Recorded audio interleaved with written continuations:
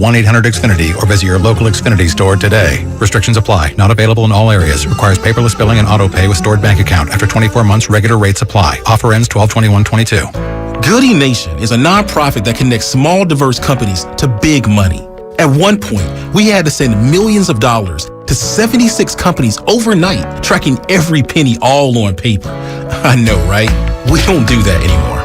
Now we've got Bill. It knows where the money's going. Once we automated that process, we got more time back with our community. Bill is accurate, and that gives us confidence. Automate your finances with Bill. Learn more at Bill.com. The following is an attorney advertisement. If you get sidelined by a workplace injury, the workers' compensation attorneys at Boxer & Gerson can help get you back in the game. Our team of skilled attorneys will fight by your side for the treatment and compensation you deserve. We care about justice for injured workers. That's what makes us Northern California's premier workers' comp law firm. Call Boxer & Gerson at 510-345-2341 or visit boxerlaw.com for a free consultation. Boxer & Gerson, your life is worth the fight. Attention! Did you or a loved one live at or near Marine Base Camp Lejeune in North Carolina between 1953 and 1987? If so, listen closely for this important legal announcement. From 1953 to 1987, Marines and their family members at Camp Lejeune drank water that was contaminated with hazardous toxins. The toxins found in the water at Camp Lejeune may cause health issues, especially later in life. Types of health issues associated with water at Camp Lejeune are numerous. If you or a loved one lived near Camp Lejeune between 1953 and 1987, you may be entitled to substantial financial compensation without going to court. Even if you were turned down in the past, a new law can allow you to file a claim today. If you or a loved one spent time near Camp Lejeune, call the Negligence Network to find out if you're eligible for financial compensation. There's no fee unless we win your case. Call 1-800-700-4333. That's 1-800-700-4333. 1-800-700-4333.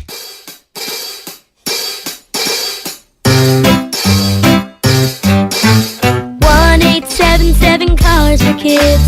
K-A-R-S Cars for Kids. 1-877 Cars for Kids. Donate your car today. 1-877 Cars for Kids. K-A-R-S Cars for Kids. 1-877 Cars for Kids. Donate your car today. With car prices at an all-time high, our donors are now getting highest receipts ever. Donate at carsforkids.org and your car can be picked up tomorrow. 1-877 Cars for Kids. K-A-R-S Cars for Kids. 1-877 Cars for Kids. Donate your car today. Now accepting donations of land, homes, buildings, or any kind of real estate. Kirby is your driveway mechanic. They bring the shop to you with brake replacements, oil changes, washes, and so much more. Get $50 off your first oil change with code OIL50 at Kirby.com. That's CURBEE.com and use code OIL50. Sure, we have 30 seconds to tell you that drivers who switch to Progressive could save big. But then what? Well, there is a nice piece of stock music playing behind me that a talented composer worked really hard on. So let's enjoy it.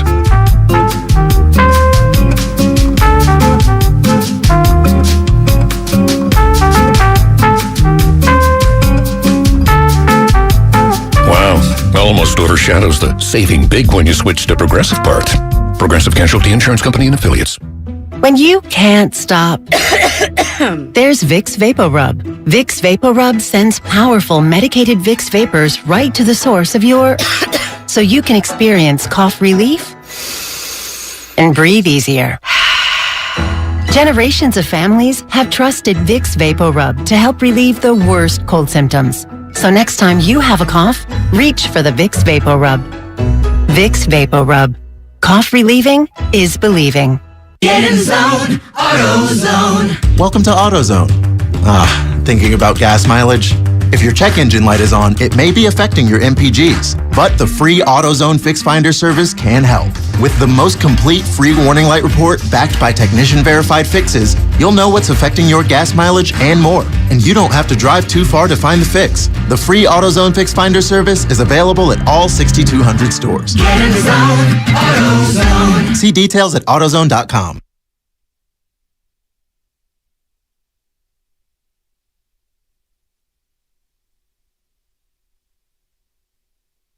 Now, back to Steiny and Guru on 95.7 The Game. All right, Howard Beck coming up at 2 o'clock. We got some calls, and we'll take more this half hour. And I got Howard a surprise Beck. for you at 2:30.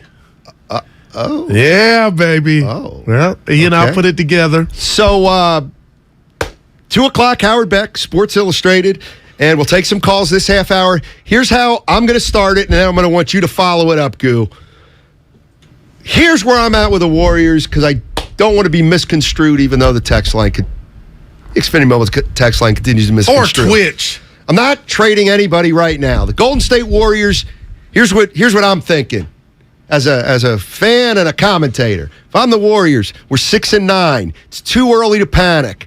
Let's ride this out. It's mid to late November. Let's ride it out till December-ish, maybe early January. Assess what we have then and make a more reasoned decision. I feel like right now the Warriors are playing terribly. They're not this bad, so you don't want to assess them right now. Sit tight. 4 to 6 weeks. We'll go from there. What would you do, Goo? I would put my stamp of approval on that. All right. Can I make a change to it? Yes. Wiseman wouldn't be in Santa Cruz, and Kuminga, Moody, free Moody. Okay. He hasn't earned these DMPs. All right, and for it to get great, I love that. I came up with it. For it to be greater later, I would be 6-9 would be different if I was seeing something from the youngsters. Fair enough. I just don't get that. Well, and here's the thing. Here's the difference between your plan and my plan. They're your youngsters. Here's the difference between your plan and my plan. When I said play for another 4 to 6 weeks, I'm basically thinking, hey, Steve, try to win as many games as you can for the most part. I mean, don't play Steph Curry 48 minutes, but do what you got to do to win as many games, i.e., if you have to play the veterans, you have to play the veterans. What you're saying is, no, we're 6-9 right now. In the next 4 to 6 weeks, let's keep playing, and let's make sure our youngsters play. So then we can evaluate our youngsters at that point. No doubt about it. And our whole team. Yeah, because I think that's a good... And let me tell you, Steiny, Wiseman's in Santa Cruz. He's not gone. You still got to do with him on the bench. I don't know, but you got to free Kuminga. But if I'm thinking of Steve Kerr, Steiny, and his job, pour me a double. Okay, so you got this conundrum with the youngsters, just trying to unlock them. Yep. But then you got the drama, if there is, with Poole, Dre, and Clay. Just acknowledge that's stressful. Oh, that's why. That's hella stressful. That's why he said. That's more than 2 timelines. Crisis situations, how he defined it after the punch. No, Joel, wow. In Soledad, what are you doing if you're the Warriors right now? Soledad's a great prison there. Oh, there's a prison there. Oh, I'm out. Yeah. Hey, what's up, Joel? Oh, not much. How you gentlemen doing on a Friday? Hanging in. Yeah, I just wanted to talk about a little bit about the young Warriors. Okay. And I just believe that they have to put some effort when they are in there. I agree that they should be in there a little bit more, but when they are in there, rebounding and defense is all about will. The will to get in there and get the rebounds and play great defense. And that's the only way they're going to really earn their way into more playing time. And I just think it is early. 15 games is nothing. It's an 82-game season, and I think that Kerr's trying to get the rotation, trying to integrate the young players in there, even though he should play them a little bit more. But I think he's still kind of trying to figure it out. But I think they're going to be okay. I think I agree. 30, 35 games in, then I think we'll have a true measure of what's going on. Well reasoned, Joel. Appreciate the call. I don't mind your plan at all. Mine or Soledad? No, yours. Yeah. Where we're both basically saying, I'll give it 4 to 6 months. Right. Where I'm kind of saying, if you got to play the veterans, you kind of got to play the. What if? I just hypothetically, and it could work. It might be the opposite way. What if you make that commitment to the youngsters, and you're 7-12? Then I would 8-14. no doubt. I would know that we've given there wasn't just one question on the final exam. There were 50, and you had ample time to show what you know. You know what I mean? I got you. The nightmare scenario for me is you don't know who you are, and you let the youngsters, you pulled the plug too early. But then you let them play, and they struggle. Hey, who knows? They may play well or better. I got one for you before you can take the next call. Okay. Because you said this to me and it stuck with me. Goo, this ain't about the youngsters. It's about the top guys, Steph Curry, Dre. Yeah. Okay, so how could Kuminga and Wiseman struggle playing with these guys? Like, how much onus is on those guys to get these guys up and running? Oh, you mean on Steph and Draymond? Yeah, and Clay. That's what leaders do. I'm not saying they're not leaders, but I will say. But Andre talked about, I had bad vets, and Curry's like, some vets don't help me. Well, I hope that's not what's going on. And you know what? I don't think it is. Nothing I'm saying right now has to be permanent, but are Draymond and Clay, are they good leaders right now, right here and now? Well, Clay's clearly not. He ain't even trying to do it properly. Exactly. Yeah, and Draymond, everybody says Draymond is not the same Draymond. So he's not leading the way he used to lead. Maybe it doesn't work anymore, and so he's been gutted. But on Twitch here, Gemini Marv, Steiny again, Dre hasn't changed since last season, except less barking at refs. He's been great. He hasn't been no, I disagree. You used to have that metric to where you could tell what is the defensive efficiency. Yeah, it's called my 2 eyes. That's what it's called. And if anybody out there thinks Dre, listen, I'm not saying he doesn't have good stretches. Of course he has good stretches. You said 6 minutes yesterday. Not even close to as consistent as he used to be defensively. Not even close. But to be he's still above average. He's still really good. He's still probably your best defender, but he's not as good as he used to be. And so since all we know is him being one of the best 2 or 3 defenders in the league, well, he's not anymore. Jose in San Jose. Anyway, I think he can be for stretches. Jose, what's up, buddy? I like your plan. I'm starting to come around to your plan. Go ahead. I'm sorry, Jose. Yeah, it's okay. Thank you. 2 things I want to say. Klay Thompson last year, when he was supposed to come in, there was a little timetable. And as we got closer, extended, and Kerr kept saying that he wanted to make sure Klay was ready. Klay was ready to go. So I wonder how much that same thing this year, because he's a slow starter, but off the injury. But last year he was able to come back when he was ready. Second of all, Steve Kerr, with his comments, I believe he's trying to light a fire under them. Maybe the young guys, maybe the vets. Just a little bit something, just a little chip on their shoulder. It's not like they need it, but these guys are very competitive, so you never know how it goes. Thank you, guys. Thank you, Jose. Appreciate the call. You know what I will say, and here's another reason why I got to give it 5 or 6 more weeks, especially as it relates to Klay. If we're honest with ourselves, if we're really honest, when he came back last year, he was chucking. Kind of just like this. Remember these shows? Should you bench him? It was the same thing. So it's gone a little longer this year, and he's gotten a little more stubborn, but maybe he's got a deal. I'll tell you what. Like an unwritten deal with a team. They just he's got to get it going, and it's not going to last forever, but as of right now, I got to shoot. Well, I'll tell you this. I mean, I don't know. I'm looking for positive. Yeah, you're like shocking me. But I'm telling you this: you won't find his coach saying what he did to Whitey and Ratto on Damon and Ratto about certain game and that shot selection. Yeah, but we all knew Klay's shot selection stunk all year. It took Steve Kerr 15 games to acknowledge it, probably because he wants to support Klay. Let's go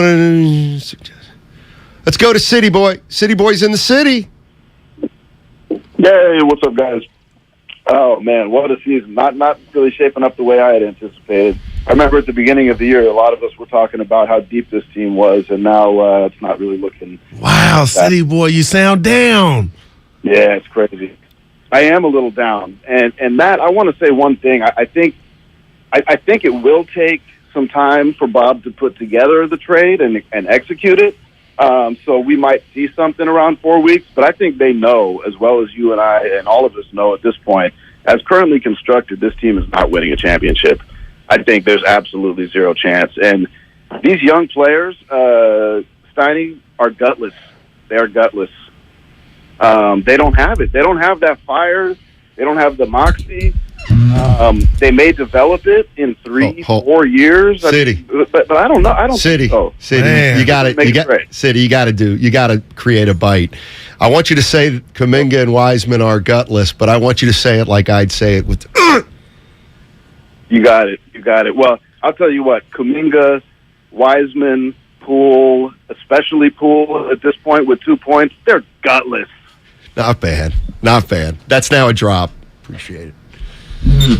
Thank you, City. Yeah, I'm sure Bob Myers is sniffing. Yeah. That's what GMs do.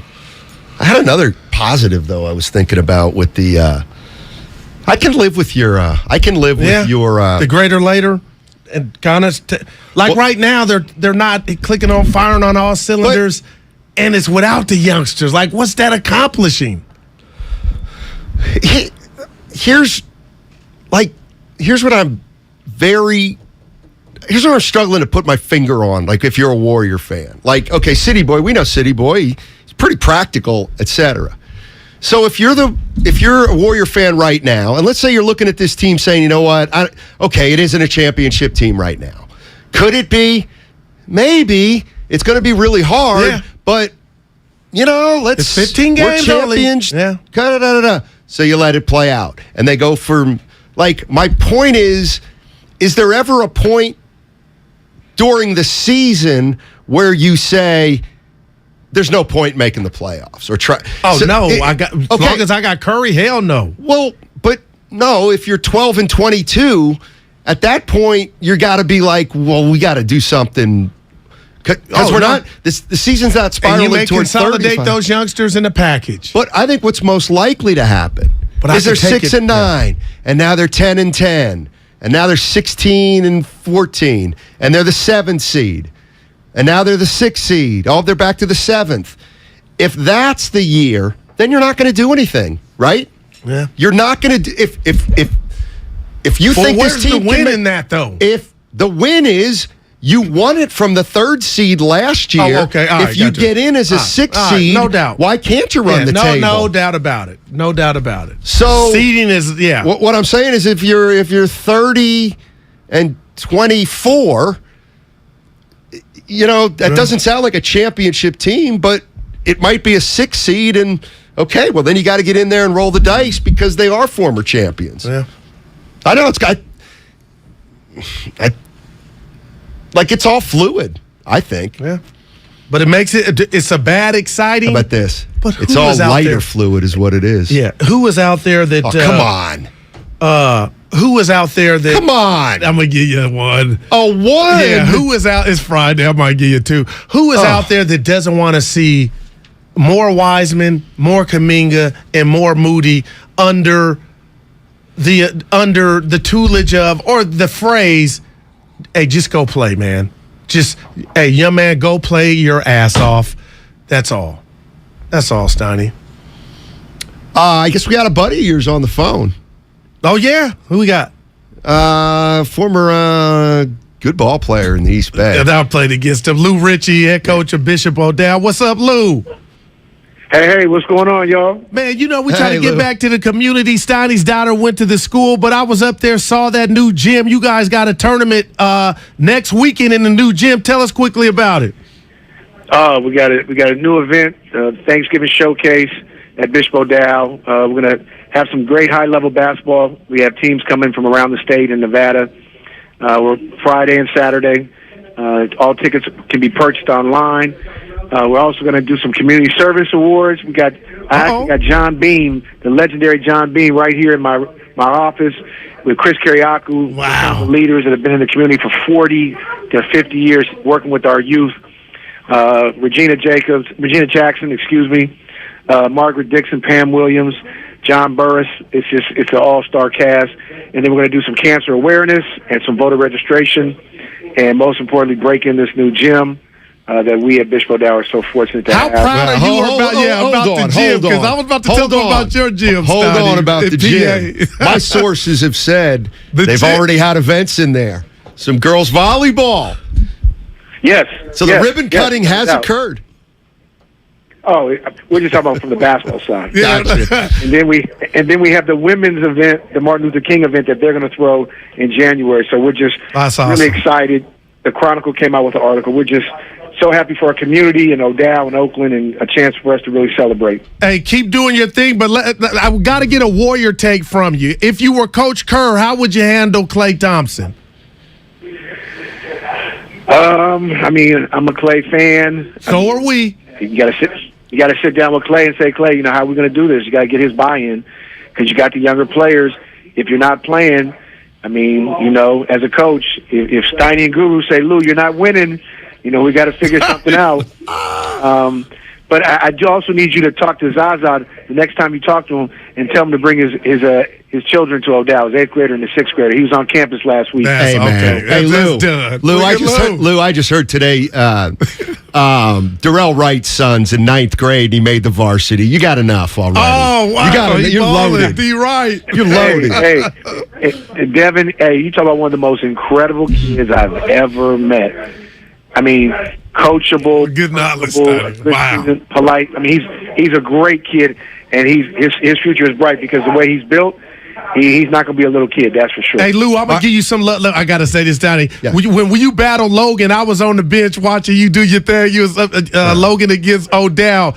Quickly, who was the best basketball player you ever went up against?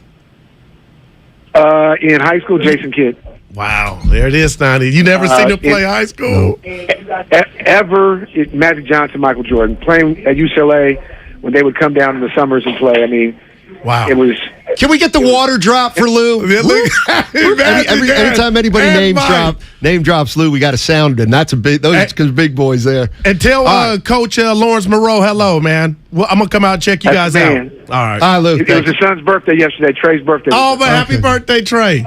All right, thanks, Lou. Hey, Lawrence is my. Thank you so much. I appreciate you too. No problem Absolutely. at all. Absolutely. So I keep telling you, Coach Moreau is my Donovan. Moreau Catholic. His stepfather. So yeah. So that's how we family. Ah. Yeah. Cool cat. Cool. Yeah. Hey, how did you know how you hold information, Darrell Wright, son? That's a big get. Darrell was on with the morning roast this morning, and they talked about it. Me and the wife been. Fred in Richmond. Yeah. Hey, Fred, how you doing, buddy? Hey, how y'all doing, man? Steiny and Goo, man. I've been listening to the show, man. I'm so sick of this criticism that Klay is getting. People forget that he did not do nothing this offseason. He was mentally fried strictly from getting hurt 2 years ago when he was coming back too fast from his first injury. I really believe that within the next 2 to 3 weeks, Klay will be fine. Now, that Jordan Poole, that might be something else. I really think he's affected from getting dropped by Draymond, unfortunately. I mean, I know he got his money and everything, but that's a hard pill to swallow, y'all. The man got hit on like social media world. You know what I mean? He's a meme everywhere. It's very, very unfortunate. But once the Warriors win about 5 or 6 games in a row, get on a night. Losing you, Fred. We got you, Fred. By the way, shout out to the Cal Engineering and Geology Department. They did the inspection on the O'Dowd. Look at you. I got to ask you a question about Poole, and I'm not being messy. Draymond could be gone if this were to get stanky, continue to be stanky. He could be moved. Okay, he may be gone after next year. But in all your years of watching sports, I'm thinking about Jordan Poole and this punch. If it is something, I know he just signed his deal, but he could get you something. Every NBA really hard team, to trade. Really hard to trade. By the way, Howard Beck, 10 minutes, Sports Illustrated. Now, why you say really hard? Well, because his contract goes from $4 million to $24 million. So, I mean, but as far as basketball, Steiny, teams would be lined up around the corner. Some teams would, yeah. I think. I don't want that to happen. I just have thoughts like if that punch is something bigger than we know, one of them got to go. Hey, I know you can rap. I told you. Carlito in Alameda. He been on vacation. Hello, gentlemen. Hey. Happy Friday. I want to say this. Great job with Stephen A. Smith. That is a great basketball mind. Not anybody gets him, and I think he likes you guys. Yeah, we text Warriors. I think it's too late. I mean, they're almost last place in the conference. This is too big of a hole. Thank you, guys. Come on. It's 15 games. Too big of a hole. Jeff Hostetler on line 1. 15 games. David's in San Jose. He wants to talk about Marvin Gaye. What's going on? That's a 4. Okay. Hey, how's it going, fellas? Oh, Dynamite. Man, just on the whole situation, the whole Green situation, whether it's deep or not, winning solves all that. I mean, look, it happened to Kerr. They won. Shot selection for Clay, man, he had no offseason pretty much, so he didn't work out anything. So give him a couple more weeks, he'll find his rhythm. Well, and thanks for the call, David. That's one of the things that's kind of coming out is it feels like, well, Clay didn't do anything during the offseason, so it's cool.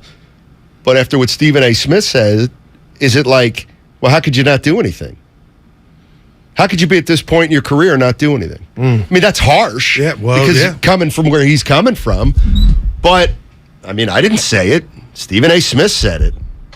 And who was it? I'm just going since the announcement that Wiseman's going to Santa Cruz. Mm-hmm. How many calls do you think we fielded to where they've been disappointed at that decision? I think I'm the only one. Like, we ain't got a lot of support of James was done wrong or they'd rather see him play. But that's how you lose a person mentally when they can, I told you, if he was in the dorm watching that game the Sunday night against Sac. Right. Like, y'all sent me down here for what exactly? And y'all giving up 100 and Gertie to the Sacramento? And then, like what? Those are the things you feel picked on. Right, and I gave the answer I gave you the other day is if you're really telling me that James Wiseman was sitting in Santa Cruz watching the Warriors and the Suns thinking he's getting screwed, or you got to be kidding me, why am I down here? Then you got to get rid of him because then he's a player who doesn't get it. But I don't believe that's who he is. Well, he said everything right. Now, he can be determined. Like, he can watch that game to me and be like, God, I got to be out there. So mad. That's different. Like, he was showing some of that early on.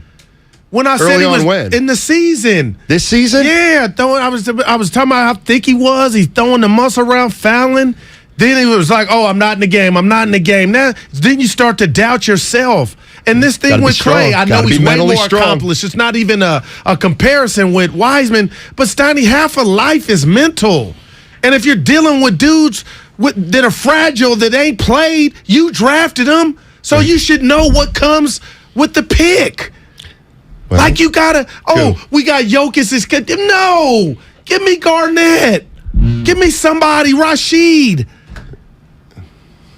You're laughing. Why? I'm laughing. You smile. You know what I mean. I mean, just give me a dog. You can't make a dog out of a non-dog. I mean, please. I'll tell you what. Why don't we all take the break and try to think of a player who came into the league soft, but who ended up a bulldog? Mm-hmm. Howard Beck, Sports Illustrated, The Other Side. Charging a cell phone can be like getting a booster shot. A booster is given to enhance or restore protection after a primary series vaccination, which wanes over time. Schedule an appointment when you are eligible. Sponsored by Pfizer and BioNTech. Black Friday is starting early at Fasteners Inc. Tool Outlet, and there is no better place to shop for all your power tools. Grab free batteries with tons of Makita products and many more of the year's hottest deals, November 21st through the 28th. Save $100 on Makita 18-volt rear handle circular saw kit and take home 2 extra batteries on us. Again, our Black Friday sale will be November 21st through the 28th. Check us out at 2897 Monterey Highway or online at fastenersinc.net. Hey, Bay Area, ready to cheer on the Mexican national team alongside Estrella Jalisco beer? Because other teams might have an Estrella on their crest, but none of them have the heart like ours behind it. Win or lose, Estrella Jalisco and Mexican starting forward Alex Vega are bringing fans together to cheer on our team. Let's go for the Estrella on our crest with an Estrella Jalisco beer in our hands. Estrella Jalisco. Vive tu selección. Vive tu Estrella. Enjoy responsibly. Estrella Jalisco, St. Louis, Missouri. Don't miss the Jim Irsay Collection, coming to San Francisco on Saturday, December 10th. Jim Irsay, owner and CEO of the Indianapolis Colts, will exhibit historic sports memorabilia, presidential artifacts, the world's greatest guitar collection, and more. The evening will be topped off with a free concert by the all-star Jim Irsay Band, featuring special guests Ann Wilson, Buddy Guy, and John Fogerty. It's one night only with the Jim Irsay Collection and the Jim Irsay Band on December 10th at the Bill Graham Auditorium from 7 to 10 p.m. Get your free ticket now at JimIrsayCollection.com. Were you abused by a priest or clergy member? You're not alone, and we can help you hold the church accountable, regardless of your age, and even if your abuser is no longer working or even living. Thousands of victims have filed claims and been awarded significant compensation, but the deadline is quickly approaching, so call Stop Clergy Abuse right now. Your call is free, private, and confidential. Even if you don't remember the abuser's name, we may be able to help, but time is limited, so call now. Catholic dioceses have paid more than $3 billion to victims, with the average national settlement at $268,000. In parts of California, the settlements are much higher. Call 800-230-5678 now, or soon you may forever lose your chance to file a claim. You can't change the past, but you can be compensated for it. Call 800-230-5678. A representative is standing by to help. Call 800-230-5678. That's 800-230-5678. Do you have 3 ex-wives and your current trophy wife wants a life insurance policy 3 times the size of the policies you had to purchase for your previous mistakes? If so, you need to call Big Lou at Term Provider, 800-200-1966. Big Lou is intimately familiar with your problems, and if you're 50 or 60 years old and in reasonably good health, a $1 million policy should only cost about $100 to $200 per month. Big Lou may have a solution for your previous policies as well. You may even save enough money to lighten the load on your new $1 million policy. Remember, call Big Lou. He's like you, except he's only on number 2. Call Term Provider at 800-200-1966. That's 800-200-1966 for $1 million in term life insurance that you can live with. Call Big Lou at 800-200-1966. 800-200-1966. Hey, I'm Andy. If you don't know me, it's probably because I'm not famous. But I did start a men's grooming company called Harry's. The idea for Harry's came out of a frustrating experience I had buying razor blades. Most brands were overpriced, overdesigned, and out of touch. At Harry's, our approach is simple. Here's our secret. We make sharp, durable blades and sell them at honest prices for as low as $2 each. We care about quality so much that we do some crazy things, like buy a world-class German blade factory. Obsessing over every detail means we're confident in offering a 100% quality guarantee. Millions of guys have already made the switch to Harry's, so thank you if you're one of them. And if you're not, we hope you give us a try with this special offer. Get a Harry starter set with a 5-blade razor, weighted handle, shave gel, and a travel cover. All for just $3 plus free shipping. Just go to harrys.com and enter code JOY at checkout. That's harrys.com, code JOY. Enjoy! Charging a cell phone can be like getting a booster shot. A booster is given to enhance or restore protection after a primary series vaccination, which wanes over time. Schedule an appointment when you are eligible. Sponsored by Pfizer and BioNTech. Attention! Did you or a loved one live at or near Marine Base Camp Lejeune in North Carolina between 1953 and 1987? If so, listen closely for this important legal announcement. From 1953 to 1987, Marines and their family members at Camp Lejeune drank water that was contaminated with hazardous toxins. The toxins found in the water at Camp Lejeune may cause health issues, especially later in life. Types of health issues associated with water at Camp Lejeune are numerous. If you or a loved one lived near Camp Lejeune between 1953 and 1987, you may be entitled to substantial financial compensation without going to court. Even if you were turned down in the past, a new law can allow you to file a claim today. If you or a loved one spent time near Camp Lejeune, call the Negligence Network to find out if you're eligible for financial compensation. There's no fee unless we win your case. Call 1-800-700-4333. That's 1-800-700-4333. 1-800-700-4333. You're listening to 95.7 The Game, KGMZ FM at HD1 San Francisco. Always live on the free Odyssey app.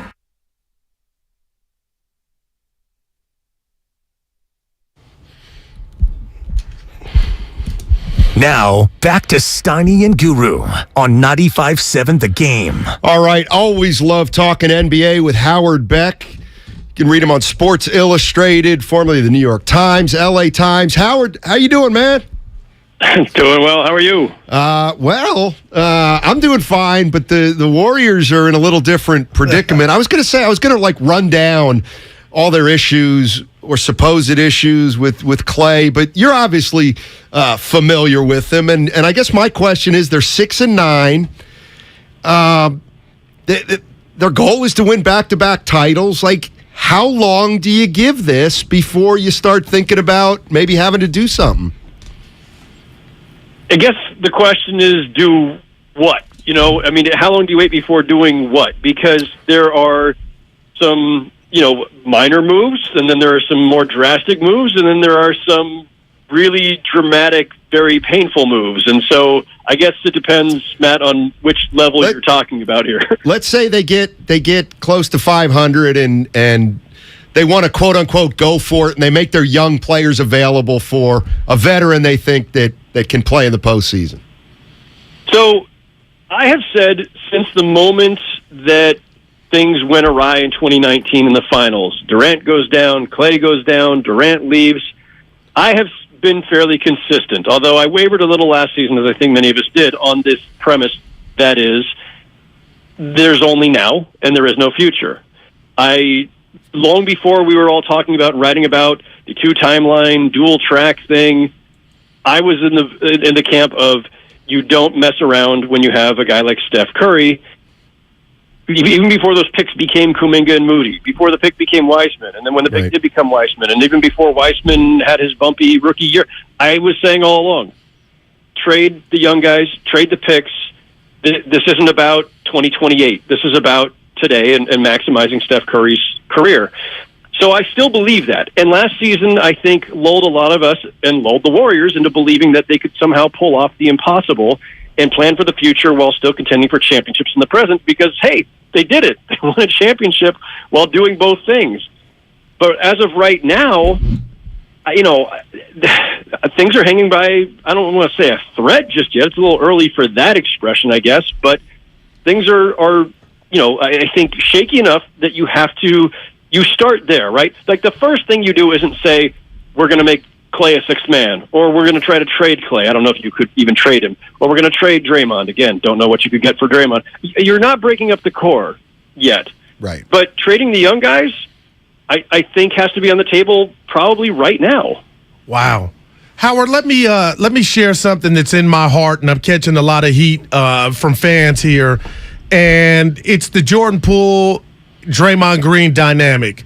One of the staples of this Warriors team, Howard, has been strength in numbers. You sit down, you get your popcorn, you watch the game with your family. You could tell that there was unity, cohesiveness. Guys were having fun. The bench was ML cars all around. And all of a sudden, Howard, I watch now, and it looks like just like a funeral feelings, like something's off. And if I hear another ex-player tell me, oh, fights happened all the time, guys got dropped left and right. Well, you know what? It wasn't on video. Am I off basis by saying I think something is still going on with Dre and Poole and the team on how it was handled? And now Jordan Poole, Howard, he doesn't even look like Jordan Poole of last year. What do you say to that? Well, we can't get in their heads, and we can't get in the locker room or the practice facility, although somebody obviously did tape something at the practice facility and then leaked it, but neither here nor there. Without anybody telling us what exactly is going on a day-to-day basis when none of us can see it, I just think it's impossible for us to know, and it's fair for us to speculate and wonder. And the Warriors themselves may be wondering just how much damage was done to their, team psyche, to their camaraderie, their esprit de corps, if you want to use that expression. That it's hard to know. I don't think anybody. Look, they did not downplay it from the beginning. Steve Kerr said it was like the biggest challenge or the biggest crisis that they'd faced in his time there, and weeks later, you would hope that they could get past it, but if they're struggling as a team, it's fair to wonder how much that is still impacting, whether it's just the two principals involved, whether it's the whole team. But I think a lot of this, if that had never happened or if we hadn't known about it, you could still look at this and say, well, look, it's fair to think that Jordan Poole could be struggling because last year was a breakout year, and sometimes guys go into a little bit of not a slump, but it's almost like a sophomore slump, right? Like he's not a sophomore, but that last year was his breakout year. Now much more is expected. Now he has signed a massive extension and more is expected. And sometimes guys struggle with that, and he's still a young player. The other guys are all really young, and they were trying to accelerate them into roles that maybe they weren't ready for yet when they decided to let all the veterans walk and turn over the second unit to all their youth. Maybe they're just not ready yet. And, look, Weissman in particular, Weissman's played 50 games. Like he hasn't even played a full NBA season. He's practically still a rookie in the middle of a rookie year by any measure of actual playing time. So all of these things could be happening had the punch never happened, is my point. Right. Howard Beck joining us, Sports Illustrated, longtime NBA writer. So I'm just looking at the standings. I'm not saying anything's imminent, but I'm keeping an eye on Brooklyn, and I'm keeping an eye on the Lakers, and then I'm thinking, I wonder what would happen if the Warriors keep losing. I guess my question is this. If Brooklyn starts struggling, do Durant and Kyrie become available? If the Lakers start playing if the Lakers aren't going anywhere, does Anthony Davis and LeBron James get talked about? With the Warriors, we could go Draymond and Clay. Miami's a team that's starting to win now, but if they fell off, what are you looking at in terms of names maybe coming available? It's too soon to know, but look, I wrote a couple weeks ago that the Nets should blow it up, and then they, went on a kind of a winning streak without Kyrie. Kyrie's coming back on Sunday. We'll see how that affects the chemistry that is built in his absence. But Ben Simmons looks like he's starting to come around, had a nice game last night. I still believe they should be blown up anyway because I don't think the Nets have any chance at winning the title. And once this season's over, it's over because they're not re-signing Kyrie Irving. Right. Under no circumstances are the Brooklyn Nets re-signing Kyrie Irving. So you might as well get something for him now. So that's the one guy who I think logic dictates that you should be making him available no matter what Kevin Durant may or may not want. Like, this thing is coming to an end in terms of that partnership. Durant may stay, or maybe he asks out next summer after Kyrie walks, but they're not re-signing Kyrie Irving. Like, I am confident in predicting that, if nothing else.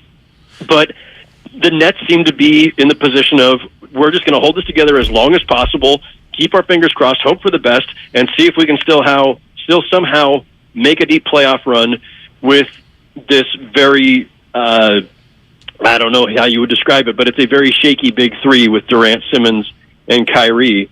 And then, the rest of it, look, like the Lakers are dead in the water. But the fact is, there's a team that's been in denial for some time now, right? Like, they won't trade Westbrook in the picks. They're waiting for something to fall out of the sky to help them. They can't trade LeBron because he just signed the extension. I don't think they'll trade Anthony Davis because they're just afraid of messing with this core. And I think they're paralyzed, frankly. Wow.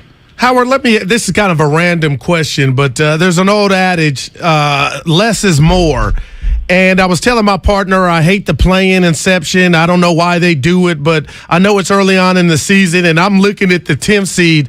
Does Howard Beck, have you been a fan of the play-in game? Has that worked for the NBA in your thoughts? The play-in has been, I'm sorry to tell you this, an absolute home run for the NBA. There's no downside. It has forced teams that were otherwise going to pull the plug in late February, early March, to now keep competitive, because if you're in shouting distance of the 10th spot, your fans and your ownership and everybody expect that you're going to still compete. So teams that were playing meaningless games in the past now have to actually try, which is making for a more meaningful back end of the NBA schedule. So those late March and early April games are a lot better as a result. There are fan bases that are more engaged as a result. It's giving teams more incentive even to try to get to the 6th seed and get out of the 7-8 spot so that they can avoid the play-in. So it's had a good effect all the way throughout, and it is a bit of an anti-tanking measure. It's been nothing but a success for the league. Hey, Howard, thanks as always. Really appreciate it, man, and have a great Thanksgiving. Thanks, guys. You too. All right, Howard Beck, Sports Illustrated. Interesting. I believe it.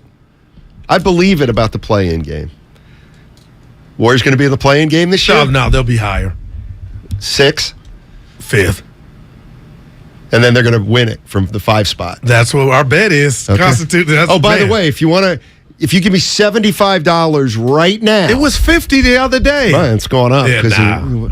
You give me $75, we can call the bet off. Well, that's a loss. Yeah. No, it's not. The bet's for $100. No, it's dinner. The bet's dinner.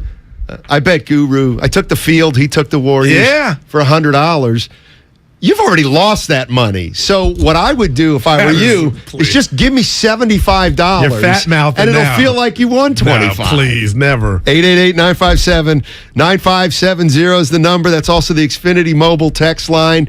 We got 45 minutes till the weekend, and we're talking Golden State Warriors basketball. They play the Knicks tonight. Tip-off 7 o'clock. Warriors live 6 o'clock. Well, when you lose to Detroit, Orlando, they need to do themselves a favor and win tonight. No doubt. And so you can't play that easy game. Let me just throw this at you, Goo. Anybody else out there, if you're a Warrior fan, this is just random. Anybody else out there a little worried about that Houston game against that athletic young team? It's everything. Is it every team? No, it's everything. Oh. That game, because that's what ails them. But if we're to come back and for somehow they lost to then we got a problem. I'm going to tell you, I was going to say Houston, we got a problem, get it? Listen. Oh. What Steve Kerr said about Klay Thompson was chapter 1 of, okay, now this is a thing. Chapter 2 is going to be, if Klay comes out tonight in the next few games and we don't see a change, I don't want to be right, but what happens then? Because the ball is in Coach Kerr, his court. He'll be on with Damon Ratto, Tim Kawakami, Marcus. Everybody will have a mic. Anthony Slater. They'll be asking him, okay, so did that just fall on deaf ears? So I'm seeing another, I feel like Captain James T. Kirk in the Enterprise, and you can see a asteroid coming. Like that could be something they have to navigate from, because this could grow if Klay don't change. And everybody on Twitch, YouTube, Xfinity mobile text line, there's 2 scoreboards tonight. I was going to say. The Klay scoreboard. On his shots. Did you hear the coach? You know what's funny? Or you don't care? You know what's interesting, Goo, is you're painting a couple scenarios for tonight. Yeah. I think you forgot one that's on the table. I'm trying to think. He pulls a Jordan Poole. What if Klay comes out and doesn't shoot? Yeah, shoot or shoot. I thought Jordan Poole was a shooter too. Shot gate with Klay is multiple. Yeah. What if Klay only comes out and shoots 1 shot in the first 2 minutes? I'll give you one. Yeah. Dude, but I'm watching. Hey, by the way, you know how I don't usually bet, but I feel like when I bet, I always win. Where you going? Something was building about the Warriors-Knicks game tonight. So what is it? I think 7.5 Warriors. It's up to 7.5? Yeah. But what's the over-under? I can get that for you. I think it's 234. Oh, look at you. Okay. 234. Could be a lot of points the way the Warriors playing D. Here's what I'm thinking. Oh, they show up. Here's what I'm thinking. They got Brunson. Thibodeau, he's whatever. He's a good defensive coach. The Warriors, no. I mean, Warriors have just been ridiculed. I mean, these are still champions, all right? And they've been ridiculed. They're on TV. Are you about worried their about defense. them? Yeah. They've been laughed at. This team's a sieve defensively. They're coming back home tonight. They got to play with effort, you would figure, the Warriors. Yeah, same effort that they used to beat Cleveland last Friday. So I think they're gonna give the Knicks a good effort, and then the effort will translate to a little better defense. I'll call that. We all call that conventional wisdom. You would think. So that's why I sniffing under. If it don't happen, that's under. why you get scared. I was sniffing the under. Give me a 114, 109, night, easy win. Well, I'll tell you what, some guy I know took the over on the Knicks Utah. That thing went over. I was like, oh, this will be a different. That's the other thing why I like the Warriors tonight. 7.5 is too many for that, but that's the other thing. The Knicks have beaten Utah and Denver. I think they're going to come in here like one of those house money games. Here's the other thing. They're 8-7. Were they coming from Denver or Utah? Denver. I think Denver was the second game. Okay. He'll correct Because if they were coming from Salt Lake City, then empty the vault because then they get here last night after being in Salt Lake City, and it is a late night out. From Denver. Yeah, let's go to TD. TD's in San Francisco. Hey, TD, what's going on, man? Good afternoon, gentlemen. First time caller. I listen to your show. Gentlemen, you guys do a great job. Quick, I just want to make a comment about Mr. Wiseman. All right. When was the last time you saw the Golden State Warriors develop a center that had post moves, jump shot, left hand, right hand, drop step, hook shot?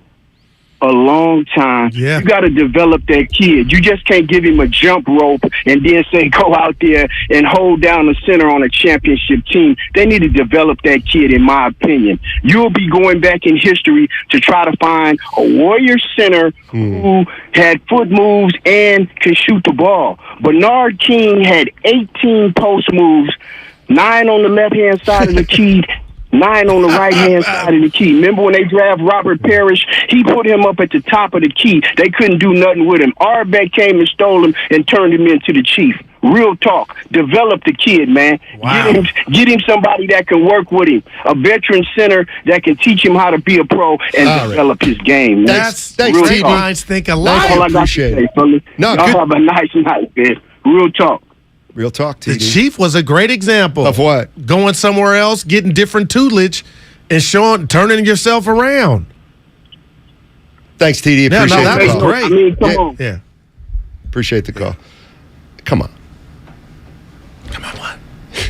I mean, okay. The dude, you said he didn't play college. He ain't Tim Duncan. I just, here's where I'm coming from. The idea that for 5 years, or that in the entire Lacob era, all we have done is talked about the Warriors' development. Look at Poole. Look at Draymond, second-round pick. Look at Festus Ezeli, a pretty good pick. Look at who else did they develop? Klay Thompson. You can't then say, we got to bring in Kevin Garnett to teach James Wiseman. It's like, it's not a bad thing, Steiny. It's just you want to put all your resources and know if he doesn't pan out, you did everything under the sun. They have a big man coach for him. The guy who worked with Jokic. Is he with them in Santa Cruz? I don't know. Yeah. But my question is, you really think it's a development issue for Wiseman? He's not played. I'll give him the benefit of the doubt. Why isn't he developing and other players have? Well, I don't. Why would you blame the Warriors for that rather than the player? I guess. Well, the rawness of James Wiseman, and the caller before the other caller did point out he's played 50 NBA games.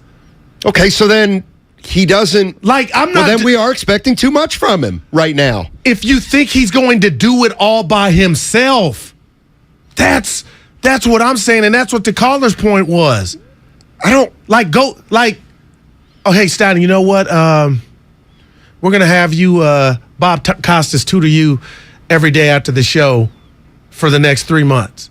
I got to believe you would be better at your job. Well, I don't want to be a J, but you can't compare me to Wiseman because I'm an old veteran. Yeah, you know what I mean? I was reaching. Not a veteran. Defense, When I first started doing TV, they brought in a guy. They absolutely brought in a guy. See, and I appreciate, even if you failed, but he worked with everybody, and they worked with everybody. They're super smart. But if you got so much that I think you're riding on James Wiseman, Steiny, it's not going out your way. You just think you would exhaust all possibilities. They may have literally hired a guy specifically for Wiseman. You could be right, and maybe they didn't. I mean, and I'm not going to sit here and say, well, they have a chance to hire Kevin Garnett, should they? I'm not saying that's dumb. You shouldn't do that. But I'm saying, is that what we're down to? Is that how, those the answers now to bring in Kevin Garnett, who doesn't even watch the NBA anymore? I'm being honest. They have Pau Gasol in the organization. You know that, right? Yeah, I saw him at the So I'd rather have Pau Gasol work with him. And I'm not being a smart ass for the people in the back. What's he really doing in Santa Cruz? Because if you're going to tell me and we find out it's just for his mental or psyche, I could go put on some give me a speaker. Malcolm X. No, another the guy. Martin Luther King. No, he ain't church, but he's an empowerment. He's Tony Robbins. Yeah, you can stay here and then play them tapes if it's all mental. Because you're getting 20 against somebody else. That ain't going to, what are they going to see? Hey, come back, James. Well, that's what I'm saying, conversation. Why wouldn't you? All right. Okay, so you're so what? Sending it to the D League is a mistake. No, I don't know what what's on the checklist. Well, you don't think they have a checklist for him? You don't think they have a list of what to work on? I'll tell you what, I like the NBA checklist better. Go out there, ball. You fail, you'll still get some time. How about this? Let's see you grow. Well, why wouldn't you think that this is a possibility? Okay, so Wiseman isn't a good rebounder. I mean, let's say he's not rebounding. Okay. Guess what? It's a little easier to get rebounds in the G League. Right. Okay, so he goes down to the G League and has some success as a rebounder and realizes, you know what? I'm starting to realize what it takes to become a better rebounder. Even though this is AAA, I can use that in the NBA, and when I get to the NBA, guess what? I'm a better rebounder. So you're saying the reps will help him? Because to me, what you just said, if he took that ride with, let's just say, Moses Malone across the Bay Bridge, like the Gary Payton ride, you could figure out how to be a better rebounder by talking to somebody that mastered it. I mean, I just don't know why we would criticize. Dropping your shoulders and quit looking like you just lost your dog. Well, why don't you? Like, that stuff matters, man. And I don't know where you got it from, but you can't come out the game. I don't like that. And you may think it's nothing, but it's affecting you, son. You got to man up and be a dog, even when it's bad. Go out there and hunt. Hunt what? Rebounds and block shots. All you shrugging and doing all that, that ain't helping you. Why is it a mistake to send him to Santa Cruz? Is all I'm asking. I don't get it. I don't know if it's good, bad, or indifferent. I'm 80%. I'm asking. I just wonder what awaits them. And if I just told you, maybe what they Disneyland of basketball to go get 30 rebounds against somebody you can do it with and still not really improving on how you to think do it. It's a mistake. Because you're denigrating if he gets 20 rebounds tonight in Santa Cruz. I'd have you're to like, see that big deal. Who itinerary to cares? see if it's a mistake. How about set a screen the right way?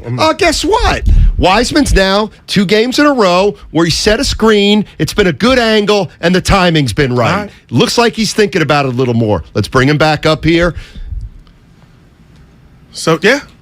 It's not. How long you been watching sports? My whole life. Did you come up with a dog who wasn't a dog originally? No, I didn't. You can't teach dog. I got one. No, you don't. Dude, you are going to You can't. Sit down and brace yourself. Well, it's a break. Andrew Wiggins. He turned into a dog. Are you high? No, I've been smoking. No. Has he been a dog this year? Society is 15. He's been a dog for but still 6% of his career. But it helped the team. Man, you know what? You've been high on him. Guru. No, I do like him, but you threw the smoking out on me. Wow. Well, how about E? Well, we're up against it. I wonder what the guys in the back think. Can you take us out? Life is uncertain. It's okay to feel stressed, anxious, worried, or frustrated. CalHope can help. Access CalHope's free and secure mental health resources. Call 833-317-4673 or live chat at calhope.org. Hey, it's Dibs. You know I'm a big football fan, and so naturally, I cannot wait for the World Cup to start. I'm going to be out at Mad Dog in the Fog Tuesday morning at 7 a.m. at their new location, 1568 Haight Street in the Upper Haight, as Mexico takes on Poland. I'll be there for the whole game, then I'll be heading on back to the studio for the show. Come on out, let's drink some Estrella, and join me at Mad Dog in the Fog, 1568 Haight Street in San Francisco, 7 a.m. on Tuesday. My brother-in-law died suddenly, and now my sister and her kids have to sell their home. That's why I told my husband we could not put off getting life insurance any longer. An agent offered us a 10-year, $500,000 policy for nearly $50 a month. Then we called SelectQuote. SelectQuote found us identical coverage for only $19 a month, a savings of $369 a year. Whether you need a $500,000 policy or a $5 million policy, SelectQuote could save you more than 50% on term life insurance. For your free quote, call SelectQuote at 1-800-478-6688. That's 1-800-478-6688. Or go to SelectQuote.com. 1-800-478-6688. That's 1-800-478-6688. SelectQuote. We shop. You save. Full details on example policies at selectquote.com/commercials. If you run a small business, you need the most from every investment. That's why Comcast Business gives you more. Like more innovation with our new gig speed Wi-Fi, plus unlimited data. More speed from the largest, fastest, reliable network for small businesses. And more savings, up to 60% a year with Comcast Business Mobile. All from the company that powers more businesses than any other provider. When you need more, you need Comcast Business, powering possibilities. Get started with fast speeds and advanced security for just $49.99 a month for 12 months with no annual contract. Plus, ask how to get up to a $750 prepaid card with a qualifying bundle. Offer ends 12/5/2022. Restrictions apply. EcoBill and AutoPay required. New 50 megabits per second internet and Security Edge customers only. Equipment, taxes, and fees extra, and subject to change. Mobile Savings compares pricing of top 3 carriers. If you own a business, this has been a bumpy ride. From pandemic to inflation, I'm sure you could use a break. If your business has 5 or more employees and survived COVID, you might be eligible to receive a payroll tax refund of up to $26,000 per employee. The challenge is getting your hands on it. Hi, I'm Howard Mackler, and that's why I founded GetRefunds.com to cut through the red tape and get you that money. The team of tax attorneys we have put together are highly trained in this little-known payroll tax refund program. We do all the work, charge not a dime up front, and simply share a percentage of the cash that we get for you.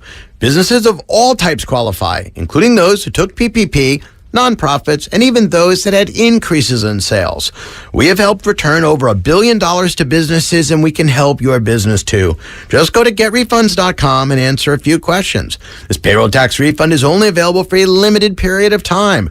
Don't lose out on up to $26,000 per employee. Go to getrefunds.com. That's getrefunds.com. Universal Studios Hollywood is where the holidays come together. We've tested it. Festive food with refreshing Coca-Cola. Family, friends, and fa-la-la. Dazzling lights cranked up to maximum merriment. The Grinch and his dog Max stealing your tree. All the science adds up. It's the awesomest celebration of the season. Save $20 on a Coca-Cola 2-day general admission ticket. Offer ends 12/14/22. Restrictions apply. Details at universalstudioshollywood.com/Coke offer. Hey guys, this is Keenan Thompson. I have a problem with you. Yes, you. None of y'all told me that AutoTrader has millions of new and used cars that I can shop from home. I thought we were friends. I put smiles on your face, but I'm not smiling. No one told me that with AutoTrader, a dealer can deliver cars to my home or that I could shop by price on AutoTrader. No one. Consider this friendship that you just learned we had officially over. Finally, it's easy. AutoTrader. The Wendy's $3 breakfast deal is here. Get a bacon or sausage, egg, and Swiss croissant, plus a small seasoned potatoes. That's a better breakfast for just $3 in 3 easy steps. 1, wake up. 2, get out of bed. And 3, head to Wendy's for your $3 breakfast deal. Choose wisely. Choose Wendy's $3 breakfast deal. Limited time only. Participating U.S. Wendy's during breakfast hours. Select or request $3 breakfast deal in order to obtain discount. Not valid for a la carte or combo orders. Price and participation may vary in Alaska and Hawaii. At Target, you can shop with confidence knowing that if you spot a better Target price, we'll match it with our holiday price match guarantee. Pick up the hottest gifts of the season, holiday hosting essentials, and so much more right now. If you spot a better Target price, we'll match it on items purchased between October 6th and December 24th. Get the gifts you want at prices you love all season long with Target's holiday price match guarantee. Get price match policy details on Target.com. Some exclusions apply. Lots of sun today with a high of 62 degrees in San Francisco. Weather brought to you by One Thing. Install a low-flow shower head and keep water off when brushing teeth or shaving to save water every day. Join Odyssey, and together each of us doing one thing makes a greener tomorrow.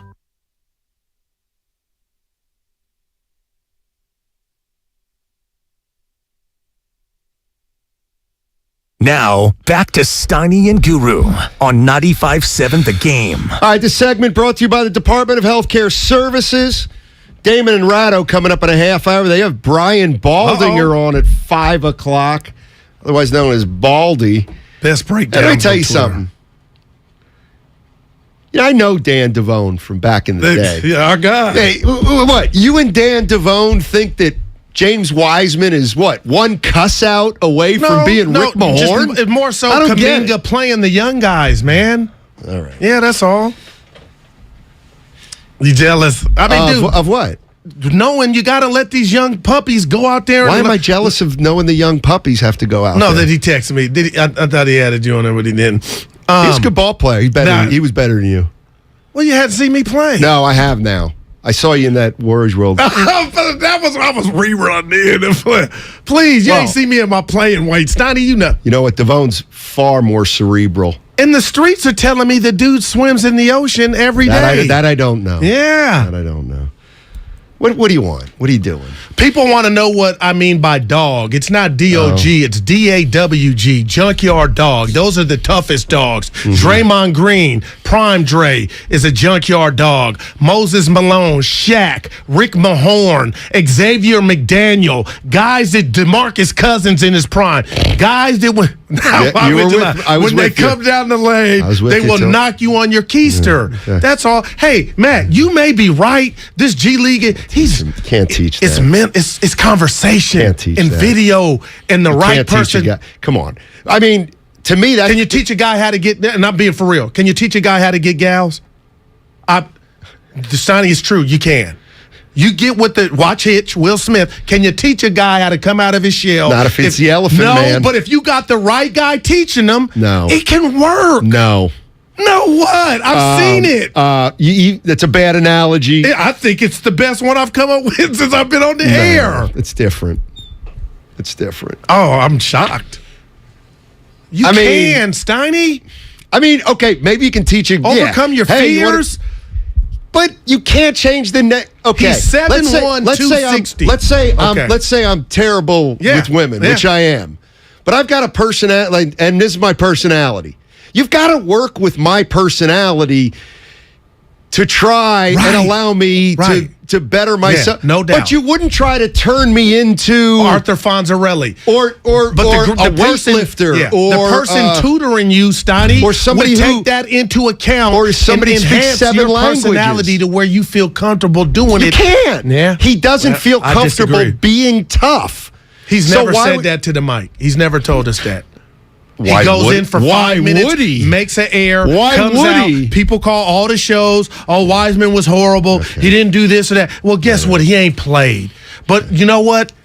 For all 3 of them, especially Moody, Steiny, this was he doesn't have the inner fire. This was we can't judge that yet. You cannot teach the inner fire. I do not believe. I'll give you that, Matt. That's all I'm saying. I wholeheartedly agree with you. We ain't seen enough to say, okay, this here is complete. He don't have it. That's all. And the worst thing for all 3 of them is they got drafted here. Yeah, there's a competitiveness about Wiseman I need to see. Well, I'm telling you, man. Let's go to Ray. Yeah. Let's go to Ray in San Francisco. You can't teach a guy how to be a killer. I don't think. Hey, Ray, can you teach a guy how to be a killer on the court? Probably not, no. No, that's kind of what I think. What do you got, bud? Well, actually, along those lines, I got a potential trade maybe that helps the Warriors and the Atlanta Hawks. We've got John Collins for Draymond Green. Man, is Atlanta doing that? I love them. John Collins? Yeah. First of all, thank you, Ray, for the call. Here we go. First of all, nobody's going to do that. Oh, I thought you said that's your team. team. Yeah. Why would you don't think they would want? Why oh would? My Okay, let me ask you this: how would John Collins help the Warriors? Rebound, defend. Draymond rebound. You said defend. You said he's a terrible. He's defender. got all the tools to be a good defender, Steiny. And he's the kryptonite to this Warrior team. His build. Why would the Warriors acquire a primarily offensive player right now and give up some? No. I kind of like John Collins. There's no chance. So who would say no? You said the Warriors would be held no? If I'm the Warriors, I'm telling no, I'm not doing it. You didn't just. Yeah, and somebody's having fun with you because I was about to explode. It's not true. Yeah, it's not true. Okay. Did I mention Iggy as a dog? Please. You would have turned the mic off. Well, I might not have heard you. Yeah. So. Well, if you listen. Let's go to Big J in Oakland. Hey, Big J. Hey, guys. Happy Friday. Hey, listen. Yes, talk to us. The problem with learning how to play basketball in practice. You have one of the top defenders in the league in Draymond. You have a top rebounder in Looney. How come Wiseman can't learn from them while they are practicing? Pull him aside, give him some tutelage so he can learn how to play the game. You may not be able to teach him how to be the dog, but you can teach him how to have the fundamentals of setting a screen, rebounding, and blocking. See ball, block ball, see ball, go get ball. Let me ask you this. That's scary, though. Okay, let me ask and that's going against my point. Big J and Goo, let me ask you this. Don't you think they've tried multiple ways to get to this kid in practice? Whether it's, hey, Dre, say something to him, or, hey, don't you think they've tried a bunch of things so that they know at this point, well, there isn't a snap of the finger solution? And you know what? Real quick, just like Big J, because he's hanging on. What's up, Big J? They may have, and again, I think about the assistant, the coaching assistant, pulling them aside, and maybe even Steve Kerr pulling. They probably tried it all, but still, that guy has some inner talent in him. I know. I'm with. Fair enough. Pull it out of it. Yep. Thanks, Big J. And I'll tell you what. No, my other point was. With all the reporters we have, the Athletic, the Slaters and the Kawacamis, the Thompsons, everybody, Steiny, our show here, our station, wouldn't there be a feature that Draymond, I'm not saying it ain't happened, or Looney has taken Wiseman under their wing? Sleep in my house, Rook. Just stay here with me. That would be a story. Fans eat that stuff up. I'm just saying from my vantage point, my eyes haven't read that story. And Looney, who we love to death, all reliable, I would tell Wiseman, this dude is perfected rebounding and has half the athleticism you do. This is what you could be, son. Maybe he can't be that. I'm in the wrong business. What business should you be in? Talking to Wiseman. Why don't you just get it through your head? What's wrong with being Chris Bosh? No, I'm was not Chris mad Bosh at a dog? He was. Hey, he was a dog in Toronto. Why can't we? You know who he is? Who? You know who Wiseman wants to be? Rafe LaFrance. I'm Steiny stuff from Denver. That's a distance. He won't be in a Warrior uniform. Look at Rafe LaFrance's numbers. Look at Rafe LaFrance's numbers. And he was Look at his rebounding numbers. You better be careful. Rafe, boy, I don't think that's what they were aiming for. I don't think that's what they were aiming for either, but I'll bet you if they said, what if we gave you Rafe LaFrance right now? I think the Warriors might be in a heartbeat. So, Steiny, you just giving up on him? No. You can't give it. What does that look like, giving up on him? Just DMPs for the red. Well, that's what they're doing, but they just said, this gets going to come to a spot and stop. I mean, go to the Chief. But you really think you can't teach a dude how to be? No, you know what? And you know better too.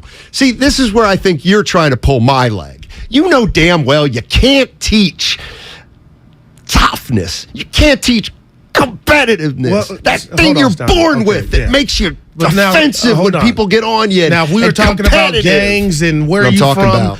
No, Steiny, we've seen him block a shot. We've seen him dunk. We've seen him catch a oop. We've not seen being a killer. It's consistency.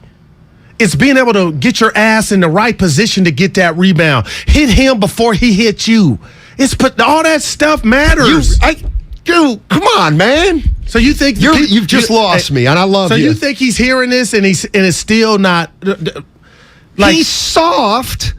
I hope as of now, he's soft. Maybe I'll give you that. I believe he'll get tougher as he gets older and bigger and stronger. And then smoke a cigar and do what Draymond did on this pod with Jamel Hill, Jalen Rose, and E40, and sit back and say, "Oh, I was a poodle when I was with the Warriors, but I take responsibility for that." Dude, the dude has the tools, man. I'm not telling you he's an all-star, and I got a surprise for you coming up here. But it's just a fundamental disagreement, I guess we have, where I do think I kind of think I'm right. Yeah, well, you're right now. You're winning. No, just the solution. You think he's got to go somewhere else to be the best version of his? It's more about the dog. It could be Todd Steiny.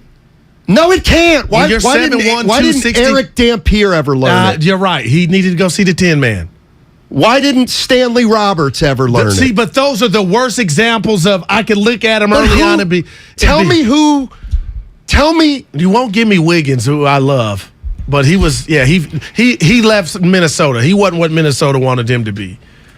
But Steiny, this ain't done, man, and they need what he has. It's like, dude, if you were ahead of schedule, this would be a match made in heaven. All he has are tools.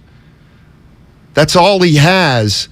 He has no idea how to play. I'm talking mentality, though. What? I'm talking like the Penny Hardaway. I thought that they would give it to him. Oh, we found out that Durant talked to him. They talked on the phone. Who talked on the phone? Wiseman and Durant. Okay. So I'm like, okay, Durant's a dog. He ain't 7'1". But I'm thinking that, so maybe it's getting lost in translation. I don't know. But I'm telling you, Matt, life is a lot about mentality. Right. And you get around the right people, it can improve it. I'm not saying it can improve it. You gotta be born with a certain amount of. Scottie Pippen? What about him? Did he have dog, or did Jordan bring the dog out of him? Because that migraine, when you didn't, I was like, oh, you look. But hey, damn, I love the Pippen one, but they're not big men. Eric Dampier, I got nothing for you. That has me I'm shaking over here. Keith Lee. Remember Keith Lee? Man. I'm just saying. And how much dog did Festus have, Steiny? I know his career was short. Festus was tougher than. Well, he was a bigger body. Oh, but he was tougher. Definitely. Bogut was infinitely tougher. Zaza would. No break doubt. Him in half. But I'm not saying that's who you want him to be. But even JaVale McGee didn't get used like a... no doubt. No doubt. JaVale McGee is 7'2", athletic. He's not huge. He's not wide. Yeah. And he found a way to come to the Golden State Warriors and be good defensively. Yeah. Look who's came in. Tell you what, I don't know. Dude, I'm done. I don't know what you're recorded. No.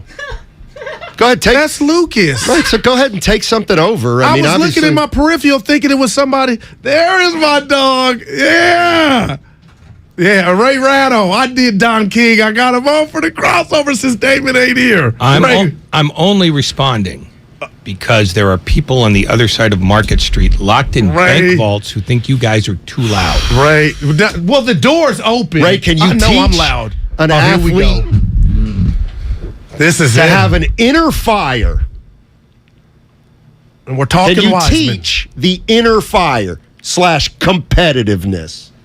Can you teach it so that it becomes second nature to him? Yes. Dog. Can you teach him how to be a dog? No. You can have somebody stand behind him and yell at him to be a dog, and he'll do some of that. But you either are or you aren't innately. Oh, I noticed you're not questioning. Well, no, your this big is my buddy dog. over there. I talked to him already, so I kind of knew where he was going. Ray, I'm telling you, I don't like him going to Wiseman, going to Santa Cruz.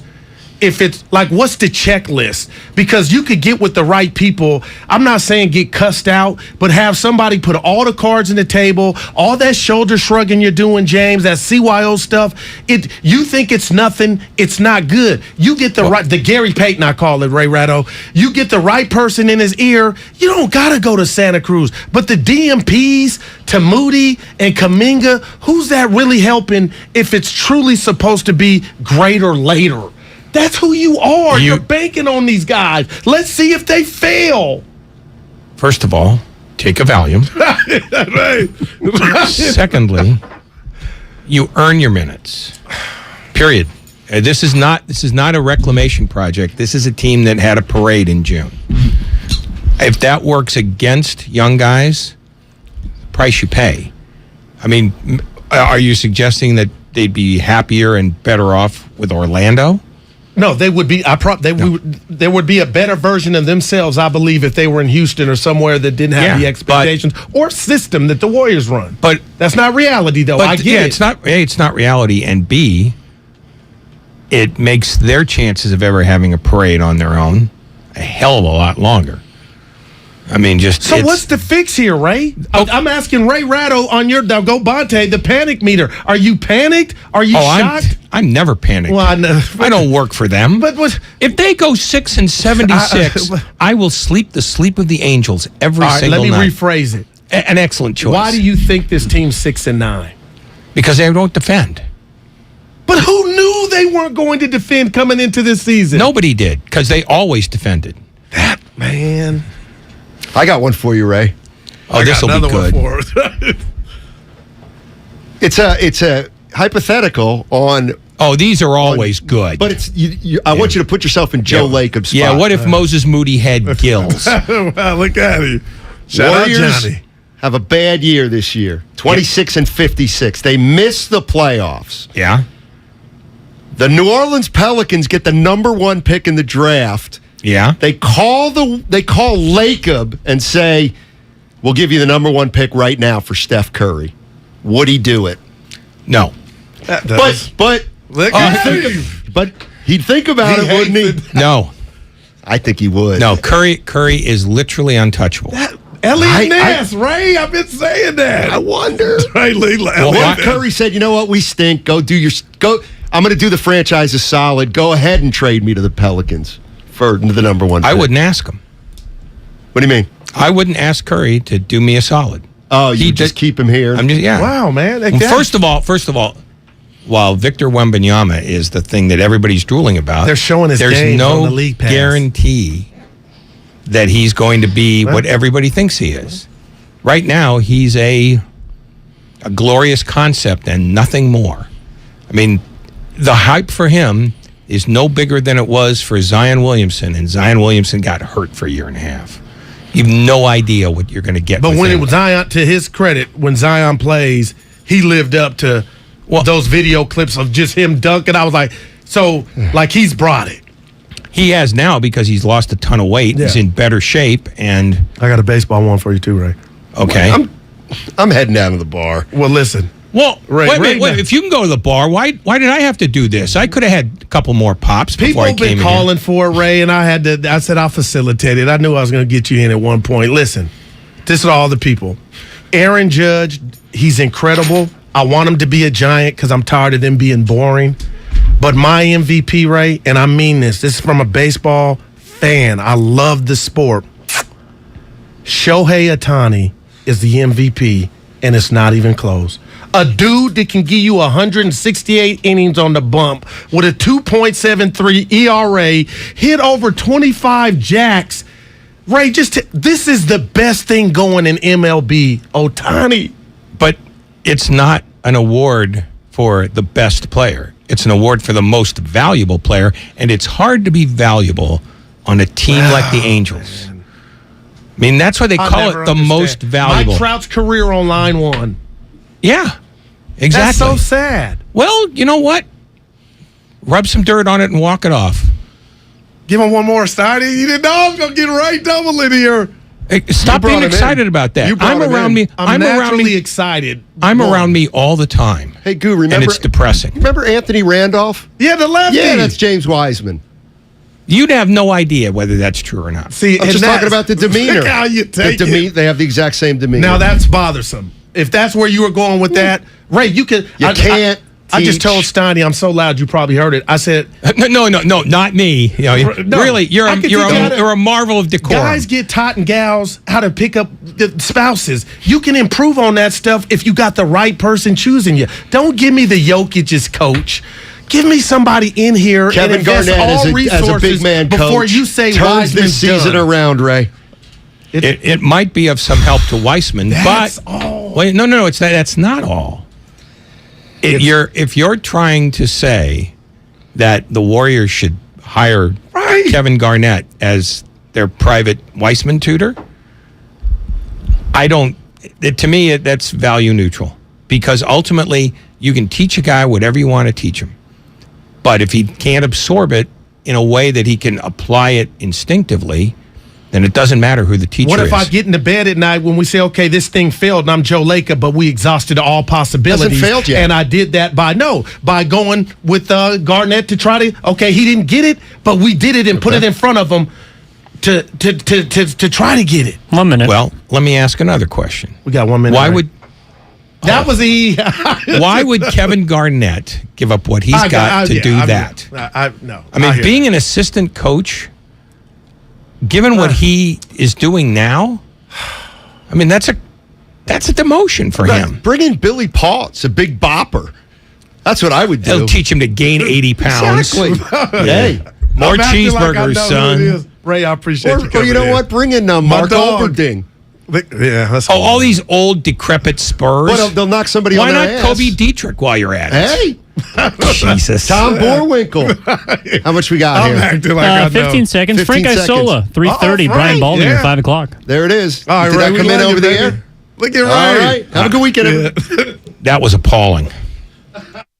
AT&T Fiber presents a straightforward moment inspired by straightforward pricing. And now we just cube the pancetta as such. So what's on the menu tonight? This carbonara I found online. It's fire. You gonna love it, Mom. I hope you hold on to this AT&T Fiber, son. It's nice. Yeah, you should settle down now that you're a gagillionaire. Oh, I am. I finally found the one internet I've been looking for my whole life. So, no more one-year stands? No, I'm done with all that. With AT&T Fiber, there's no price increase at 12 months. What about equipment fees? Nope. Those were never any good for you. Exactly. But now, everything's completely straightforward. Well, in the spirit of being straightforward, I never liked any of your old ones. Me neither. Blah. Y'all never told me that. But we're being straightforward now, which feels good, yeah? Yeah.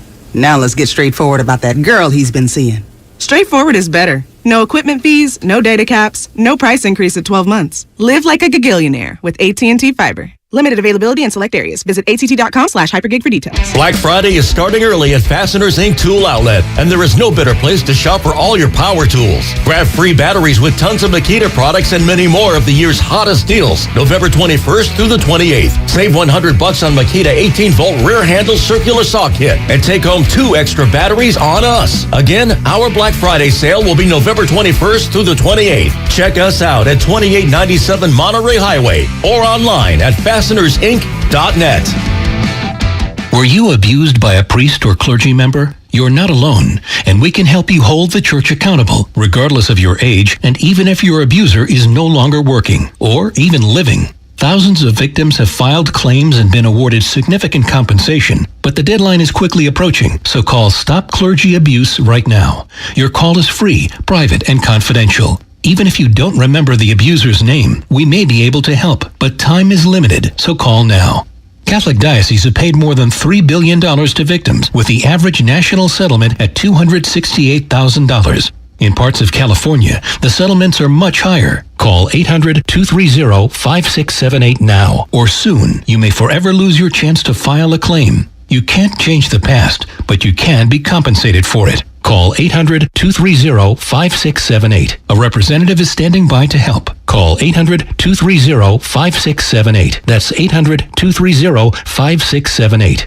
Hey, Bay Area, ready to cheer on the Mexican national team alongside Estrella Jalisco beer? Because other teams might have an Estrella on their crest, but none of them have the heart like ours behind it. Win or lose, Estrella Jalisco and Mexican starting forward Alex Vega are bringing fans together to cheer on our team. Let's go for the Estrella on our crest with an Estrella Jalisco beer in our hands. Estrella Jalisco. Vive tu selección. Vive tu Estrella. Enjoy responsibly. Estrella Jalisco, St. Louis, Missouri.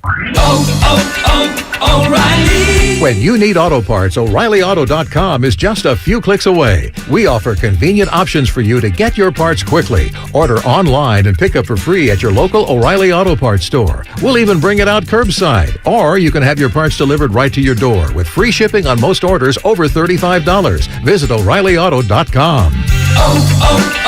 O'Reilly Auto Parts. Football season is here. The new Odyssey app lets you stay connected to your NFL team, your station, your shows. Follow your favorite stations and come back again and again. Get real-time updates on everything you care about. Miss your show? Jump back to their awesome rewind feature. The Odyssey app is NFL football. Live and on demand. Wherever you are, whenever you want. And did we mention it's all free? Download the Odyssey app today. Festivals, football, flannels.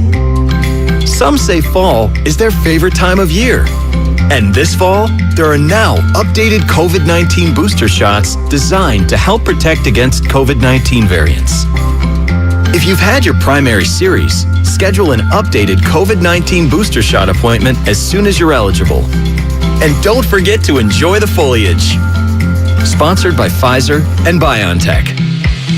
With Black Friday savings at the Home Depot, you'll find top brand kitchen appliances with innovative features that can do more, so your holidays can be more. Ovens with built-in air fryers for baking the perfect cookies. Dishwashers with smart tech to clean everything from bakeware to festive mugs. And high-capacity refrigerators to keep leftovers fresh. Shop Black Friday savings and get up to 30% off, plus instantly save up to $750 on select GE kitchen packages at the Home Depot. How doers get more done. Offer valid November 2nd through November 30th. U.S. only. See store or online for details. Everything, our farm, our stand, our pop-up shop, it really all started when we discovered the benefits of local, raw honey for our family. And then we decided to turn it into a business. We were looking for something to help us get up and running.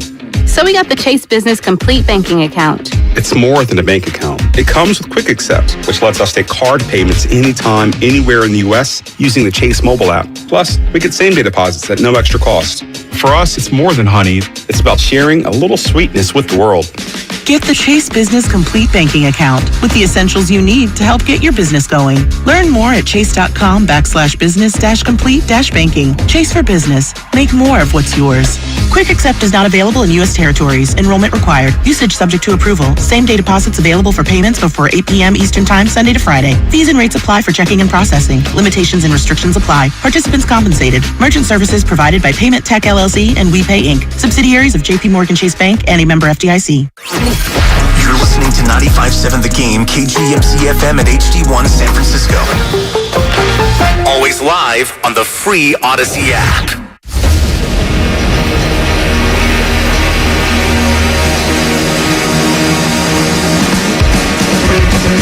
Live from the corner of Broadway and Battery, you're listening to Damon Bruce and Ray Ratto on 95.7 The Game. All right, it is good to be back. Ray, I leave for 3 days, and all of a sudden you're the nicest guy in the world. What's going on here? You're doing face-offs with Steiny and Guru? Does that mean I'm off the hook on Fridays now? Off the hook. You jump in there to do those. Guru held me at gunpoint. It was so nice of you, Ray. I didn't want to get shot at the workplace. I'm telling, this is not the Ray Ratto that I left on Monday. A whole different human being waits for me now that I'm back here on a Friday. Not quite all the way back in studio, coming to you from the fabulous downtown, downstairs studio, not downtown. Ray's downtown, I'm downstairs.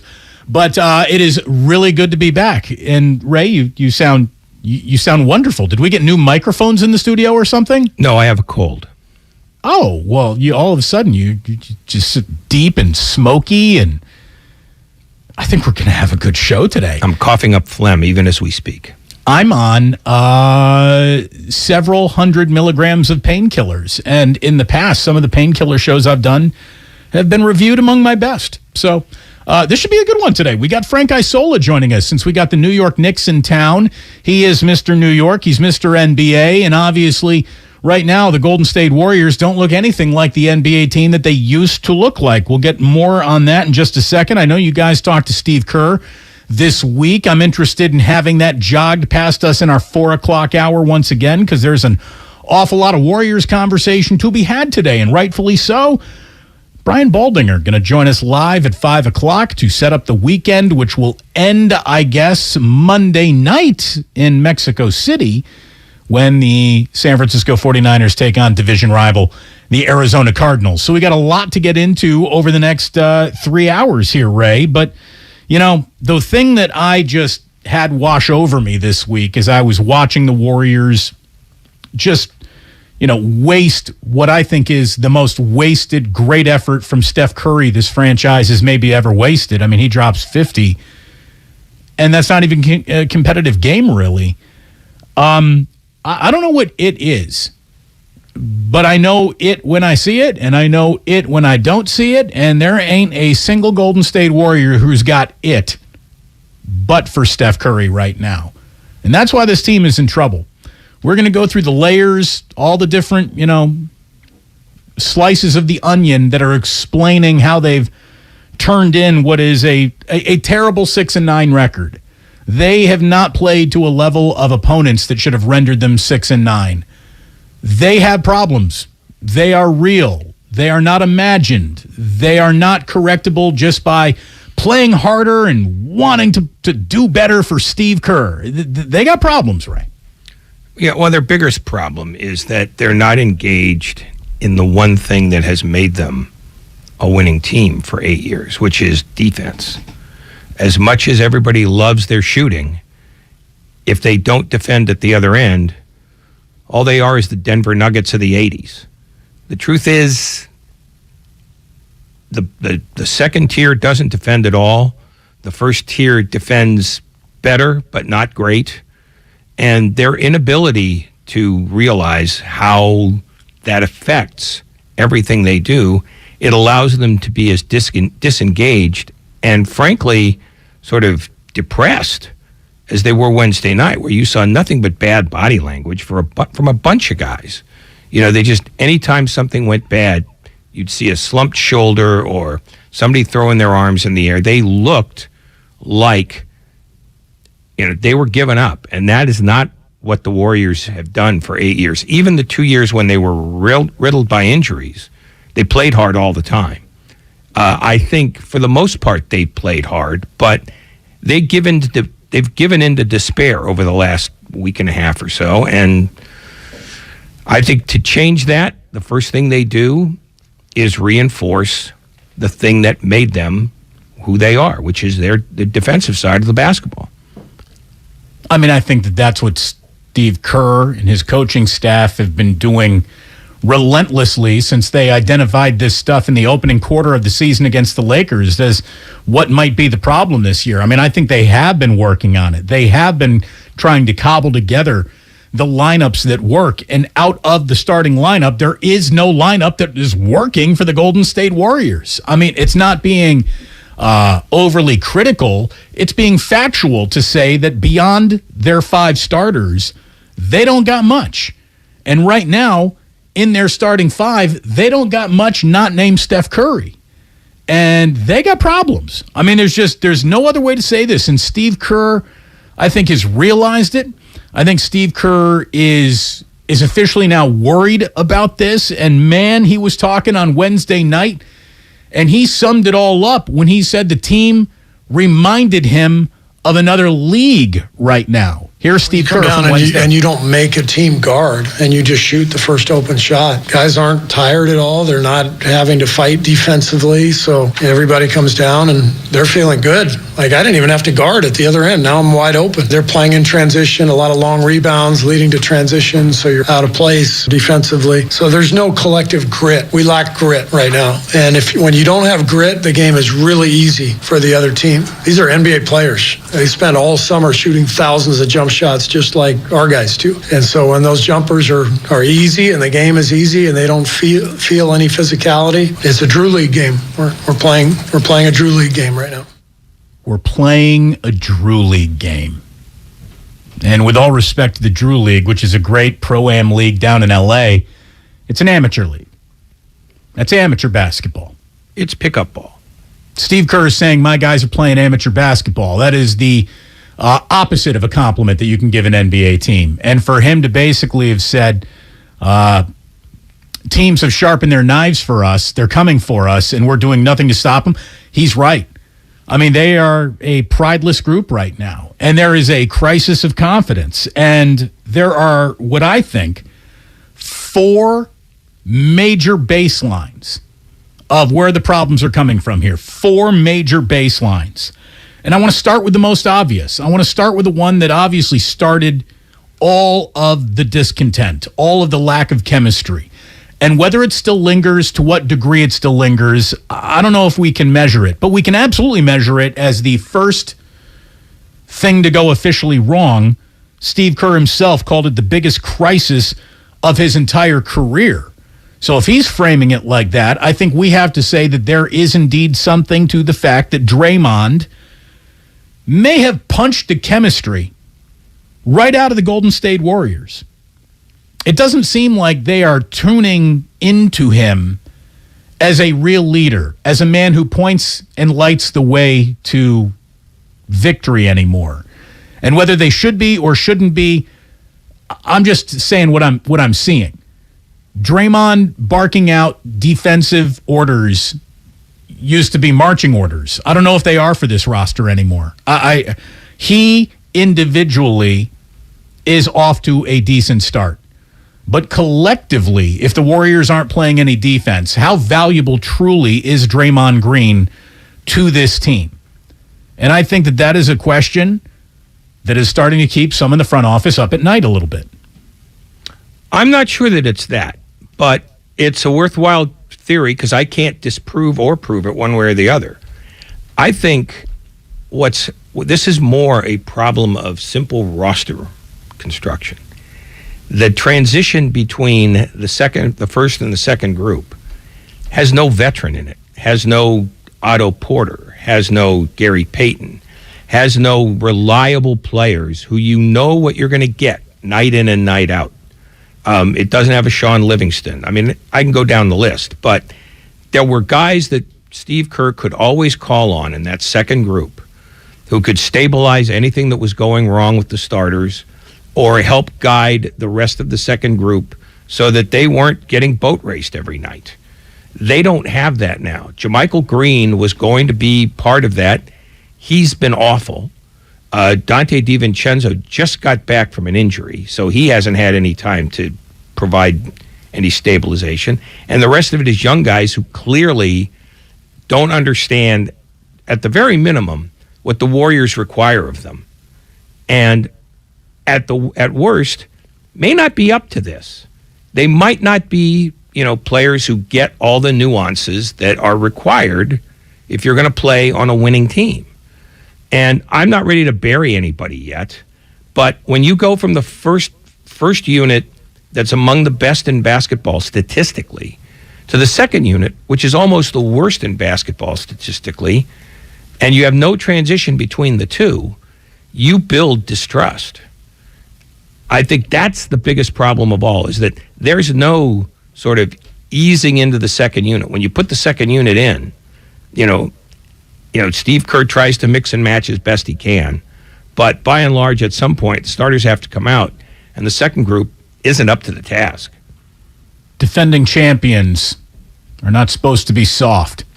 And Steve Kerr walked all the way up to the line of calling his team soft and held back because that's his last avenue of criticism.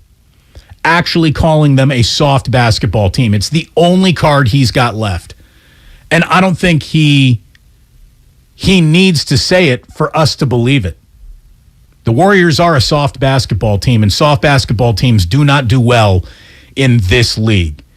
We've only gone through one of what I think are 4 baselines of real problems that the Warriors are facing. We've got more coming up. We've got the next 3 hours. We've got Frank Isola in about 20 minutes from now with the New York Knicks coming to town tonight. Crucial game coming up on Sunday for the Warriors as well. They lose at Houston. I mean, where could you presume they might win their first road game if they actually lose at Houston? So that's coming up this weekend. Some truth-telling for the Golden State Warriors coming up. And we've got a really interesting game in Mexico City. Brandon Ayuk is playing some of the best football of his career. We're going to get into that. We got a lot for you this afternoon. And before it's all said and done, it is documented. The single most successful gambling segment in the United States from a winning percentage standpoint, which is the only standpoint any gambling segment should ever be looked at, will be fading the public before it's all said and done today at 5:40. It's Damon. It's Ray Ratto. It's a loving, generous Ray Ratto. It's a smoky-voiced, sexy Ray Ratto. Do you want me to stay for the rest of the show? I'm here for it today on 95.7 The Game. We're brought to you by the merch store, baby. All your shopping. And by all your shopping, I mean a very limited subset of shopping can be done for those that you love this holiday season at 957thegameshop.com. Hey, it's Dibs. You know I'm a big football fan, and so naturally, I cannot wait for the World Cup to start. I'm going to be out at Mad Dog in the Fog Tuesday morning at 7 a.m. at their new location, 1568 Haight Street in the Upper Haight, as Mexico takes on Poland. I'll be there for the whole game, then I'll be heading on back to the studio for the show. Come on out. Let's drink some Estrella and join me at Mad Dog in the Fog, 1568 Haight Street in San Francisco, 7 a.m. on Tuesday. In Berkeley, clear skies overnight, lows in the mid-40s. Weather brought to you by one thing. Improve your gas mileage by properly inflating tires and taking your car in for a tune-up. Join Odyssey, and together, each of us doing one thing makes a greener tomorrow.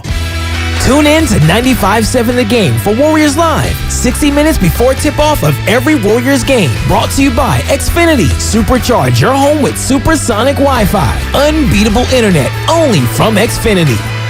November is a great time to get a new TV. Now that the top-rated brands like Samsung, LG, and Sony are at the lowest prices of the year. With Black Friday deals available, what more could you want? How about better than Black Friday? Before you click, you should call Video Only to see how you can go lower than Black Friday. That's right, the best TVs at better prices. Check out Video Only before you buy, or you'll be sorry. The following is an attorney advertisement. If you get sidelined by a workplace injury, the workers' compensation attorneys at Boxer & Gerson can help get you back in the game. Our team of skilled attorneys will fight by your side for the treatment and compensation you deserve. We care about justice for injured workers. That's what makes us Northern California's premier workers' comp law firm. Call Boxer & Gerson at 510-345-2341 or visit boxerlaw.com for a free consultation. Boxer & Gerson, your life is worth the fight. First, we decide where we want to go. Then we need to know the best way to get there. Hi, my name's Adam Barada. I'm the owner of Advantage Gold. We're the highest rated precious metals firm in the country.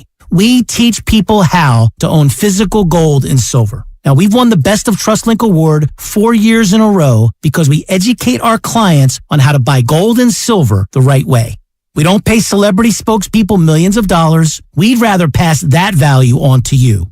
Call 800-900-8000 and speak with one of our experts. We'll send you a free gold kit along with my latest #1 national best-selling book, The Great Devaluation. Call 800-900-8000. That's 800-900-8000. Get the best information, the best process, the best service, the best value. Call Advantage Gold at 800-900-8000. Call 800-900-8000. Advantage Gold is not an investment advisor or a tax advisor. Consult with your financial advisor before investing. Universal Studios Hollywood is where the holidays come together. We've tested it.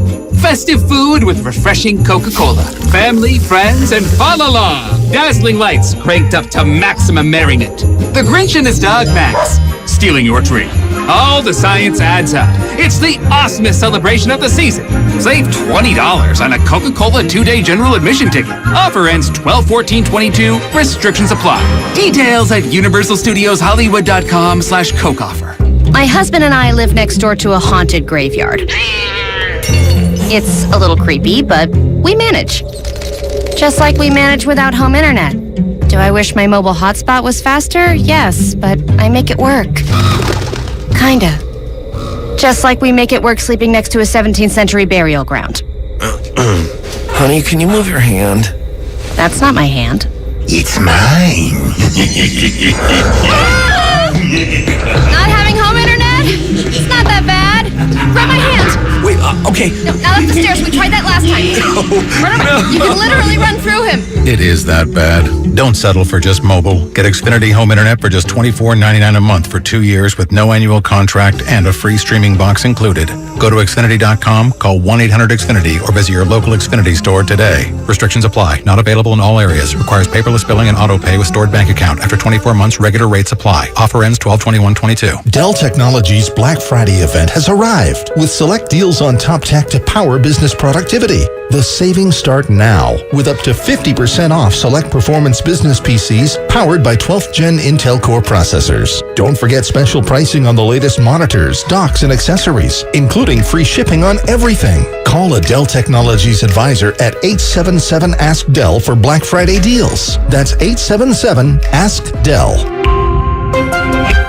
Kansas City Steak Company, another AmericanEagle.com success story. Started in 1932 as a family-owned butcher shop, today they're a leading distributor of superior all-American steaks delivered right to your door, ready for the grill and your taste buds. When it came to their website, an average site wouldn't do. They chose AmericanEagle.com to take their website to the next level. With a dramatic increase in competition and a softening market demand, they had two challenges: improve their brand presence and message, and produce a positive return. AmericanEagle.com got to work and executed usability studies and detailed audits of site experience, digital assets, and marketing. The result? An integrated digital marketing and customer experience plan, organic traffic increase of 20%, and a long-term roadmap for success. If you love great steaks, go to kansascitysteaks.com for website design, development, and online solutions that bring efficiency and results. Visit AmericanEagle.com. If you need a results-driven website, call the team at AmericanEagle.com at 877-WEBNOW1. That's 877-WEBNOW1. New Gillette Intimate gives guys a gentle and easy shave on there,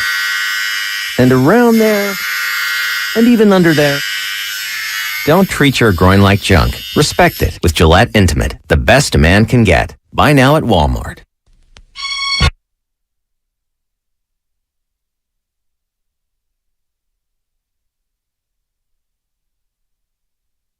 Now back to Damon and Ratto. Take it away, Damon. 50 points. Steph Curry, unbelievable on Wednesday night, but unfortunately the only one who even ticked the box of unbelievable for the Golden State Warriors. Again, every single time, Steph Curry is this team's leading rebounder. Steve Kerr should have them running wind sprints until they throw up.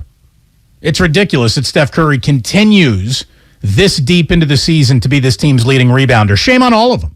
Shame on all of them. I really mean it. That's gross. We're going to get back to all of that in just a second. Damon and Ratto here on a Friday afternoon. By the way, we are brought to you by the Jim Irsay Collection, coming to the Bill Graham Civic Auditorium on December 10th for free tickets. You can visit JimIrsayCollection.com. We'll have more on that a little later. It sounds like a really kind of cool collection of musical instruments and things that are pop culture-y throughout American history, coming to the Bill Graham Civic Center. So all of that is coming up. Frank Isola is coming up here. Ray, the 49ers are coming up on Monday Night Football with an opportunity to become the winningest team in Monday Night Football history. Remember when the Raiders used to proudly lay claim to more victories and a higher winning percentage on Monday Night Football than anybody else. They've fallen all the way to 5th now with a win over the Arizona Cardinals on Monday night. It would be the most Monday Night Football wins ever. 51 for the San Francisco 49ers. Will you be celebrating? Celebrating? No. God, no. I don't know that it's a meaningful statistic, but it is worth noting that the Raiders stopped being the leading team on Monday night when they stopped producing teams that were worthy of Monday night. And that's been a while. I mean, this team is particularly awful, but the Raiders have been at irrelevance for quite some time. I mean, they've had 2 playoff games since 2002. 2 wild card games and they lost both of them. So if they ever get on Monday night ever again, it's going to have to be because of some sort of weather cancellation, because they're not getting there on their merits. Speaking of weather, by the way, you see the snow they're getting in upstate New York? Buffalo, basically the entire stadium is under a blanket of snow. It's one of those, like, you can't even hold it against Buffalo for canceling that game. That's how much it's snowing in Buffalo right now. They're getting 4 feet of snow, Ray. That is the size of a small child. Well, not a small child, like a 13-year-old. But worse than that, the fans in Buffalo would have said, play the game anyway. They'd have taken off their shirts like it was a Sunday afternoon in mid-June. I mean, and we I don't know if you watched Central Michigan and Western Michigan the other night. They were playing in snowdrifts for a half. Didn't seem to bother them. You know, now they're going to the Snowdrifts and 4 feet of snow are 2 totally different things. No, well, okay, I grant you that. But now they're going to play in Detroit on Sunday in a domed stadium, which sucks all the fun out of any event. I mean, to me, play in the 4 feet. See what you do there. That's what you're supposed to do, Buffalo, right? Isn't that, General Winter is part of the game plan? So yeah, I mean, I'm sure that fans all across Western New York are furious about this. I mean, they're going to go ahead and build a new stadium, but not with a roof on it, so they want this. Yeah. I mean, to me, it's an affront to the dignity of all mankind, and one more reason why Roger Goodell has got to be stopped. Just stopped. Roger. Damn you, Roger. Yeah. Stop moving games to Detroit, of all places, too. Jeez. And they moved that mostly because Buffalo's playing one of the Thanksgiving Day games, so it's like going to the Greenbrier for the 49ers. Except you're in Detroit. Yeah.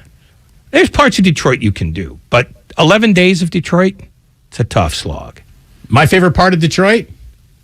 The airport? Winnipeg, right across the river there.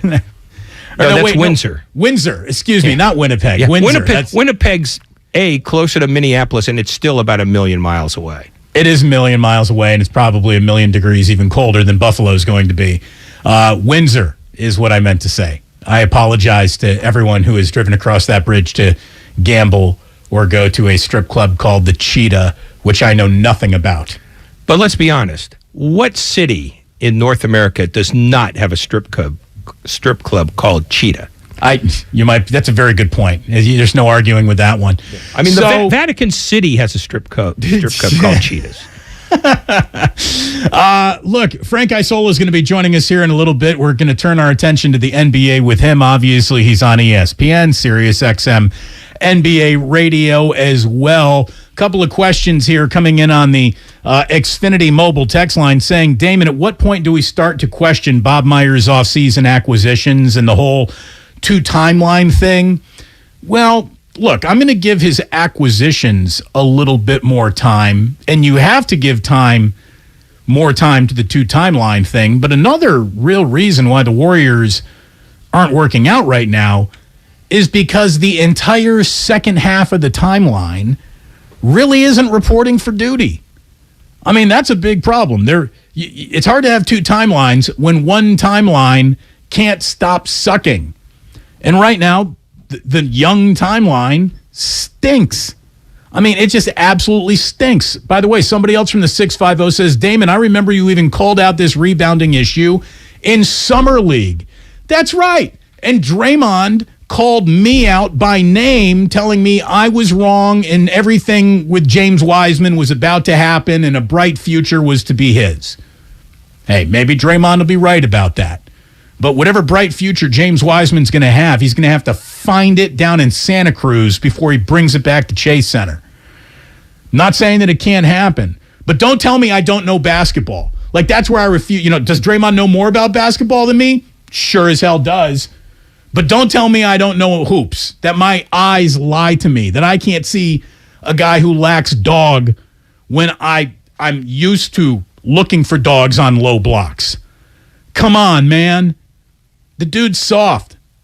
There's no other way to say it. The team is soft right now. And if we're really talking about, what do you want to hold Bob Myers for?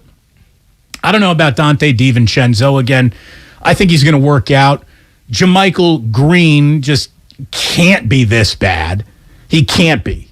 So I'm going to give a little bit more hope for him. But until further notice, Ray, the Warriors have gone 0 for 4 on James Wiseman, Jonathan Kuminga, Moses Moody, and Patrick Baldwin Jr. 2 of those guys don't even play. Wiseman's not here. Baldwin is yet to play because he's been banged up. Jonathan Kuminga is like first team all I don't feel good tonight, so I'm pouting on the bench. I saw that in Phoenix. And he doesn't play. He's not trusted to play. And even though we keep on hearing that Moses Moody might be the brightest among them, he hardly gets a sniff. So there is no 2 timeline thing happening when the entirety of the second timeline kind of sucks. Well, beyond that, and here's where I think you can criticize Bob Myers. I don't understand what the incredible impatience was to get the 2025-26 roster together 3 years early. I think the lack of transition figures in the second unit really hurts them. But there was no reason to start planning for 2026, especially after you won a title in 2022. It's just, you ride this for as long as it will carry you. And you don't sit there and say, man, we really need to see these guys progress. We need to see them, give us 25 minutes a night off the bench. And then find out that they're not ready to do that. And then where are you? And that's where we're looking at. I always go back to defense with this team because it is the most predictable barometer of success for them. And the truth is, none of those guys have figured. I'm not even going to mention Baldwin because he just got called up today, but he hasn't played yet. But you have to, if there's a culture of defense in this franchise, it has to be transferred down to players and made part of, if not their DNA, part of their uniform. And the fact that they're still not getting it after 15 games, that's either an indication that they picked the wrong guys or their agenda is getting in the way of the things that are going to get them the playing time they want. And most prevalent among them is the ability to do the nuanced things that you're required to. Play defense, rebound, rim protect, set good screens, roll off those screens, all the stuff that doesn't make the box score. They're worried about one thing. They're worried about minutes played. And the minutes played will rise when they do those nuanced things. And they think it should be the other way around. And I don't think it does. Steve Kerr talking about a lack of grit, a lack of toughness. That's just fancy for saying soft. And the Warriors have opened up a soft basketball season so far. Can they correct it with what they have? And if not, what might their options be? When he was hosting PTI just yesterday, I know they led off the show with the Golden State Warriors. We're very happy to welcome in here to Damon and Ratto, Frank Isola from ESPN, from SiriusXM NBA Radio as well. Frank, thank you. With the New York Knicks in town, it's always good to have you stop on by. But before we get to tonight's opponent, we kind of wanted to start with your prescription to what is ailing the Golden State Warriors right now. Oh, how are you guys doing? And I think a lot of shows for about the last, 8 years, probably led off shows talking about the Warriors I would say 95% of the time it's all good. This year, not so much. I mean, my thing was, how can anybody take you seriously when you start the season off losing 8 straight, going 0-8 on the road, including some of those opponents? And I think it's 6 of those games they've given up 120 points, and they're not getting it done on the defensive side. Clearly, the younger players haven't done much yet. The guys that left the team, like Gary Payton, they got a Porter, Bielitsa, they gave them a little bit of toughness, which they don't have. And Klay Thompson and Draymond Green are struggling. There's no other way around it. I mean, we've never seen Klay kind of act out like this. That stunt that he pulled in Phoenix when he got ejected from the game, and Devin Booker could not have been more gracious about Klay Thompson afterwards. But the thing, like pointing at his ring fingers, like, you're Klay Thompson. Why are you doing that to like a bunch of knuckleheads on the Warriors bench? I mean, I'm sorry, on the Suns bench. Why even think to that level? And it does kind of seem like as well, every game, I mean, you guys would know better than me. It does seem to be like, we'll talk about the game. Now we have to have a state of Klay Thompson address after every game. That's getting a little tiring too. And I love the guy as a player. I mean, this year's been a little weird for him, but that's getting a little tiresome.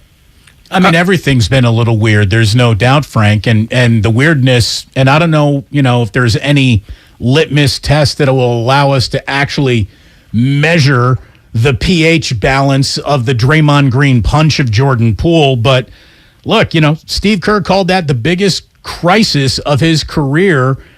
And, it in a way does feel a little bit like Draymond might have just punched the chemistry right out of this basketball team.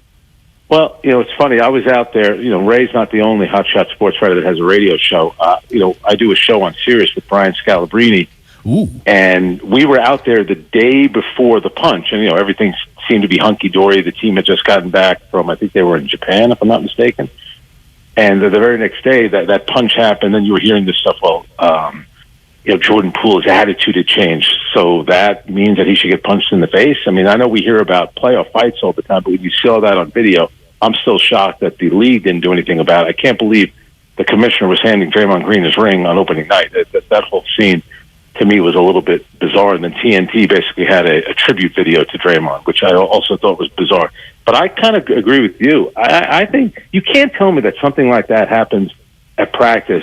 It happens to be a guy that plays Klay Thompson's position. Klay Thompson has kind of been moaning a little bit, and he, comes out publicly and says, how come, people never talk about me coming back from this injury? Draymond Green hasn't played well. There has to be some after effects of that punch. I don't know if you just get past that. And remember, too, after it happened, who's the guy that got paid? It was Jordan Poole. And Klay Thompson and Draymond Green, they're two guys that down the road are looking to get paid as well. So I think there definitely is something going on there. Whether or not it's lingering this long, I have no idea. The one saving grace for the Warriors, when you look at the Western Conference, it's not that good. The Milwaukee Bucks and the Boston Celtics are the class of the Eastern Conference. I don't even think it's close. Maybe Cleveland could do something. But the West is wide open. Phoenix has been good, but they lost Cam Johnson. Chris Paul always gets hurt. And the other teams, I don't know. To me, there's all question marks. So even though the Warriors have been really poor to start the season, it's far from over. It's 15 games. It's time for concessions. I think you're wrong, Frank. In fact, the one thing that I've always been curious of, because I can't find another example of this, is a team that starts prepping for a season 3 years in advance while they're still trying to play, defend a title with the group they've got. I mean, when the Celtics finally had Bill Russell retire, they didn't all of a sudden have every piece in place for their next title run. They had to go through a fairly long, at least for them, sort of transition. And I'm wondering if the Warriors might have been a little impatient in worrying about the future, and rather than getting some more transitional figures for the second unit, like veterans who could ease the passage in playing time ways for the young guys who haven't done much. Yeah, I think there's a lot of truth to that. I also believe that those kind of players are available at some point. There's still a lot of teams that are thinking about the lottery. Utah's gotten off to an amazing start. Would they be looking to do something, I don't know, with Rudy Gay or Mike Conley or Jordan Clarkson? There's always going to be players out there. And I still think the one thing about the Warriors, I do think they can pivot because of some of those young players, and maybe there's a veteran player out there. I know Brian Scalabrine brought up the idea of, what about DeMar DeRozan? Chicago's kind of in this position where And where are they really going? Maybe that's something, if they can get a young player or a draft pick, they would consider doing something like that as well. So that's why I don't think all hope is lost. I still think there are things that can be done. The part that has to concern you, though, is that Klay Thompson hasn't been good, and neither has Draymond Green. Draymond defends. I get all that. But, those guys have been a key part of it, and the one guy that's holding up his end of the bargain has been Steph Curry. He's certainly not getting any help from really anybody else on the roster. The other question I had, because you've covered this for essentially centuries, how many times have you seen a big man project eventually become a noteworthy big man? And I'm asking specifically in this case about both Wiseman and Kuminga, who were projects when they got them. So, I mean, where are the best examples of success stories out of that? You know what? There's a lot of people that say you kind of come into the league great, which doesn't mean that as a rookie maybe you might have some moments where you struggle. But, Wiseman, what did he play? 2 college games, and now he's played 50 NBA games. So what's the sample that we have of the guy? Like, what has he ever done? It's almost as if the less he plays, the more, like, his reputation builds. Like, wait until he gets back, because that's what everybody talked about last year during that playoff run. Next year they'll have James Wiseman. Well, when is James Wiseman finally going to do something? I think you're right. There's going to come a point where you're going to have to look at that draft pick and say, you know what? This one didn't work out. And there's a number of guys over the years that get drafted high that are big men that don't pan out. At some point, it has to be on the player. And I know the guys on TNT were saying, you shouldn't send him to the G League. But what's he doing? They're clearly trying to, get the guy to play a little bit more. And obviously, to send some kind of message. He called it not, Wiseman said it wasn't a demotion. Young man, that's a demotion. You're the number 2 overall pick at the draft, and you haven't done anything yet. And they need you this year, and you haven't done anything.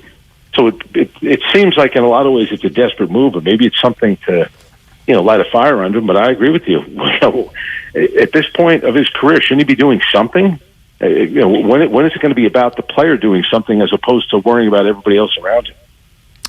It worked out for Jordan Poole. Hopefully it can work out for James Wiseman. Frank Isola joining us, the New York Knicks in town tonight. And, Frank, superhero movies are now doing this whole gimmick called the multiverse where, 2 different realities could be happening at once. One of the multiverse sports realities I would have loved to seen, knowing what we know now about Steve Kerr and just what, like, a bright, positive presence he is. Like, what if he had actually taken that Knicks job? Do you think Kerr's delightful demeanor could have maybe risen the Knicks out of the muck, or would they have actually sucked them into their black hole? No one escapes, not even someone as delightful and charming and as steady in Steve Kerr as Steve Kerr really is. Nope, he wouldn't be able to overcome what goes on over there at Madison Square Garden. I mean, think about it, guys. They have won 1 playoff series since 2001. That's why every time every Knicks fan sees Patrick Ewing, who's going through kind of a rough spell right now at Georgetown, they should apologize to him, because when Patrick was there, it used to be, hey, knucklehead, you can't win a championship for us this year, you can't get us to the NBA Finals. They've won 1 playoff series since 2001. And I remember living through that because Mike Tannenbaum, the football guy, was Steve's agent. First of all, you guys are nuts if you're going to take this job. You think this is, nothing ever changes over there. And I think what happens is the money is so great. And I think the allure of the, New York, and of course, when everyone either you become a player that gets signed by the Knicks or acquired by the Knicks or a coach, you're required to say it's in your contract. You have to call it the Mecca of basketball at your press conference, so everyone plays along with that whole utter nonsense. And, even a guy like Phil Jackson, when Phil Jackson had his press conference here, he sat there and talked about what the Knicks mean to him and Red Holtzman. I'm sure that stuff does mean something, winning a championship there. And I kept thinking, yeah, Phil, but it also took them to pay you about $20 million a year to come here. So it wasn't the nostalgia. It wasn't the nostalgia that drove it. It wasn't Holtzman, Reed, and Frazier. It was, Alexander Hamilton, Lincoln, and Benjamin Franklin, whoever's on dollar bills. I don't know. Not to shift off the Knicks, but there is a team very close to them that's been a pie fight now for 2.5 years, and looks like it's about to resume the pie fight on Sunday when Kyrie Irving comes back. Yep. Are the Nets redeemable? I mean, let's just cut to the chase. Are they redeemable? Could they be that 3rd team in the East that creates problems for people? Or are they simply a lost cause? You know what? I don't think they were lost cause for this reason. And I said it over the summer when Kevin Durant, with all this nonsense with the trade, and then he came out that, get fired. The report came out. He never said it, but he never denied it. The idea that he said to get rid of the head coach or the GM or trade me. That's why I laughed when the day when Steve Nash got fired and they asked Kevin Durant about it. He said, I was shocked. I'm thinking, what were you shocked by? That they listened to you? You can't be shocked by the news because you wanted the guy out. Anyway, the one thing about Kevin Durant is he's kind of a basketball nerd. And so everything that's going on off the court, on the court, the guy still plays and he competes. And, he defends, he rebounds, he passes out of double teams. He does all the things that you want from a superstar. He is, there have been moments in the season, even though they have a sub 500 record, where, he has 3 guys on him, and late in the shot clock, when everyone is saying bail us out, he does it. So because of him, I think they could do something, and Ben Simmons played he had his best game in basically 2 years last night in that win over Portland. But with Kyrie, here's the thing with Kyrie, it's always something. And that always something leads to not playing in games. So Kyrie Irving in 3+ seasons has played 111 games. What's interesting is Kawhi Leonard going into last night had also played in 311 games in 3+ seasons with the Clippers. Kyrie, the fans that love him here in the area because, he's from West Orange, New Jersey, and everyone talks about his sick handles that he has. That's great. He doesn't play enough. So you guys, everyone could defend him all they want. He doesn't play. Look at Steph Curry. He's out there all the time. Look at Giannis Antetokounmpo. They're out there all the time. If you have guys that don't play, it doesn't do you any good. So last year when he was when he wouldn't get the vaccination, he played 30-something games. Everybody said, "Wow, look how good he looks." Yeah, he's playing once every 5 days. he's well rested. I would hope he's playing well. But to answer long story short, because of Kevin Durant, I think they can do something. But they're going to have to, make a trade somehow, some way, and they're going to need Kyrie Irving to be on his best behavior, and that's obviously not on his best behavior, I should say, but to kind of be with the program, and that's a big question mark. I'd like to thank Ray Ratto for being on his best behavior. Frank, thank you for allowing him to remain on his best behavior. We appreciate that. Can I ask Ray a question? Can I ask him a question? We got a boogie, but yeah, sure, real quick. Ray, who do you like in the World Cup? Probably Brazil, although I think France has the best outside chance, but it's going to be a World Cup that you it's sort of a guilty pleasure because of all. I know it's. I hope if the U.S. or Mexico or Canada can't win, I hope it's Belgium. That's my team. If I had known that would have been a soccer question, we would not have allowed it. Thank you, though, Frank. It's a pleasure. Thank you so very much. No beer at the World Cup. That should go really, really well. My party will be beer. Frank Isola, thank you so very much for joining us here on Damon and Ratto. We're brought to you by Fremont Bank. Full service banking, no compromises. In this market, you'll find Fisher Investments is different than other money managers. Different how? Aren't we all just looking for the hottest stocks? Nope. We use diversified strategies to position our clients' portfolios for their long-term goals. You don't just provide cookie-cutter portfolios? No, we tailor our clients' portfolios to their goals and needs. But you still sell investments that generate high commissions for you, right? No, we don't sell commission-based products. We're a fiduciary, the highest standard of care for a financial advisor. It means we're obligated to act in our client's best interest. So when do you make more money? Only when your clients make more money? Yep, we have one transparent management fee structured, so we do better when our clients do better. Sounds like you really look out for your clients. We do, because our priority is helping them achieve a comfortable retirement. That might be why most of our clients come from other money managers. Visit FisherInvestments.com to find out why investors like you switch to us. Fisher Investments. Clearly, different money management. Investments in securities involve the risk of loss. Black Friday is starting early at Fasteners Inc. Tool Outlet, and there is no better place to shop for all your power tools. Grab free batteries with tons of Makita products and many more of the year's hottest deals, November 21st through the 28th. Save $100 on Makita 18-volt rear handle circular saw kit and take home 2 extra batteries on us. Again, our Black Friday sale will be November 21st through the 28th. Check us out at 2897 Monterey Highway or online at fastenersinc.net. Someday, you might be with friends in the Bay Area, telling the story of how you navigated these complex times. The market was all over the place, so you reached out to a Merrill advisor, and with their help, charged ahead. And unlike your fishing stories, you won't have to go overboard. Find an advisor at ml.com/bullish. Merrill, a Bank of America company. What would you like the power to do? Investing involves risk. Merrill Lynch, Pierce, Fenner & Smith Incorporated, registered broker-dealer, registered investment advisor, member SIPC, a wholly owned subsidiary of Bank of America Corp. With energy bills as high as they are, proper weatherproofing is essential. If you're working with a client to upgrade or build a new home, be sure to visit Golden State. They partner with respected brands such as Owens Corning, James Hardie, and Boral Siding. They're a great option for a comfortable home with lower energy bills. Start at goldenstatelumber.com. Building better in the Bay Area since 1954. Golden State. When you succeed, we succeed. We are on a journey to make healthcare more accessible and more equitable, to treat the most complex diseases and offer hope where often there is little, to provide better care to more people across the Bay Area. We are more than a hospital, more than a university, beyond science and technology. We are the people of UCSF. UCSF Health, redefining possible. If you run a small business, you need the most from every investment. That's why Comcast Business gives you more. Like more innovation with our new gig speed Wi-Fi, plus unlimited data. More speed from the largest, fastest, reliable network for small businesses. And more savings, up to 60% a year with Comcast Business Mobile. All from the company that powers more businesses than any other provider. When you need more, you need Comcast Business, powering possibilities. Get started with fast speeds and advanced security for just $49.99 a month for 12 months with no annual contract. Plus, ask how to get up to a $750 prepaid card with a qualifying bundle. Offer ends 12/5/2022. Restrictions apply.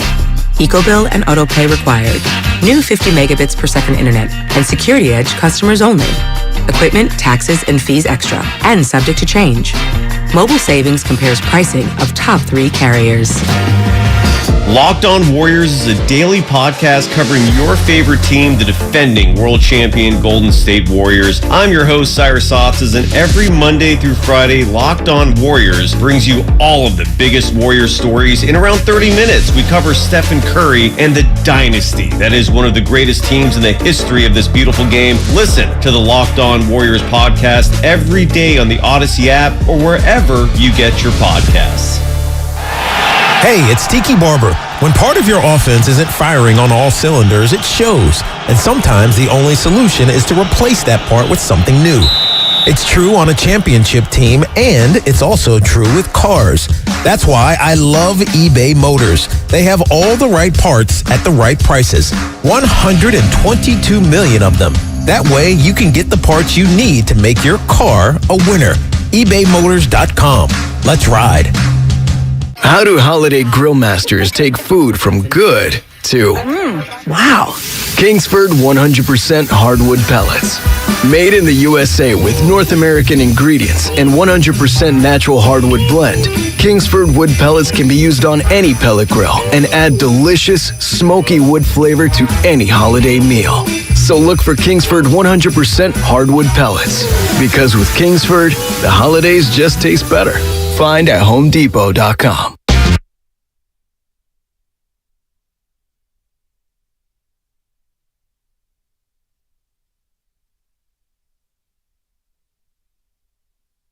This is Kevon Looney. Welcome back to Damon and Ratto. Take it away, Damon. Oh, thank you very much, Kevon Looney. Damon and Ratto here on 95.7 The Game. It's good to be with you this Friday. Thanks so much to Frank Isola for stopping on by.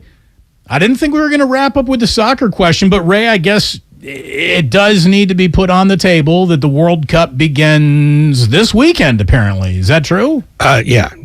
Sunday morning, 7 a.m., Ecuador and the host country, Qatar. So there is a back and forth, like an 11th hour negotiation as to whether or not beer will be sold in and around stadiums, and they have decided no. Yeah. Dude, this World Cup is going to suck for anyone who actually went out of their way to go to it. Unless you're, spending like you've got oil money, you didn't get a nice hotel room, and the other hotel rooms they have for just John Q. Public trying to attend this are sparse and not even finished. They got infrastructure problems like Brazil before the Summer Olympics, which they had a level of money which was supposed to guarantee none of that was going to be happening. And now no beer? Soccer without beer? That sounds like a very pissed off, everyone not happy to be there. Make sure you download the app so you can be spied on the entire time, by the way. Well, that's the next thing, is that already sort of journalists who just want to cover the tournament, not even the political stuff, are being sort of shut down by security people. And they keep saying, oh, that we'll correct that, but I don't think they will. I think this is going to be quite possibly the worst creature comfort World Cup in forever, because it's almost like they spent, well, first of all, they used slaves to build 8 stadiums, but they didn't think about housing at all, so there's none of that. The housing that there is, it's either luxury hotels or glorified porta potties. It's going to be a guilt, and the beer thing is hilarious because Budweiser's a major sponsor of FIFA. And they are apoplectic about this. They're going to be able to sell Budweiser Zero, Ray. Their non-alcoholic Budweiser will be available to you throughout the entire month-long event. But they'll have to cover up the can so that it says, apple juice. I don't know. It's almost as though the country decided to bribe everybody in sight to get this thing. And now they're telling everybody they bribed, oh, by the way, everything you paid for, we're not going to give you. This is going to be a disaster.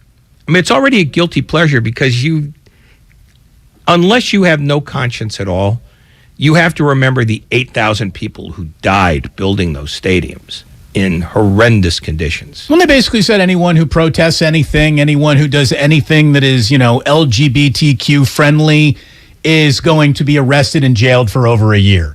Yeah. I mean, that should go well in the international community. I mean, the fact that they chose this place as the host means everyone involved in that choice is a scumbag of the first degree. I mean, you're soft pedaling it. They should go to jail because this was one of the great massive bribes of all time. I mean, there was absolutely no reason to put it there. And they took oil money. That's what they did. In the same way that they took Russian oligarch money in 2018 for the World Cup there. That was the Olympics. I take it back. The fact is, international sport is now open for auction, and the people who are willing to spend the most are the ones who need to sports wash. Right, they're autocratic governments. Yeah, autocratic governments who are hard at work doing unspeakable crimes while they're bidding on these events. This is going to be an awful tournament.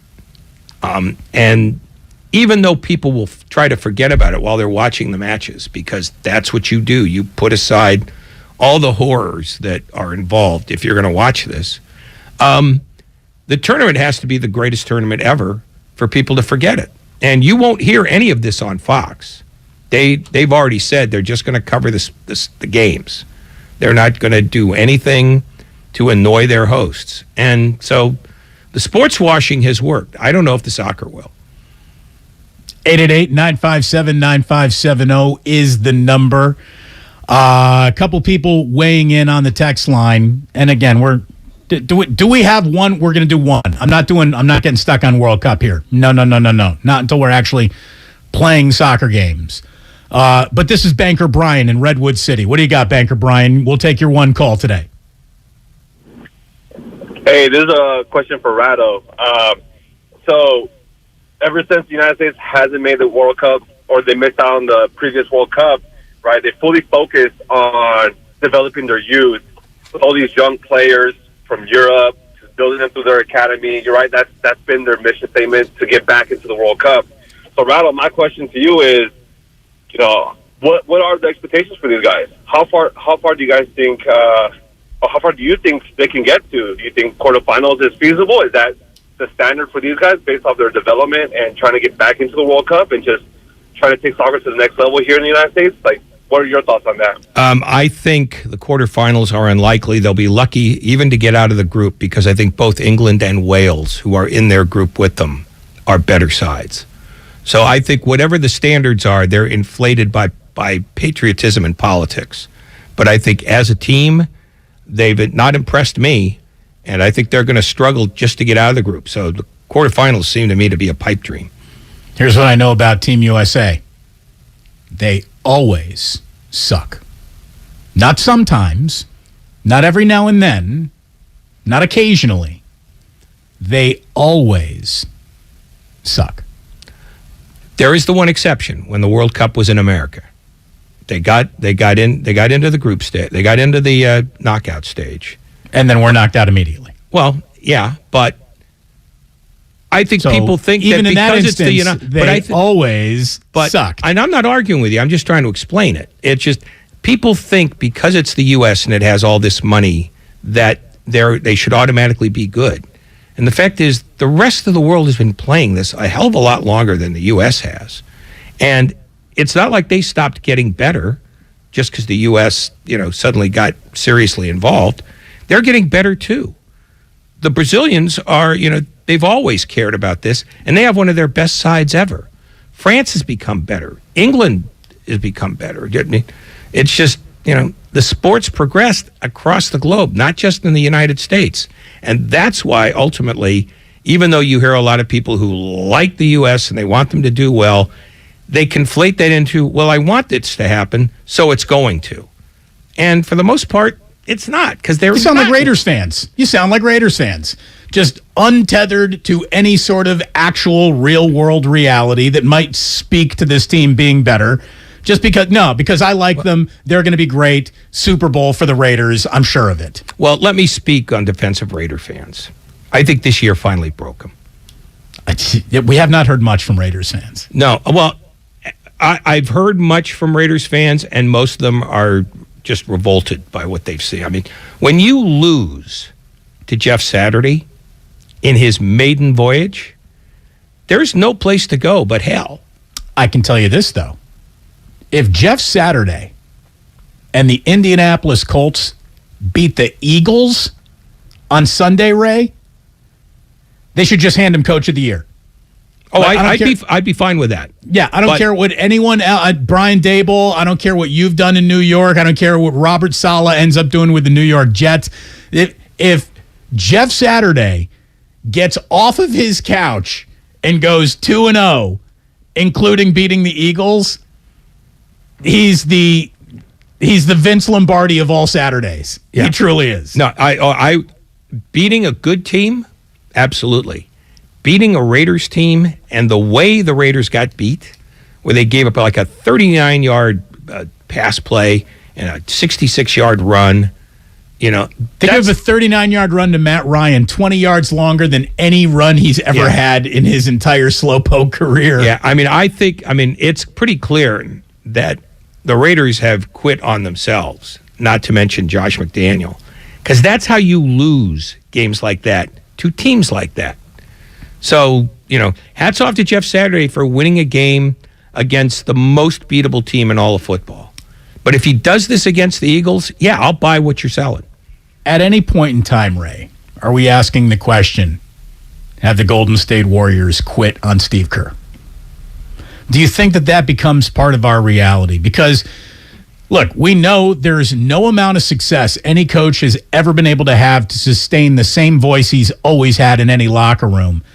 And Steve has been begging the Golden State Warriors to put a better defensive effort out on the court.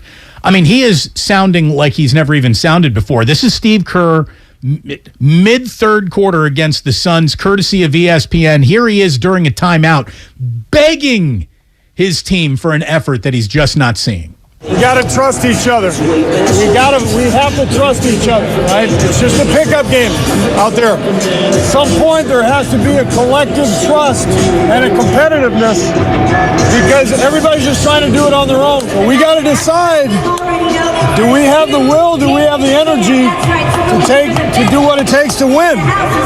Because I know you guys got it. Find that competitive nature. Man, he is saying so much right there. He's saying so much in the questions that he is asking his team in real time during a timeout. He is terrified, rightfully so, based on what he's seeing out of his own team. He can't even recognize them. And oh, by the way, welcome to your 4 o'clock hour. You're listening to 95.7 The Game, KGMZ FM and HD1 San Francisco. Always live on Twitch, YouTube, and the free Odyssey app. Damn well better be free. I don't think he questions that his starting group and his veterans have bagged on this because they played pretty well. I think, though, he's looking at a team that now, at one of the rare times in his tenure, has agendas other than pure winning. I mean, Klay Thompson is trying to desperately break the shooting slump. Jordan Poole, wants to be a starter and, has been profoundly inconsistent. Jonathan Kuminga, nothing. James Wiseman, nothing. Moses Moody, nothing. I mean, I think they're all trying to figure out, hey, when do we get to our turn? And the fact is, they should have known, and no later than the parade, that their turn is not coming yet. And if that's getting in the way of their ability to apply themselves to the things the Warriors want them to do, then shame on them.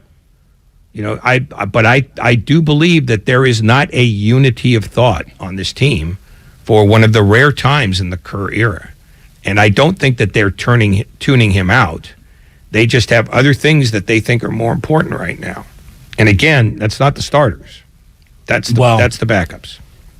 Yeah, we know who I'm criticizing when I'm criticizing this team. And it isn't the starters. The starters are one of the highest functioning groups in the NBA. Everything else with the team, though, there's something wrong. And if we're totally honest, among the starters, there's something deeply wrong with two of them. And we'll get to them in just a second. But from the 510, it says, Damon, this is from Chef Amy. She says, is anybody getting better from this bench as far as you can see? Or did they just all, suck and won't get any better? No one's not going to just, they're incapable of getting better. Like, I do think we're going to get a much better Dante DiVincenzo at some point here. I can't imagine JaMychal Green is going to get much worse than this.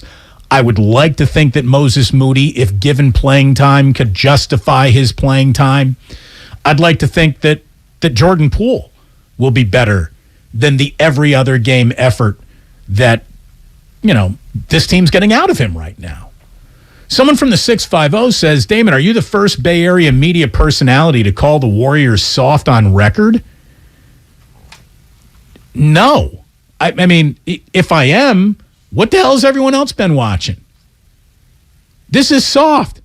When your 6'3" when your 6'3" point guard is your leading rebounder, by definition, you're soft. That's it. When you have the worst defense we've ever seen in your head coach's era, that's soft. When you have as bad of a defense as you can find in basketball, when you have as bad of a plus-minus as a group can have in basketball, you don't need a sports talk radio host to call you soft. You just are. You are. Again, Steve Kerr has got enough respect for the guys in the room and what they've done for him that he won't call them that. The Warriors haven't done anything for me. They haven't, allowed me to buy a mansion in Pacific Heights. They have not put 4 diamond rings on my fingers. So I don't owe them anything other than the truth. And right now, the truth is the Golden State Warriors aren't just a little off. They suck. And they no longer have this ability to just let it all happen on their own timeline. They really don't. They can't wait around for things to just get better. I mean, this whole, like Andre Iguodala, either throw down your walker and start playing basketball, Grandpa, or we got to give your seat to someone who can play. I don't know more what to say. This team doesn't have the luxury of stowing away Andre Iguodala like canned goods before the tornado hits. The tornado's here. You need all the provisions you have stored in the storm shelter right now. You don't have time to wait. You really don't. Sure, they don't want to play Steph Curry 40 minutes a night. How are they supposed to win without it? Right now, they ain't gonna. If you're comfortable with losing, yeah, have that minute restriction out there. But if you're comfortable with losing, what the hell you doing caring about Steph Curry's, how his career ends anyways? Because this has got to not be sitting well with you. They owe him more than they're giving him. And what they gave him, unfortunately, are players who just ain't fitting the bill. Again, until somebody gets consistent minutes. And I'm not saying we saw him for a game, he played well. But I'm talking a month to where you're all right, that guy's officially in the circle of love now. He's in the inner circle. James Wiseman, Jonathan Kuminga, Moses Moody, and Patrick Baldwin Jr. are just non-factors. Jordan Poole, he only shows up to play every other game. That's not sustainable. That's not. And he only shows up halfway to play every other game. He shows up offensively half the time. He shows up defensively none of the time. That's hard to work through. And then let's, since we're in the truth-telling business here, Ray, and this is going to be the truth that hurts the most. This team's got to stop looking at Klay Thompson through the prism of what he's done for them. And they need to start looking at him through the prism of what he's doing for them now. And what he's doing for them now is helping the other team win games. I'm sorry to say it. Everybody loves Klay Thompson.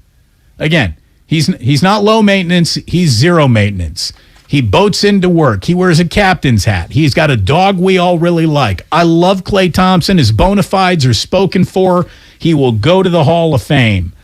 I don't think this team can really count on him ever giving them a huge spell of sustained greatness ever again, Ray. I don't think it's going to happen. He'll give them a good night. He'll give them a good week. He'll give them a good month. He'll get shots to drop. He always does. He's Klay Thompson. That's what he does. But his off nights are now far too common. And if we're totally honest, his off nights were also present during the peak of his powers. He's always been, for a guy who's regarded as a great shooter, a little bit of a streaky shooter too. And right now, he can't stay in front of anybody. He can't. I mean, this whole Klay Thompson could never go to the bench thing, I don't want to hear it. You don't have that luxury anymore. They don't. They don't do, well, we can't have Jordan Poole come into the starting five and Klay go to the bench. We just can't do that to Klay. Shut up. You better consider that. There's no avenue of, we don't even have to consider that, left available to the Warriors. They need to consider everything right now, including a demotion of Klay Thompson if it brings out a better Jordan Poole, because Jordan Poole's got to be this team's second leading scorer, because no one else on a nightly basis seems to want to be. I guess, but Poole hasn't exactly lit it up either. And I think that's part of the problem too. It's that no second unit guy has gone into the starting lineup at any point in a game and not had the starting lineup suffer for it. Just the raw metric numbers, even Thompson with his shooting problems, which I think have been occupying way too much of his mindset, they're still better with him in the lineup than not. And that's the bigger condemnation for me, is if a guy who's shooting 45% effective field goal percentage, which is terrible for him, is still better than what the alternative is, then you've got no alternatives. And that's the problem. Jordan Poole either has to step up and become that guy who is irresistible, or Thompson's going to keep the gig. I just think it's, it's no more complicated than that. I don't think that Steve Kerr at this stage is holding on to much of anything, except that Wiggins, Curry, and Looney have to start every game. But everything else, I think, is in play. And the truth is, nobody on the second unit has given them reason to say, yeah, let's do this now. Well, if they keep on doing the same thing over and over again, they won't even make the playoffs. Well, they may not. Maybe this is who they are this year. Maybe they radically overachieved last year. Maybe they did. Maybe this is where people start getting off the ride. I mean, I don't know, but everything that I've seen from this team so far that I've tried hard to dismiss either as slow start or small sample size, it's starting to add up because you can have off nights. You can be guilty of a poor rebounding evening. You can be guilty of a bad night. You can't be guilty of being soft. And the Warriors are a soft-ass basketball team right now, and Draymond Green ain't the brass knuckles he used to be, and Jonathan Kuminga is a powder, and James Wiseman is a powder, sullen, sulky, just everything's wrong. I mean, everything's wrong, and here's the deal. They got a Knicks game tonight, which hopefully is at home, and they play well and start feeling a little bit better. Because if they go to Houston and lose on Sunday, they're dead men walking. I mean, you can't be 0-9 for the first time in franchise history with now a loss in Houston as well and asked to be taken seriously by anybody in this league. Maybe you can turn it around, but it's going to take months of effort to erase what would be a loss in Houston from the memory bank. That would be bad. I'm wondering if this is something that you and Whitey got into with Steve Kerr. When we come on back, we will take a call or two, and we will hear from the Warriors head coach himself, who I know you spoke with yesterday, Ray. I was not privy to that conversation. I'd like to hear it and catch his reaction. We've got Brian Baldinger joining us at 5 o'clock, so don't you go anywhere. A lot still coming up, but folks, I hate to say it, the Golden State Warriors right now are definitely soft. They're absolutely broken, and how they go about fixing it, it's an answer that Steve Kerr does not have. And that's obvious right now. Damon and Ratto here on 95.7 The Game. We are brought to you by ChooseChange.org. Life is uncertain. It's okay to feel stressed, anxious, worried, or frustrated. CalHope can help. Access CalHope's free and secure mental health resources. Call 833-317-4673 or live chat at calhope.org. Hey, it's Dibs. You know I'm a big football fan, and so naturally, I cannot wait for the World Cup to start. I'm going to be out at Mad Dog in the Fog Tuesday morning at 7 a.m. at their new location, 1568 Haight Street, in the Upper Haight, as Mexico takes on Poland. I'll be there for the whole game, then I'll be heading on back to the studio for the show. Come on out, let's drink some Estrella, and join me at Mad Dog in the Fog, 1568 Haight Street in San Francisco, 7 a.m. on Tuesday.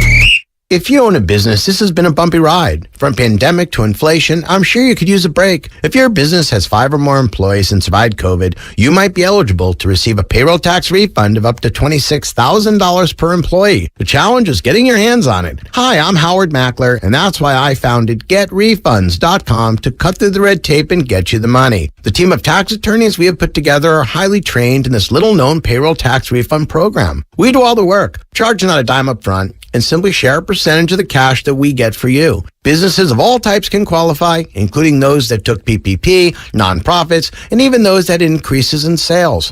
We have helped return over $1 billion to businesses, and we can help you too. Just go to getrefunds.com/sports, click on Qualify Me, and answer a few questions. This payroll tax refund is only available for a limited period of time. Don't lose out on up to $26,000 per employee. Go to getrefunds.com/sports. That's getrefunds.com/sports. Kirby is your driveway mechanic. They bring the shop to you with brake replacements, oil changes, washes, and so much more. Get $50 off your first oil change with code OIL50 at Kirby.com. That's CURBEE.com and use code OIL50. My husband and I live next door to a haunted graveyard.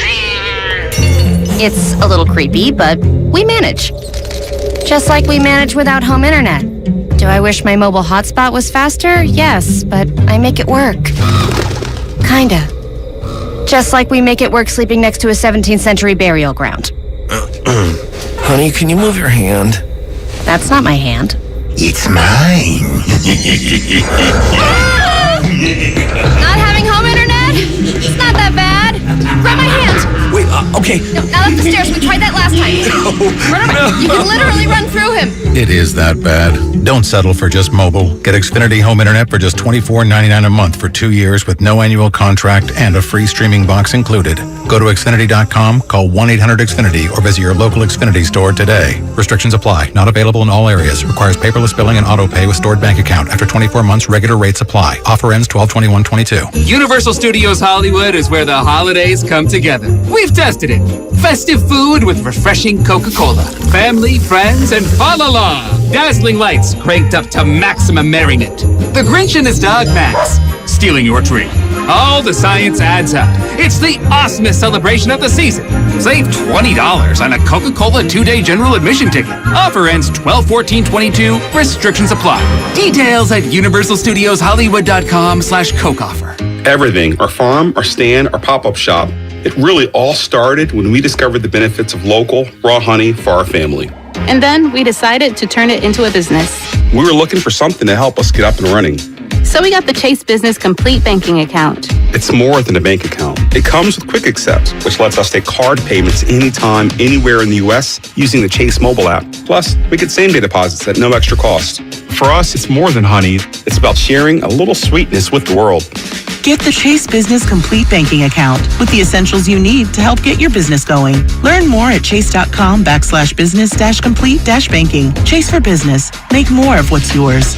Quick Accept is not available in U.S. territories. Enrollment required. Usage subject to approval. Same-day deposits available for payments before 8 p.m. Eastern Time, Sunday to Friday. Fees and rates apply for checking and processing. Limitations and restrictions apply. Participants compensated. Merchant services provided by Payment Tech LLC and WePay Inc. Subsidiaries of J.P. Morgan Chase Bank and a member FDIC. Sure, we have 30 seconds to tell you that drivers who switch to Progressive could save big. But then what? Well, radio has been called theater of the mind, so let's tell a story with sound effects.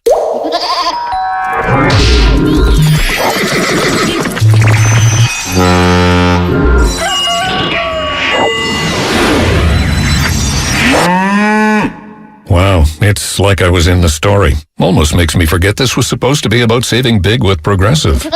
Progressive Casualty Insurance Company and Affiliates. Hey, I'm Andy. If you don't know me, it's probably because I'm not famous. But I did start a men's grooming company called Harry's.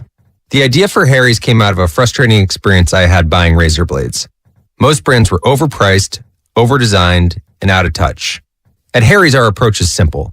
Here's our secret. We make sharp, durable blades and sell them at honest prices for as low as $2 each. We care about quality so much that we do some crazy things, like buy a world-class German blade factory. Obsessing over every detail means we're confident in offering a 100% quality guarantee. Millions of guys have already made the switch to Harry's, so thank you if you're one of them. And if you're not, we hope you give us a try with this special offer. Get a Harry starter set with a 5-blade razor, weighted handle, shave gel, and a travel cover. All for just $3 plus free shipping. Just go to harrys.com and enter code JOY at checkout. That's harrys.com, code JOY. Enjoy. In Berkeley, clear skies overnight, lows in the mid-40s. Weather brought to you by one thing. Install a low-flow shower head and keep water off when brushing teeth or shaving to save water every day. Join Odyssey, and together each of us doing one thing makes a greener tomorrow.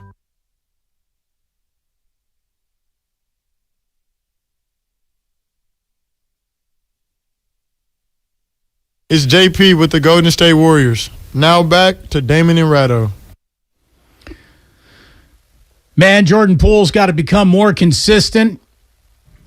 Conversation with Steve Kerr, consistently outstanding. We always thank him for that. And I know he stopped by to talk with Whitey, who was nice enough to be in for me yesterday, and Ray, and we're going to get to that Steve Kerr interview because there was a lot wrapped into it. He is not happy with the state of his team, nor should he be.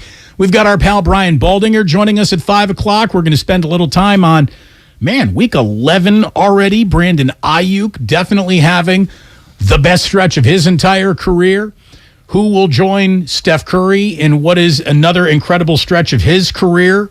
I'm sure that Steve had a few complimentary things to say about Steph Curry, who was just unbelievable the other night. But, man, did the Warriors waste a 50-point performance from the greatest player in their team's history when they were in Phoenix. Real quick, though, before we get to that, Ray, let's say hello to Rich in Fremont.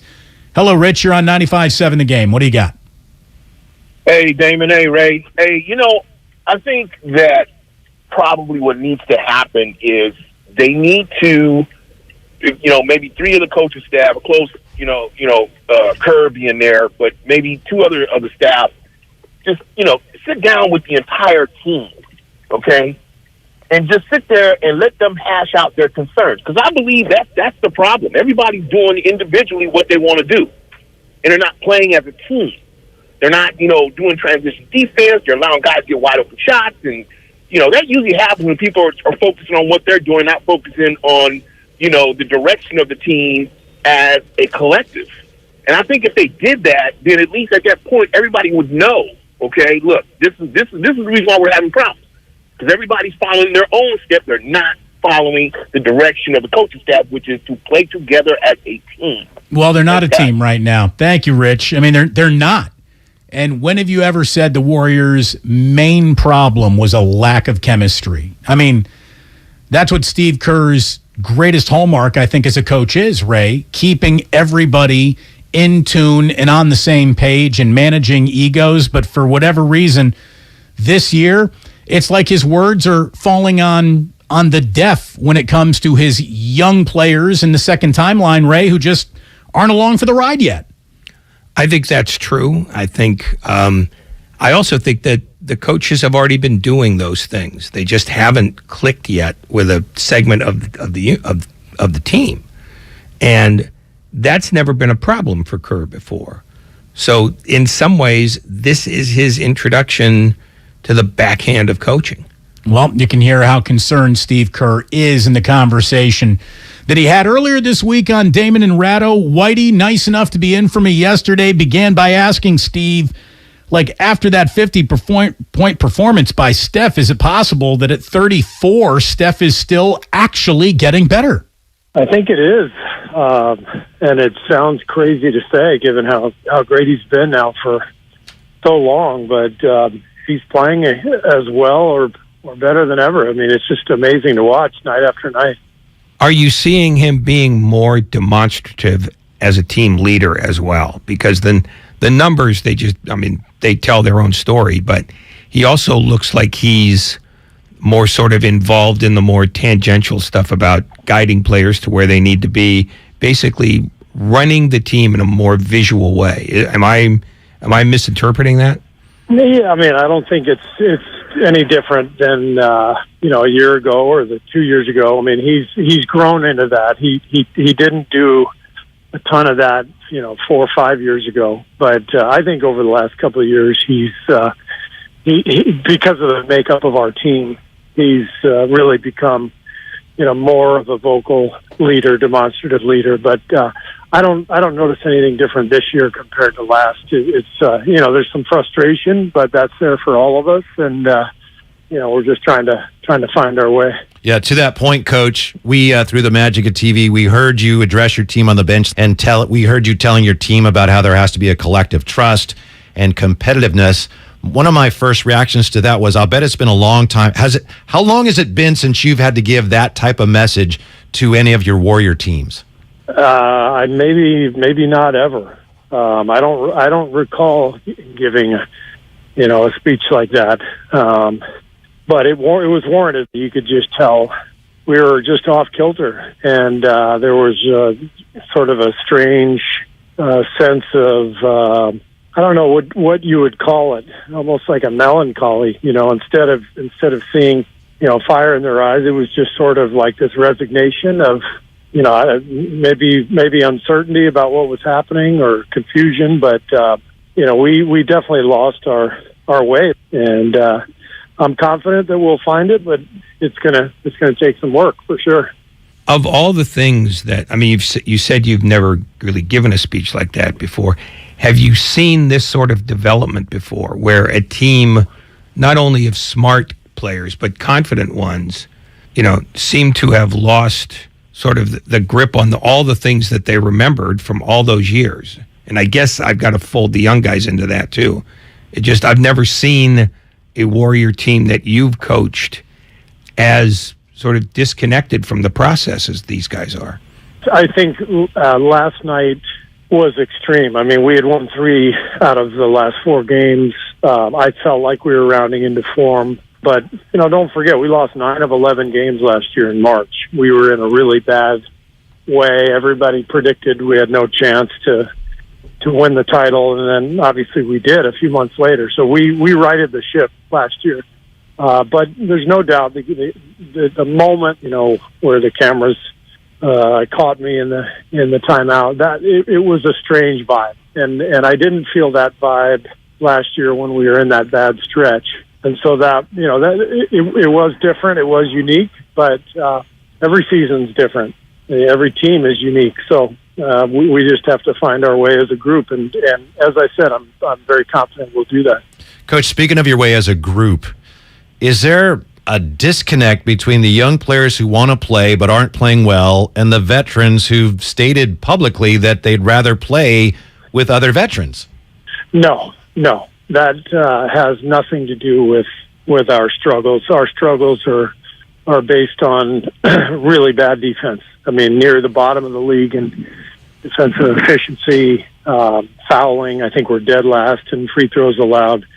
That has nothing to do with the makeup of the team or young guys, old guys, whatever. It's just the intensity, the attention to detail, we haven't gotten it yet, and we got to keep working to get it.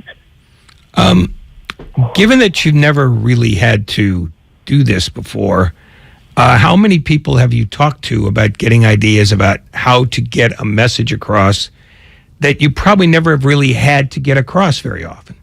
I would argue that I've had to do this plenty of times before. Like I said, every season is unique. Every team is unique. As a coach, you are presented with a series of, I don't know if problems is the right word, or I think challenges is the better word. Every single season, you've got all kinds of dynamics at play, and that's the job, is to navigate them. And Bob and I really collaborate on that. And Bob and I talk pretty much every day, and he helps me, communicate with the players, and we communicate with each other. And this one's a little different, but every single season is filled with challenges, and as I said, the job is to tackle those challenges. Yeah, I guess maybe I'm focusing on the fact that this is, at least to your words, a different kind of challenge than you've had before. Yeah, it is. It is a different kind of challenge, but as I said, we've had all kinds of challenges here. You can go back every year and find different moments in the season where, we're doing our radio show and you're asking me about other stuff, and that's the job, as I said. Mm-hmm. Sorry. Yeah. Coach Kurt with us on 95.7 The Game. Could you share with us when, this year going back to camp, when you first maybe became aware that, all right, defensively we're not where we need to be, and how much would this team improve if you could just improve defensively, just a measurable amount, just game to game? How much better does everything become if you can just start playing more consistently, measurably better defense night in and night out? Well, opening night was we beat the Lakers and we gave up 5 straight transition layups in the second half. The game was kind of out of hand, but it was such an ugly display of a lack of awareness and lack of fundamental detail in transition defense, which is really the very first principle of any defense. Is as soon as the possession changes, that's when defense starts. And so we saw it opening night, and basically we've been trying to address it ever since. We've had, until last night anyway, we've had a few good defensive games in the last week or two. So we've just got to keep going and keep plugging away, keep trying to get better with it. And as I said, I'm confident we will, but it's not an easy turnaround for sure. Are you surprised that it's taken as long as it has to sort of recalibrate your defense? Yeah. I definitely thought we would be better by this point.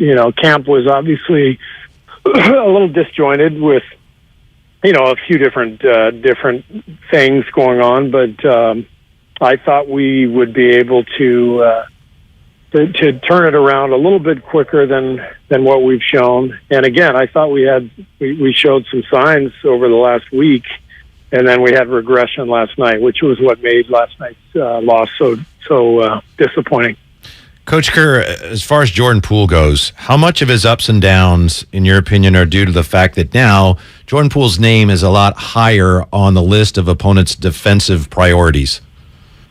Yeah, I mean, that's a big factor. When you have this kind of success that Jordan has had, the last year and a half, all of a sudden you're on that scouting report, and teams are going through your tendencies and putting their best defenders on you, and that's a bigger responsibility. So that's just the next step in Jordan's development. And the one thing I love about Jordan is his willingness to take on challenges, and just like he did after his rookie year when he really struggled, he sort of took note of everything he needed to do, and he did it. And so he's a really conscientious guy. He's a very competitive guy, and that's part of his next step in his development.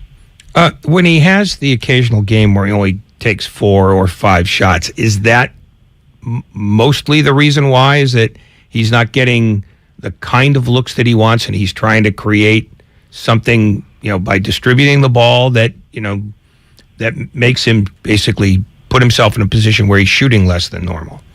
Well, every game's different, and every game presents a different challenge, and not only for individual players but for the team. And so I think 2 nights earlier he had 36 points against the Spurs and shot 20 times, I think. So, yeah. We need him to be aggressive for sure. And, he distributed the ball pretty well last night and did some good things. But again, he's a young player who's still growing, and we're going to help him develop further and become better and better as he goes. Steve Kerr with us here on Damon and Ratto, Whitey in for Damon. Coach, I'm going to ask you about Klay. And we know that a bad shot is, I've always said it's the blood relative of the turnover. How big of an issue is it? When Klay's shot selection last night looked like it was a little rushed as he tries to fight his way back to being the player he knows he can be and wants to be. How big of an issue is the fact that last night I think he took more shots than anybody but Steph when he's not making shots, those quick shots? How big of an issue is his shot selection right now? Well, last night it was an issue for sure. I think what we've always preached here and what we've always been really good with is creating a balance between our offense and defense, where you're getting stops and you're getting easy shots in transition, and then you're executing offensively to set up your defense. And the game, we always talk about the game being connected, and last night the game became disconnected, and Klay was part of that. The whole team was part of that, and so shot selection is a huge factor, especially if you're not defending well to start with, even in the half court. So it's an area where we've got to improve, and I'm very confident that Klay will be able to get out of this this rut, whatever you want to call it. But it's a frustration that you can feel with him. You can see it in his eyes. He's just frustrated. He wants everything back right away, and it just doesn't work that way. You just gotta go out and play and relax and move the ball, and the ball will come back to him, and we'll get better shots. But I think that's something the whole group needs. How hard is it to tell somebody to relax when the whole problem is that he can't relax? Well, again, that's part of coaching. That's part of providing support organizationally, and the thing with Clay is he's got a huge track record. He's a Hall of Fame player, and he's got a lot weighing on him right now. Just the injuries from the last couple of years, and he wants it so badly. It's been my experience that when players want it too badly, it gets in their way, and I just think he wants it too badly. He's got to find a way to just take the weight of the world off his shoulders and just enjoy the game, and that's my job and the staff's job and his teammates' job to help him try to do. Is it a more effective message if it comes from a fellow player than it would be from you necessarily? It's always really helpful, for the internal locker room leadership to handle stuff. Players' voices are much more powerful than coaches. So everything that we do is, as a staff, is with our team dynamics at play and in mind. And fortunately, we've got some good veterans in that locker room who can share their wisdom with Clay and help him get to a more comfortable place. Coach Kerr, do you have any idea when Andre Iguodala might be able to play? And do you have any idea what he might, given the issues you're having right now, ways in which he might actually be able to address some of these issues if he's able to get healthy enough to get on the floor?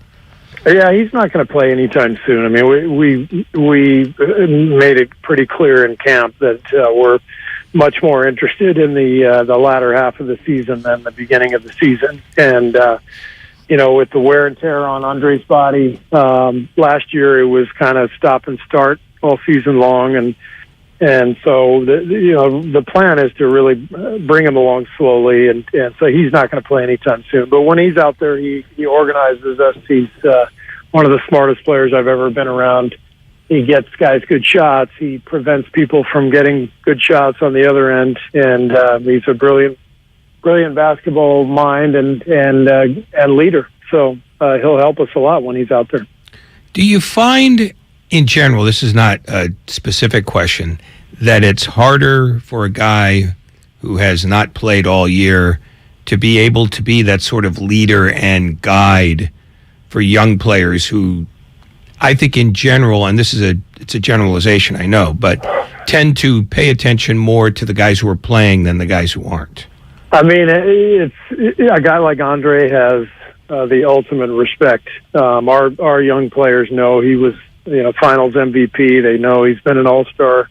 He's got 4 rings, and the way he mentors them, the way he cares for them, they listen.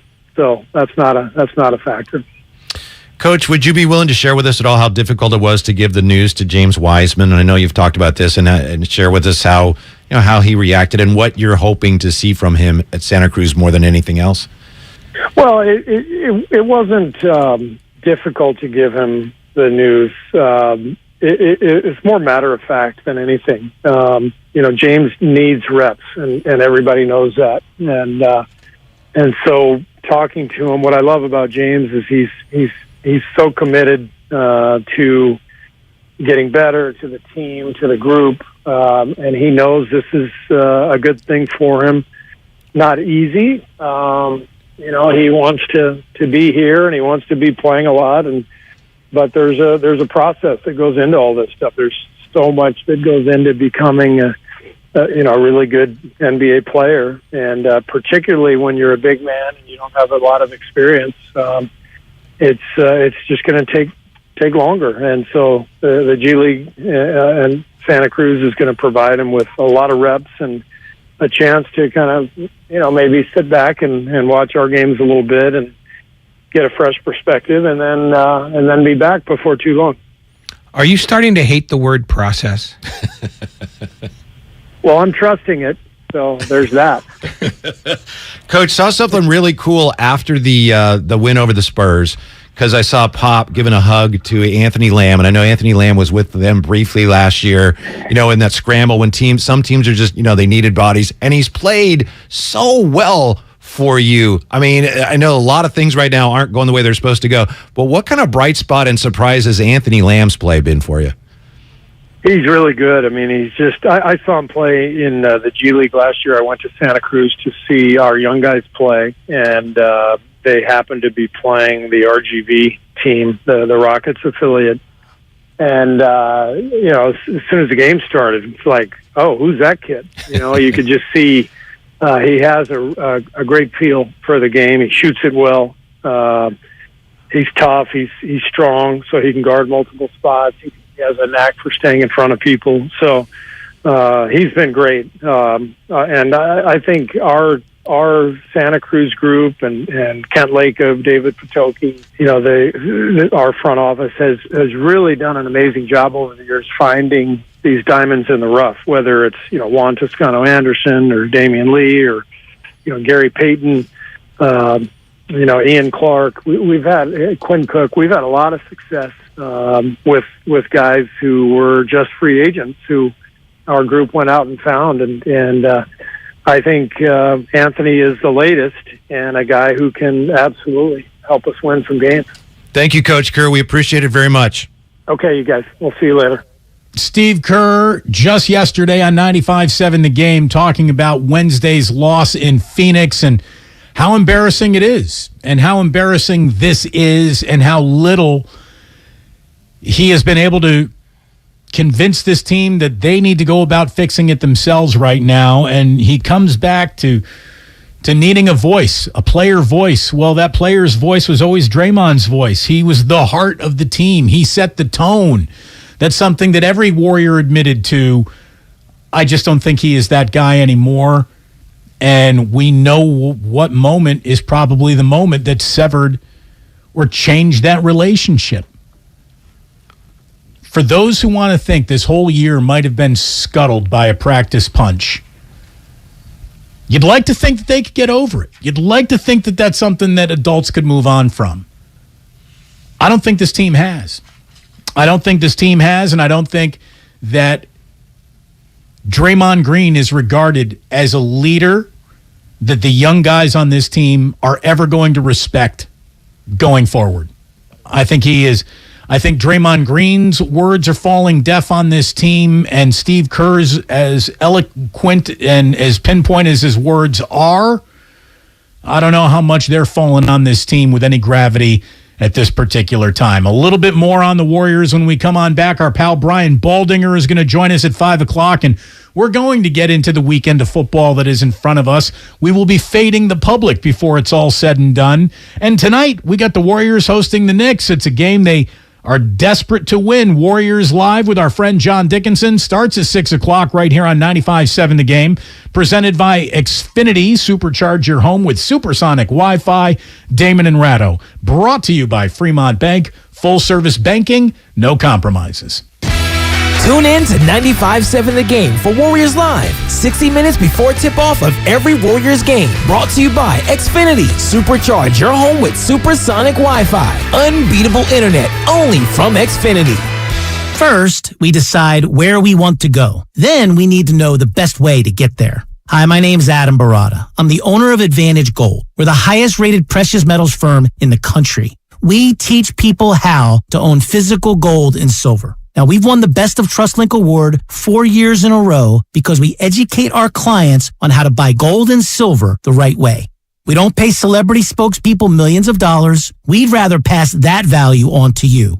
Call 800-900-8000 and speak with one of our experts. We'll send you a free gold kit along with my latest #1 national best-selling book, The Great Devaluation. Call 800-900-8000. That's 800-900-8000. Get the best information, the best process, the best service, the best value. Call Advantage Gold at 800-900-8000. Call 800-900-8000. Advantage Gold is not an investment advisor or a tax advisor. Consult with your financial advisor before investing. Trevor Noah is bringing his new off-the-record tour to San Francisco. I wonder if that's how the dinosaurs went out, you know? There's an asteroid coming down to Earth! And the dinosaurs are like, asteroids are not real!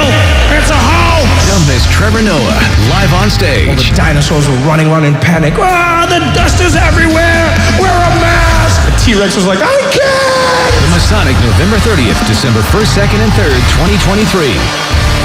Get tickets now at livenation.com.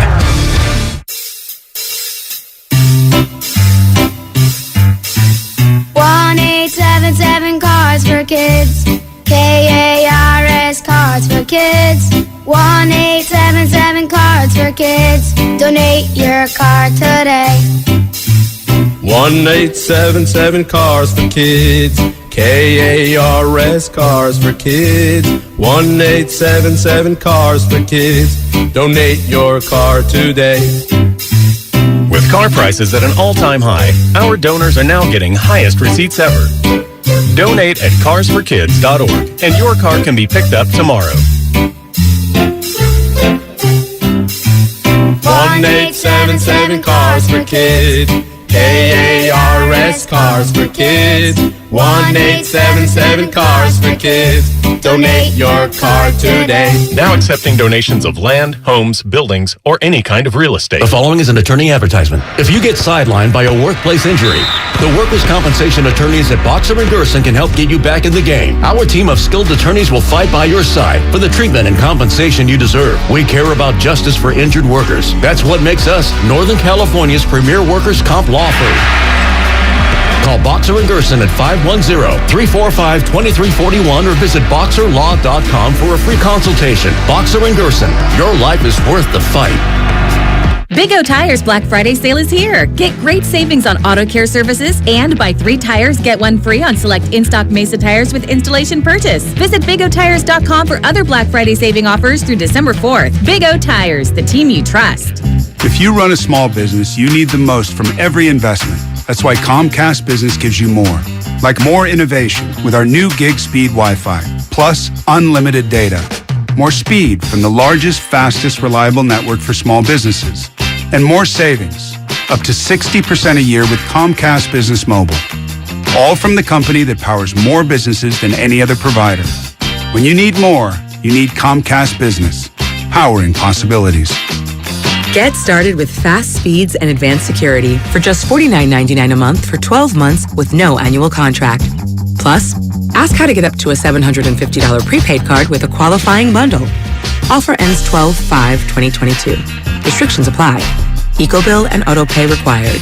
New 50 megabits per second internet and Security Edge customers only. Equipment, taxes, and fees extra and subject to change. Mobile Savings compares pricing of top 3 carriers. Doug. Hey, listener. Welcome to Limu's Karaoke Lounge, where Liberty Mutual customizes your car insurance so you only pay for what you need, and the music never stops. Hit it. There's an emu with a full-time job. His partner's Doug, but Limu's the heartthrob. Grubs and worms, that's what Limu eats. Gotta fuel up to save you money and hit the streets. Only pay for what you need at libertymutual.com. Liberty, liberty, liberty, liberty. Thank you for calling Navy Federal Credit Union. How can I help you? Hi, if I'm in the Army, not in the Navy, am I still eligible for membership? Yes, you are. What about my sister in the Air Force? Her too. And my dad's a Marine. We serve all branches of the military, veterans, and their families. My dog is a retired military working dog. I'll see what I can do. Find out if you're eligible at NavyFederal.org. Navy Federal Credit Union. Our members are the mission. Insured by NCUA.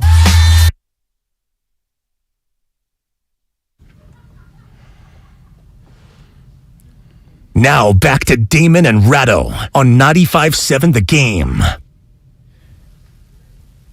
We're back here. It's good to have you here. Our good friend Brian Baldinger will be joining us here in just a little bit. Damon and Ratto with you on a Friday afternoon. We'll get back more into the Warriors. We've been complaining about them, and rightfully so, since we hopped on the air at 3 o'clock today. Just want to turn our attention to a couple of other things. Then we'll get to the NFL. Then we'll sort of wrap it all up in one big, beautiful bow before it's all said and done here, Ray. Are you ready to do a little wrapping paper on this entire week? Sure, except there's news today, but go with what you got. News today? Yeah. Baseball news? Yeah. Hey. You got a Mike Yastrzemski jersey. You'll be able to wear it next year to the old yard, everybody. Mike Yastrzemski and the San Francisco Giants are in agreement on a 1-year, $6.1 million contract. Yastrzemski is 32. He's in his second arbitration year, coming off a year where he hit 17 home runs, but everything else was terrible. I mean, he had 214, 305, 392 slash line. Yastrzemski is a good defender. He's got a little bit of pop in his bat. He doesn't make contact really anymore, and he went from being a great two-strike hitter to kind of an automatic out at times. But, I mean, $6.1 million is the major league equivalent of he plays for free. So, Yastrzemski for free until you got an alternative that's better, okay. Well, the Giants said they weren't going to be outbid for him. The other baseball news, which is probably bigger than Yastrzemski, Billy Beane is no longer going to run the baseball department for the A's. He's decided to move out of that, let David Forst run the whole thing. He's going to be a senior advisor to John Fisher for whatever that means, and he'll still pursue other sporting opportunities like the soccer team he has a piece of, and the analytics company he has a piece of, and the cricket team in India he has a piece of. But we'll no longer be able to point to him and go, why aren't you fixing this? But everyone will. Everyone will, because still Billy's room. He's got the loudest voice in it. He could, by just winking at David Forst, veto any Forst idea. A lot of people will say that, whether it's true or not. I mean, I don't know if we're going to know, but I don't feel like Billy's been involved on a day-to-day basis in any way for a very long time now. So to me, the news is much ado about nothing, is it not? No, there's more to it. I mean, he's now not going to be involved on the baseball side at all. So there isn't going to be where he nods secretly to David Forst and then something happens. I think he's out of that entirely. See, I don't know if I believe that, though. I think that they're looking for, twice the work for half the pay at all times in that organization, and they're still going to turn to Billy for decisions. I don't think so anymore, because Billy doesn't do twice the work for half the pay. He doesn't work at Twitter. Others might, but I think he's done doing the baseball stuff. I mean, they said he'll be, involved in some projects, meaning like the stadium, but I think he's not going to be talking to the scouts anymore. He's not going to be running the draft. He's not going to be doing any of that. I think he's finally run his race baseball-wise. He'd been looking to do this for a long time. Ken Rosenthal, by the way, is saying that Cody Bellinger is a free agent. He's been non-tendered by the Dodgers, and so, if you've got $18 million, you could get a light-hitting, very good defending, very good base-running Cody Bellinger. And I would tell you, maybe the San Francisco Giants need Cody Bellinger, but they don't need Cody Bellinger. They have Cody Bellinger for $6.1 million. Their Cody Bellinger is just named Mike Yastrzemski. Yeah, and the Dodgers might get Cody Bellinger back, but it won't be at $18 million anymore. I think his $18 million years are probably done. I would think so. He's not has there ever been a guy who won an MVP and flamed out quite like that with no real injury to point at and reason why? I mean, he did have an injury, but after he healed, it never got better. Just forgetting how to hit. Yeah, well, just big strikeout guy. Thought he was still a power guy and wasn't. He's still a decent defender, but no, his fall from grace was swift and seemingly sure. So, if Billy Beane is done as a baseball man, how will we write his baseball obituary? Ultimately, Billy Beane was very good, given the resources he never had to work with. But at the same time, what did they win? The answer is nothing. They won a best-selling movie rights deal starring Brad Pitt. I mean, Moneyball was the crescendo of the entire thing, and that didn't end with them winning their last game. How will we remember Billy Beane beyond a disruptor? I think more than a disruptor, we'll probably remember him as the guy who reoriented the way owners looked at front offices. That he put numbers to ideas. And he wasn't the first one to do this. Sandy Alderson did it before him. And in fact, Branch Rickey was probably the first one to do this, though not to the same extent.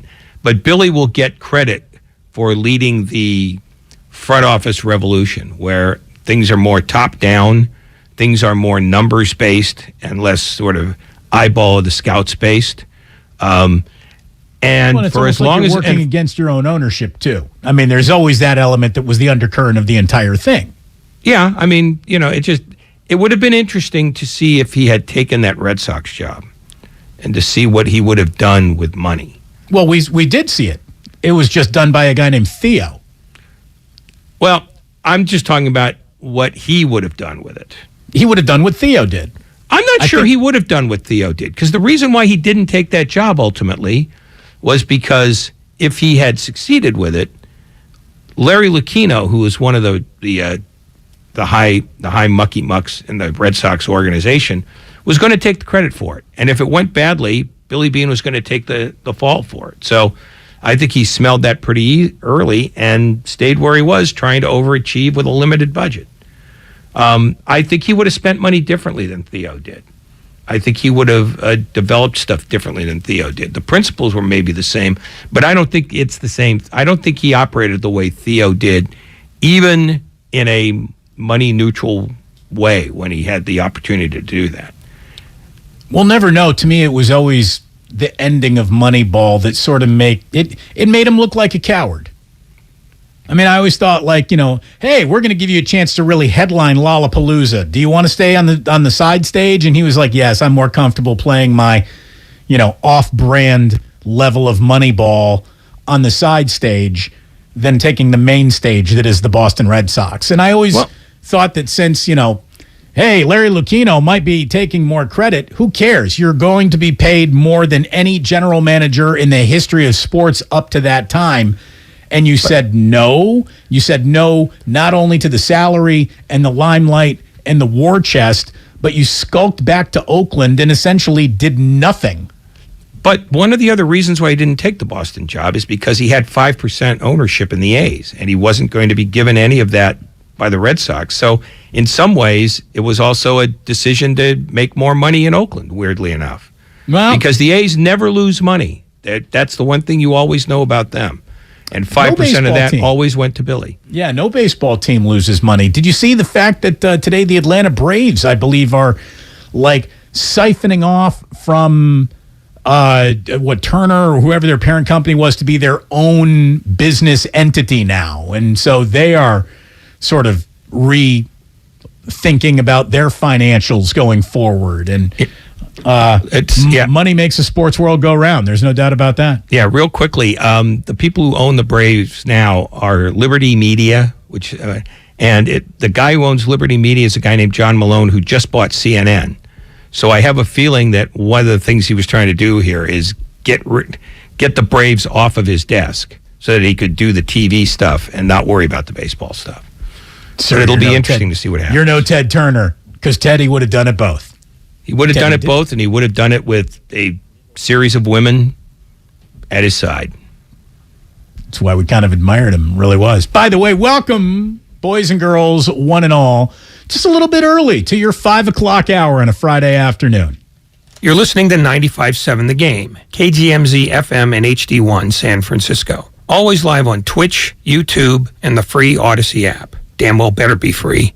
Our good friend Brian Baldinger, nice enough to join us as we get ready now. Week 11 in the NFL.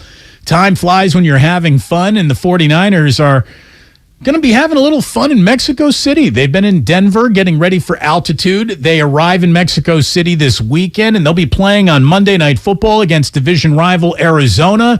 Baldy, thank you so much for joining us. We're interested in where your road has you this week. Always a pleasure to bend your ear for a minute or two. How are you, pal? Yeah, Damon, that's good to be with you guys. I was supposed to go to Buffalo, but I don't know anybody's going to Buffalo these days. So they switched my game to Baltimore. So I've got the Carolina Panthers and the streaking Baltimore Ravens here this weekend. Very interesting. That game in Buffalo, 4 feet of snow, by the way, in upstate New York. So they have relocated that bad boy to Detroit. And since the Bills are actually going to be playing Detroit on Thanksgiving, it's a little bit of an advantage for Buffalo. And who would have ever thought Buffalo would be looking for some unfair advantages? But given their last couple weekends of football, I'm sure they're happy to have it.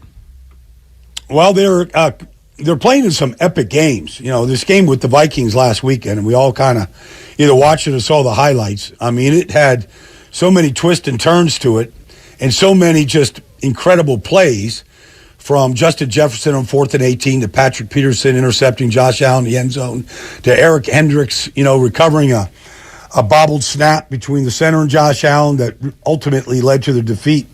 They got to hang in there. These things can happen during a stretch of a season. You got to find a way to overcome it, and so that's what they're faced with. This may be an unfair question, but I'm me, so I'm going to ask it anyway. When a team has back-to-back games of that magnitude and loses them both, what's the likelihood that this leads to sort of a letdown that takes a while to pull yourself out of? Is that relevant in any way? Yeah, oh sure. I mean, we've seen it before. I mean, I was on a team in Philadelphia in 1992. We started 7-2. We lost our middle linebacker, and whatever reason, the coaches knew that they weren't going to be extended, and we went into a 9-game tailspin. We were a good team, but we lost 9 in a row. I think it was 9 or 7 in a row, and we finished out of the playoffs. It could tailspin the best of you, but you hope that the leadership and coaching, can pull yourself out of it. I think Buffalo has what it takes to do it, but they've got to do it. So we won't know. That question is valid. We all are going to be watching to see if this is a team that's going to crash or rebound right now. The 49ers, Brian, have an awful lot of numbers that are leaning, in their direction as they're looking at this matchup against the Arizona Cardinals. The fact that Kyler Murray is going to be a game-time decision obviously leans into their direction. The 49ers are looking to get better in the red zone. The Cardinals' defense isn't particularly good in the red zone, so that's sort of leaning in the 49ers' direction. They just played what I'm going to call a forgettable game against the LA Chargers. When we look back on this season, that game's not going to be remembered, but they did a lot of things in that game that Kyle wants to see as he puts together his path to victory, starting with 40 carries. Kyle's never lost a game with 40 or more carries by his running backs, and he was able to get that. Do you think he's looking for more of the same against Arizona? I think every game is different, Damon. I don't know that, that's the magic formula. I mean, it's a great stat. Don't get me wrong.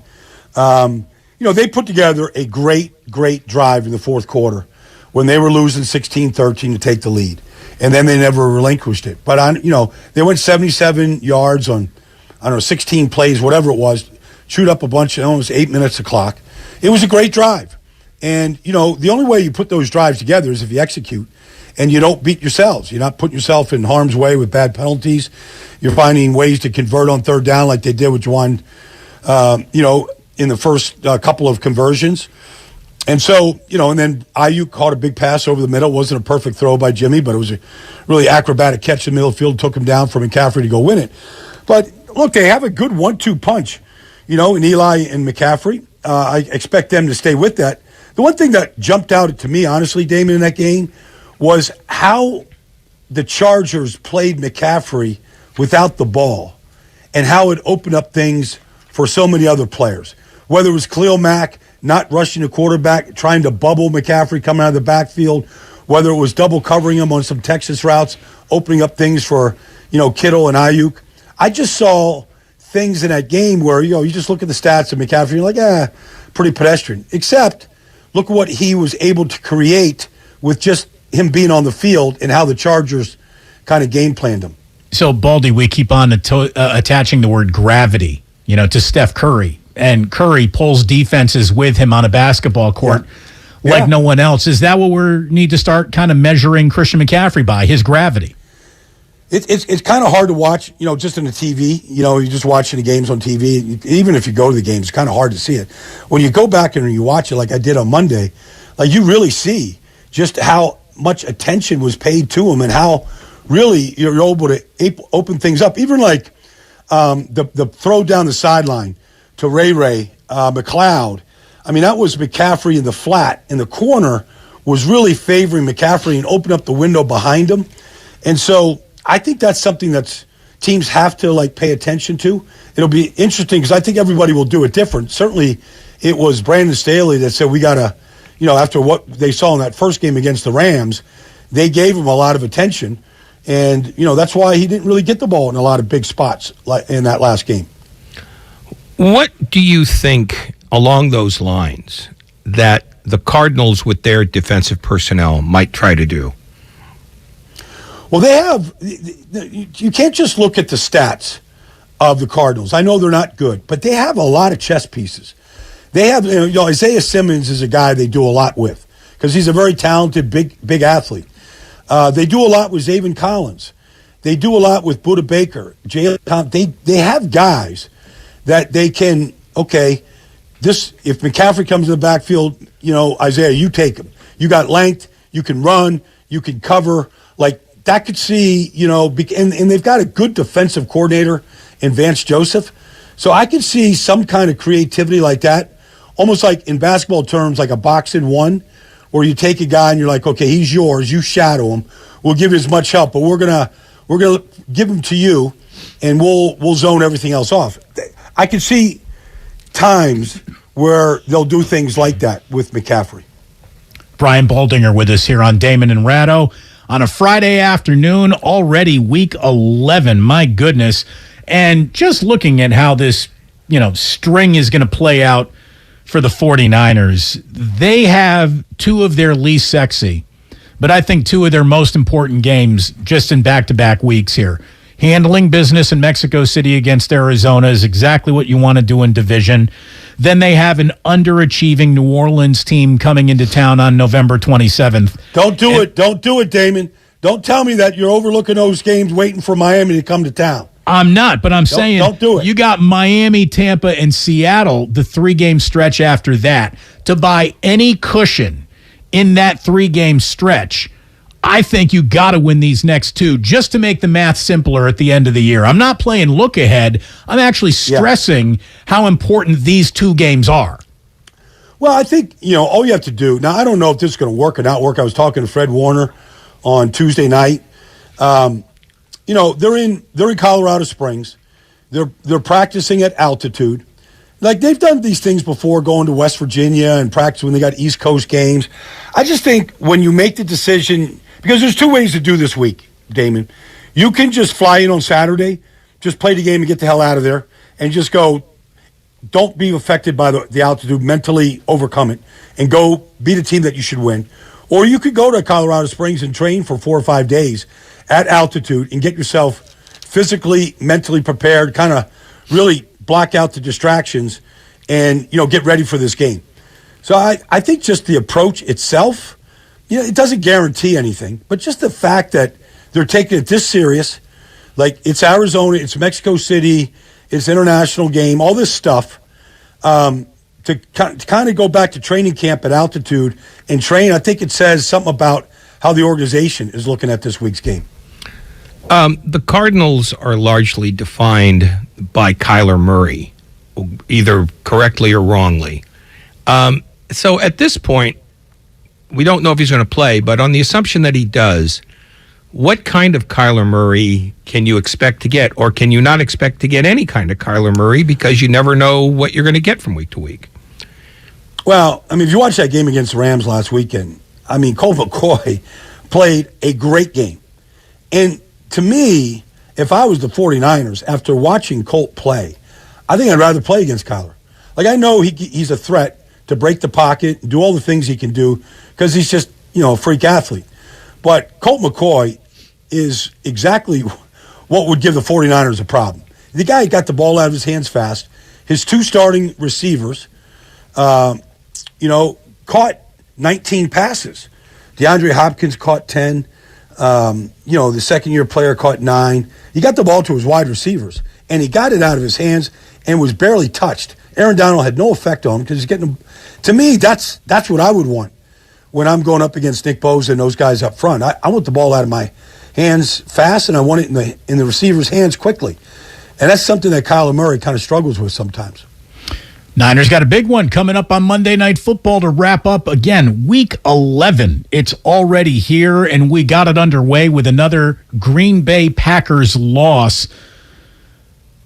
How many more weeks do they have to remain in a conversation, if they even remain in any sort of realistic NFC conversation here, Brian?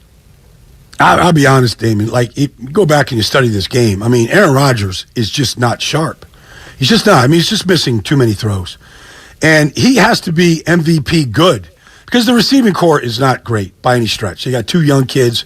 Like, they're still, like, they just do things that aren't at the caliber that you really need if you want to go real compete. They just don't have those type of athletes at those positions. I know Christian Watson's caught 5 touchdown passes in the last 2 weeks. That's nice. But he's not really a great route runner. He really doesn't understand the game yet. He's learning. He's just a young kid learning. Like, they just look like, and Tennessee just said Tennessee's a tough out for anybody. They just said, you're not going to run the ball on us. And so those guys, A.J. Dillon and Aaron Jones, who had run for 200 yards a week before and 200 yards against Buffalo. I mean, they ran for 56 yards last night. I mean, they just went up against a team that just physically just beat them up really good up front. By the way, I'm not going to say they're cooked, but this is going to be a struggle. Are the Tennessee Titans kind of like the Niners with worse uniforms? They are they're like a python. They just constrict and just choke you. Like, that's just how they play. They just go right through you. They don't go around you. They go through you. You look at, like, I could show you 5 passes of Aaron Rodgers last night in the worst position that you would want to see any quarterback, just trying to get the ball out of his hands as 2 guys are laying the wood on him. There's just a physically tough football team. They're just coached a different way. They're different than the 49ers. They're different than the other 31 teams in this league. Stylistically, not personnel-wise, but stylistically, are they the kind of team that could get to a Super Bowl, or is there an inherent flaw in what they do and the way they do it that will prevent them from that? No, if Tannehill throws the ball like he did last night, which was almost perfect, if he plays like that, then they could win a Super Bowl. Because they can take anything you do, they can take one arm behind your back and make you play with the other arm. Like, they have that ability. If you want to affect the quarterback, fine. If you want to shut your running back game down, they can do that. Like, they have every ability, and they could basically control everything with their front four. They don't have to blitz. But they have everything else. They have a playmaking free safety. They have just a banshee of a middle linebacker and David Long. They're 10 deep on the defensive line. I mean, and they're well coached. So if the quarterback plays like he did last night, then yes, they could win a Super Bowl. Baldy, if Jeff Saturday beats the Eagles with the Colts this weekend, he needs to be named Coach of the Year after just 2 weeks. Like, immediately. What did you think of the win over the Raiders? Obviously, that can be an indictment on the Raiders. If you want to do that, we can do that too. But is there some there to Jeff Saturday that will prove itself lasting and is not just a new voice in the room, everybody got a bounce in their step and a giddy up, but that giddy up ends early? Well, he put Matt Ryan back in at quarterback. I mean, that was his decision. He switched out to the right guard. Will Freeze went in there for the other starting right guard. So he kind of fixed that position, which was really bad. He challenged Quentin Nelson and Ryan Kelly to go play like Pro Bowl players, and they did. And then Jonathan Taylor got healthy, and he hit a 66-yard home run that really made a difference in the game. They looked like a different football team than they did the week before when they played the Patriots, and the rookie quarterback, a young quarterback, got sacked 9 times, hit 14 times. They just stopped all that nonsense. And Matt Ryan gave them the leadership they needed. So this is a big test because Philly, they just signed Ndamukong Suh, and they just signed, Linval Joseph. They know they got to shore up the defensive front. If they beat Philadelphia, which is all focus this week after that Monday night loss, then you're right, Damon. He needs to be in the conversation for Coach of the Year because it'd be one of the great turnarounds. Conversely, how far beyond broken are the Raiders? And this is just based on what you see, not only the way they play, but sort of their reactions to everything. Well, the owner came out and said that he's very pleased with the head coaching job. This is not a good job. It's not a good head coaching job by Josh McDaniels. They don't finish games out. I don't see, outside of Max Crosby, I don't see any defensive players doing anything on that side of the ball.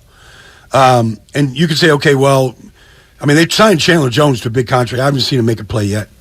They ran the ball for about a 3-game stretch with Josh Jacobs and haven't been able to do it since. And, there's games when they just, offensively, they don't do anything creatively. Like, just with Devontae Adams. I don't see any of the creativity that they did with Devontae in Green Bay with the Raiders right now. I don't see him in the backfield in all these different motions and all these different, he lined up against the Saints a couple weeks ago. They got shut out. He played at left end the whole game, and a rookie corner kind of ate him up. Like, I just don't see creativity to the offense, and that's what Josh McDaniels is supposed to bring. Will the Raiders fall to 0-6 on the road at the Broncos? And if they do, how do you justify bringing that all back for the following week? It seems like they're committed to not paying 2 head coaches at the same time more than they are to figuring this thing out in real time. Let's wrap up with this, Baldy, because it's probably the biggest game on the board in terms of NFC playoff implications. Yep. We got the 6-3 Cowboys at the 8-1 Vikings.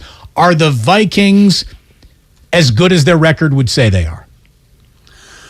Well, they keep finding ways to win games, and so they're good. I mean, to come back last week like they were down, to make all the plays they got all the playmakers that you need, whether it's Dalvin Cook going 81 yards on one play when they're down 27-10. It looks like the thing was going to get away from them.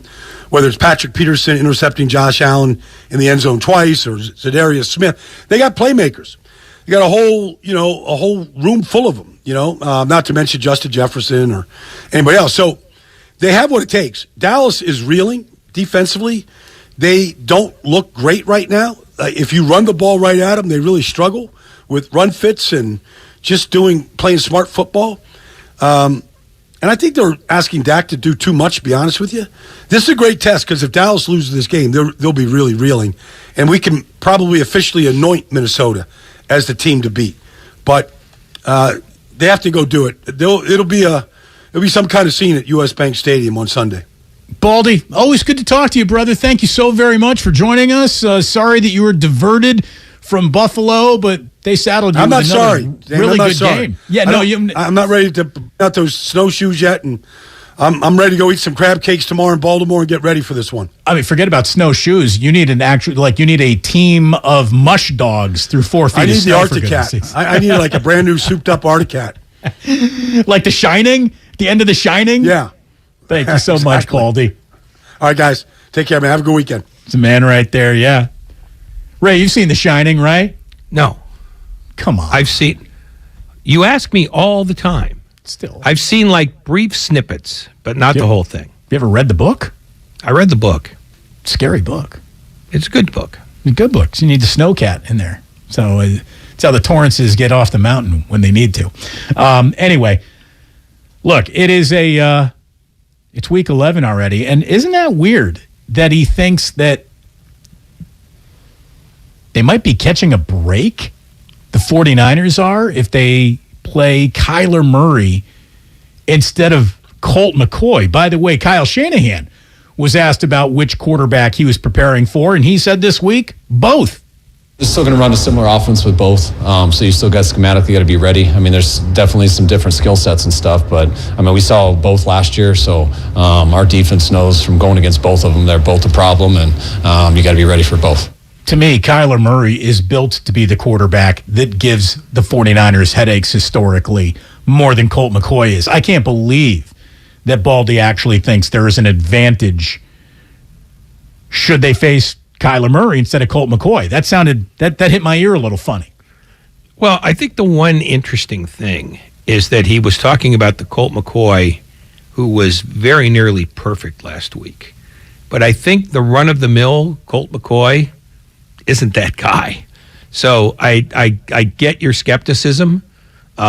If for some reason Colt McCoy can be as efficient as he was and be able to find Hopkins and Moore for 200 yards and be able to keep the ball for as long as they kept the ball, I could see that being a problem. But I too, I think the point maybe that he's trying to make is that Kyler Murray is still too erratic. That he's a guy who runs around in the pocket too much, which is right up the 49ers defensive line street. They love guys who do that. That said, I too would think you'd rather have if you're the Cardinals, you'd rather have Kyler Murray than Colt McCoy. The one question is, are you going to get the 100% Kyler Murray, or are you going to get the 90% Kyler Murray, who isn't moving around as well, but he's still trying to move around as much? Because if that's what they're getting, then it could be a disaster. Is he bringing the PlayStation 5 to Mexico? That would be the big question. If you knew the answer to that, I think you'd know which quarterback you really wanted to see when it was all said and done. By the way, Akash Anavarenthian, who covers the 49ers, brought up this, and just in terms of the Niners trying to get better in the red zone, and we know that they were settling for way too many short-distance Robbie Gould field goals last week against the Chargers. The Cardinals' red zone defense gives up touchdowns on 67.5% of their trips. That's the fifth worst in all of football. Only the Raiders, Dolphins, Chiefs, and Vikings are worse at giving up red zone touchdowns. So 49ers should hopefully find themselves scoring 6 instead of 3 more often than not when they get inside the Arizona red zone. And given what they have, given who they have, given the gravitational pull that Baldy's talking about, Christian McCaffrey being able to give to everyone, it's time. It's time for the 49ers to start scoring red zone touchdowns the same way it is time for the Golden State Warriors to start playing a little bit of defense in their games. I mean, if you're going to be what you want to be this year, that element can't be assumed it's going to get better. It needs to improve. And hopefully this is a week where that improves. It feels like they got the opponent to improve that against. Weirdly, though, you said the 4 teams that are worse at holding teams out of the end zone from inside the red zone. Raiders, Vikings, who are 8-1, Chiefs, who are 7-2, Dolphins, who are 7-3. I wonder about that stat. Is it an accurate measure of a team's genuine defense? I think isolated, yeah, you're right. But I don't know when 3 of the 4 teams that are at the bottom of the group in that stat are all Super Bowl contenders, I wonder how meaningful that stat really is. Well, I think it means less to teams that score from outside of the red zone, which the Dolphins and the Chiefs and the Vikings do. They take and make big shots. The 49ers are not a big shot take and making football team. So that's why I think it matters more critically for them as they try to provide a death by paper cut aspect to every game that they play in, where, you got Dolphins, Chiefs, and Vikings looking to slit your throat early and walk away from the body. They're very differently. They're different stylistically, I think, and that changes the gravity and the weight of that stat for those teams. Yeah, I think I'd want to know how many times they've let opponents get into the red zone, in addition to the percentage, before I could make some, a more useful assessment. Because I don't know if those are 3 of the 4 teams at the bottom, whether that tells you much about their defense. It might be that they just don't let teams in the red zone very often, so that when they do allow a score, 1, it doesn't matter much, and 2, the percentage is skewed. By the way, keep it up, Brandon Ayuk. Brandon Ayuk is playing some of the best football of his career, and as a matter of fact, while Deebo Samuel is figuring out what he's going to be in his career now, Brandon Ayuk is this team's WR1 with a bullet. I mean, he really is. Brandon Ayuk is this team's top wide receiver. He's caught 6 or more balls for 80 or more receiving yards in 4 consecutive games. That is the longest streak by any member of the 49ers receiving corps since 2001 when Terrell Owens did that. With 6 or more catches and 80 or more receiving yards again this week, Ayuk would become the third player to do that for the 49ers since 1970, and the only one of them who's not in the Hall of Fame. Because that's Terrell Owens and Jerry Rice, who did that back in 1994. Right now, Brandon Ayuk, playing the best football of his entire life. He is leading the 49ers in receptions, in receiving yards, and in receiving touchdowns. And he's on pace to set career highs in all 3 categories. Jimmy Garoppolo getting on the same page with Brandon Ayuk it was not discussed. You know, what do the Niners really need to happen for them to go where they want to go this year? It was Jimmy and Debo and Jimmy and Kittle and Jimmy and Christian and Jimmy and his running backs and Jimmy and all the little. We did not talk about how Brandon Ayuk was going to be the guy who released the Kraken.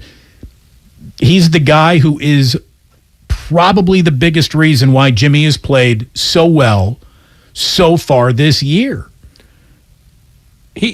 One thing, I mean, it should be said, though, that as teams have spent more time trying to figure out how to keep Samuel in check, something has to give in those secondaries. And I think they've decided that Ayuk can't hurt us. Well, Ayuk has kind of hurt teams. I think that's pretty clear. He hurts teams more than Kittle and Debo do. Well, I think because he has more freedom of action than the rest of them do. I mean, it's the last 4 games, 11 targets, 6 targets, 7 targets. That's a statement that he's open more often, and I don't know that it's because he runs so much more precise routes than Samuel or Kittle, but that he's facing one less guy. And if he's facing one less guy, it makes life simple for him, and it makes Jimmy Garoppolo's decisions when he throws to him that much simpler. So that's helpful. 49ers have been really good on third down this year. How? Don't really understand how, but they have been. They've converted 45.6 of their third down plays this season, which is the 5th highest third down percentage in the NFL. And the teams that are better than the 49ers all have quarterbacks that no one really complains about. Buffalo, Kansas City, Cincinnati, and Philadelphia. No one's complaining about quarterback play in any of those cities. There is an incessant amount of quarterback play complaining going on with the 49ers, and they've got the 5th best third down percentage in football, and that's the quarterbacking down. Now, having said all that, you would think that when it comes to third and very long, meaning 3rd and 10 or worse, that's where the 49ers wouldn't be pulling their weight. That's even asking too much of Jimmy Garoppolo in this offense. 3rd and 10, that can't be good, right? Wrong. The 49ers offense has converted 45.5% of their 3rd and 10 more plays this season, which is the highest conversion percentage of 3rd and 10 or more plays in football. That just doesn't make sense. Like when you measure it up to what your own eyes are feeding back to you, and then you hear that, it doesn't add up. But it's the truth. Jimmy Garoppolo is absolutely right in the middle of all quarterback conversations this year. He is never going to be mistaken as great. Nobody could mistake him as bad anymore. Knock on wood. These are 2 big games coming up for him. But man, like Garoppolo and this offense have been really good on third down, and if they've been that good on third down, it makes me think that they can get that much better in the red zone. Well, I guess that depends, and I don't know with any certitude why that would be, but maybe it's an offense that needs room, because when it gets constricted like that, and you are a run-first team, it's sort of difficult to find the room that you would normally find at the other team's 40 or your own 40. So maybe that's part of it. I'm just spitballing because, yeah, logically, if you're that efficient, you should be better in the red zone than you are. But they're not, so that's my explanation for this week. Next week, I'll come up with something else. Somebody says, it's because of the yards after the catch, not Jimmy. That is not cooked into that stat. That stat isn't picking and selecting the where it comes from. It's just that it's happening. And it really doesn't matter where it's coming from as long as you are moving chains on third down. And moving chains on third down is how Kyle Shanahan wins football games. Well, the truth is, Jimmy Garoppolo's not pretty. He's just, I mean, he's a quarterback who thrives on efficiency, not spectacular plays. And that's always going to bother people because they look at the teams with the best quarterbacks and they see big arms and they see great running backs. They see hundreds of different things that Garoppolo kind of isn't. But Garoppolo gets you from point A to point B. And he did that in 2021. He did that in 2019. He's just not going to dazzle you. And if people need to be dazzled, go be a fan of another team. Or just bet the 49ers in the under. Or be one of the golden oldies member of the Warriors dance team, in which case you're all dazzled by Jimmy Garoppolo, right? They came over for handshakes and lean-ins for Jimmy. I thought someone was going to ask for a kiss on the cheek. I thought he was going to get the Frenchman there for a second by one of those cheerleaders. If they were 6-3, probably would have gotten one. So who did the 49ers play last? That's right. I told you on Monday that you would forget about it, and you already have. The answer is the Chargers. They just beat the Chargers. They did it with reaching all sorts of numbers that Kyle would like to see them reach once again when they get to Mexico City to take on Arizona. And it's a big weekend of football for the 49ers. It's a big opportunity to become the winningest Monday Night Football team ever. They are tied with the Steelers for 51 wins on Monday Night Football. 52 would give the 49ers the most Monday Night Football wins if they handle their business in Mexico City. That would put them ahead of the Steelers, the Cowboys with 49, the Dolphins with 43, and the Raiders, who used to take great pride in being the winningest team on Monday Night Football. They're now 5th all-time. And I can't even remember the last time the Raiders were on Monday Night Football. It's been a long time. Meanwhile, the 49ers are 4-1 all-time against the Cardinals on Monday Night Football. Their international record, since this is an international game, is 2-1. Their last win came over Jacksonville at Wembley Stadium back in 2013. Ray, you ready to go down memory lane real quick? Get walking. 42-10 win over, at that point in time, an 0-8 Jacksonville Jaguar team. Frank Gore and Kendall Hunter both had big rushing days, and so did Colin Kaepernick. I mean, we are, at this point in time, right smack dab in the middle of the Jim Harbaugh era. And to prove it, the 49ers rushed for 228 yards and 4 touchdowns that day at Wembley Stadium. Navarro Bowman, 10 tackles, but the biggest defensive play, a 47-yard score. We'll see if you remember this name. A 47-yard scoop and score by middle linebacker Dan Skuta. Remember him? Oh, yeah, for the 5 minutes he was there. Yep, and that was off of a big Patrick Willis forced fumble from Mercedes Lewis. Oh, memory lane, everybody. I believe he's still playing. Is he there? He might be. He might be rostered somewhere. I don't know if he's actually playing, but is he rostered? He might be. Yeah, I want to say he is, but you might have to look that one up. Well, you might want to look that one up. Yep, he's still listed as active, and he caught a ball last week. He caught a ball last night. Oh no, he didn't. Not last night. But he did exist. Who's he playing for? The Packers. That's why you don't remember. No, yeah, really. Jeez. Yeah, he's caught Robert 3 balls this year. Tanyan's like, no, not on my watch. Well, I'm the tight end that's going to let Aaron Rodgers down this year. Well, that's my job. He's not letting him down, though. Aaron Rodgers can't get anybody the ball. It is weird. I think, once again, the Packers have not given him ways to hide his age.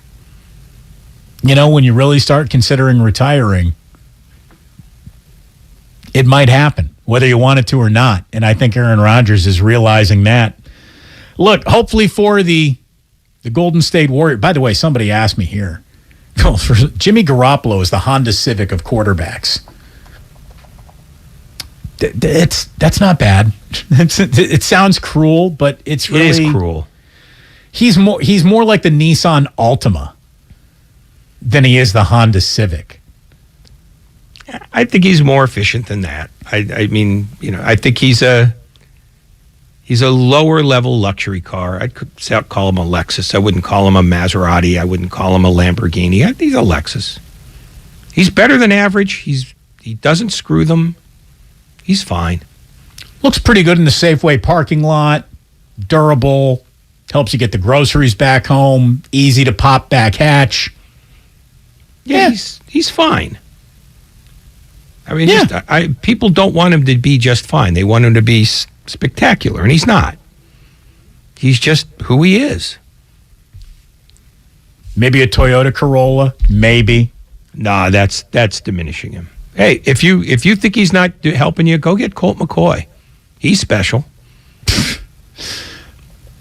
Somebody wants to know who's going to pick up their first road win of the year, the Raiders or the Golden State Warriors. Oh, the Warriors, not a question. The Warriors will get their first road win of the year Sunday in Houston, the same day that the Raiders, I believe, are going to lose in Denver. So the Raiders could lose in their own shower.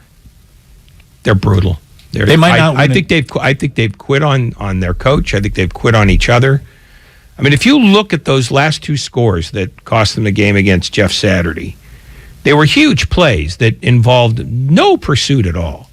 I mean, you referenced the Matt Ryan run. Yeah, him not being approached for 39 yards that's a statement that says I don't want to be here anymore. That's what that is. I mean, you can't allow that. He can't be allowed to be capable of doing that. By the way, I got another slice of baseball news to pass along to you. Our friend John Morosi is reporting that the Giants are showing interest in Kenley Jansen. Feels like a year or two too late, but okay. Gabe Kapler and Farhan know Kenley from their time together with the Dodgers. That is from John Morosi. Kenley Jansen, at the end of his Dodgers career, was fork sticking out of his back, level cooked. But he got it back in Atlanta. He did. He wasn't used as much. I think that helped a lot. They didn't trot him out every day. And, let's face it, he was worked like a rented mule in L.A. the last couple of years. And I think it showed. So there's one other thing that I really want to get to, and it's to get us back to the Warriors before we get you out to John Dickinson. By the way, we'll be fading the public coming up next segment. It is the mathematically most successful gambling segment in the United States. So how do you argue with results like that? More coming up in just a moment. Especially since you made up where we're ranked. No, dude, we got to. We're with everybody in the world of betting has the best record because I've checked. They all say it every week. No, but we actually mean it. We have the math to back it up. We're not restarting the count from a timeline that makes us look good. All we do is fade the public. All Las Vegas does is fade the public. There's a reason why they build new casinos and why we're sitting on a big fat winning percentage. Well, we're also mob. We're also linked to the mob. We are a mafioso backed program. There's no doubt by that. Stephen A. Smith came on with Steiny and Guru, and he was saying very nice things about Steph Curry. We don't really need to hear that because, of course, he's saying nice things about Steph Curry. Steph Curry right now is at the apex of his powers still. As the team ages and descends around him, Steph Curry, again, he was dropping a 50 spot and leading the team in rebounds the other night when the rest of the Warriors couldn't get it together around him. Steph Curry is a phenomenon unto himself. He then started talking about Klay Thompson, and these are the two cuts that I want to hear from Stephen A., and then we'll talk about where Stephen A. ranks in the world of sports punditry and what it means to the Warriors. First, here is Stephen A. Smith and his message to Klay Thompson. You're a 4-time champion. As far as I'm concerned, one of the top 5 shooters in the history of this game. You're a surefire, first ballot Hall of Famer. You're constantly being candid and speaking truth. How the hell you forget the truth that applies to you? You don't just wake up being able to shoot better than Klay Thompson. And you can practice all your life, and 90% of the people in the world can't shoot as good as Klay Thompson. But what good does it mean, damn it, if you've forgotten that? And you don't know that about yourself. Stop paying attention to critics that are questioning you. They're only questioning you based on a standard you established. So get back to being you, and then you won't have to worry about no damn critics. We're going to come on back and explain why that man has no idea what he's talking about. We're going to do that on the other side of the break here. Damon and Ratto, we will fade the public as well, so stick around. We are brought to you by Lucky California. Lucky California makes hosting Thanksgiving easy with delicious, complete holiday meals that serve 6 to 8 people. Just buy online, pick up in store, or order at the deli counter. And you can get incredible deals to make it yourself. Eat, drink, and save at Lucky California. Hey, don't miss out on the Jim Irsay collection coming to San Francisco on Saturday, December 10th from 7 to 10 p.m. at the Bill Graham Civic Auditorium. If you're a music lover, if you're a sports fan, this night is for you, and it's free. Jim Irsay, who is the owner and CEO of the Colts, is he has an exhibit, and he's got presidential artifacts, historic sports memorabilia from Jackie Robinson, Muhammad Ali. He's got one of the greatest collections of guitars in the world, plus much, much more. You can get free tickets at JimIrsayCollection.com. JimIrsayCollection.com.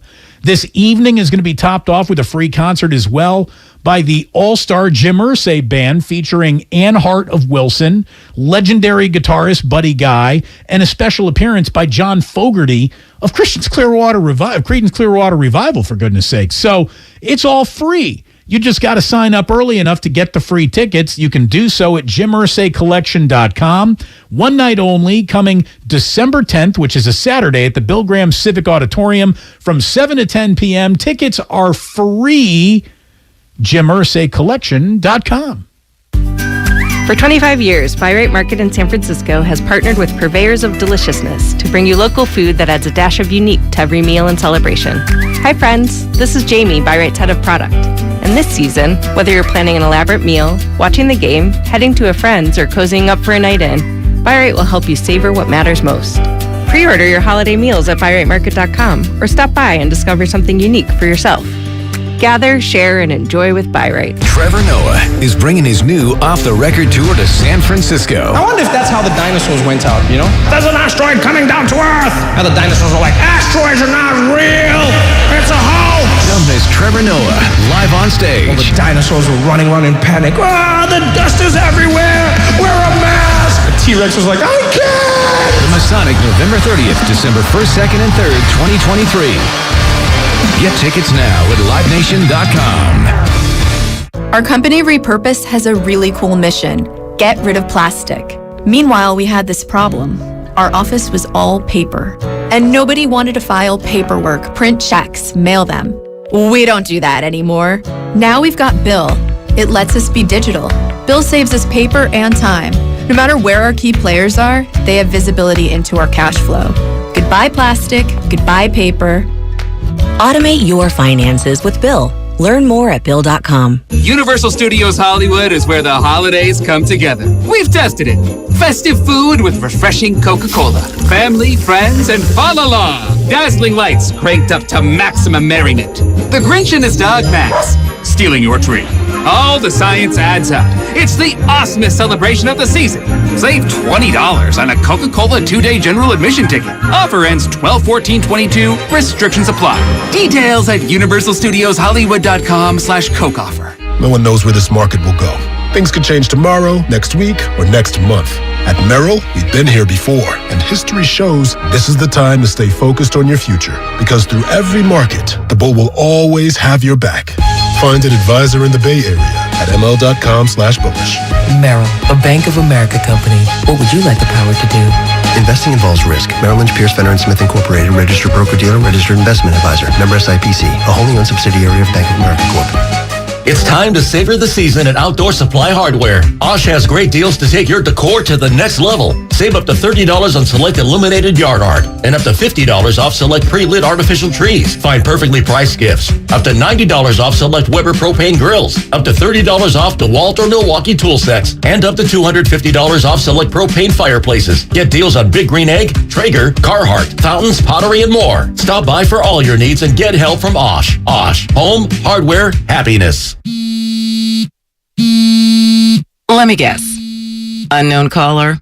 You could reduce the number of unwanted calls and emails with online privacy protection. The latest innovation from Discover will help regularly remove your personal info, like your name and address, from 10 popular people search websites that could sell your data. And we'll do it for free. Activate in the Discover app.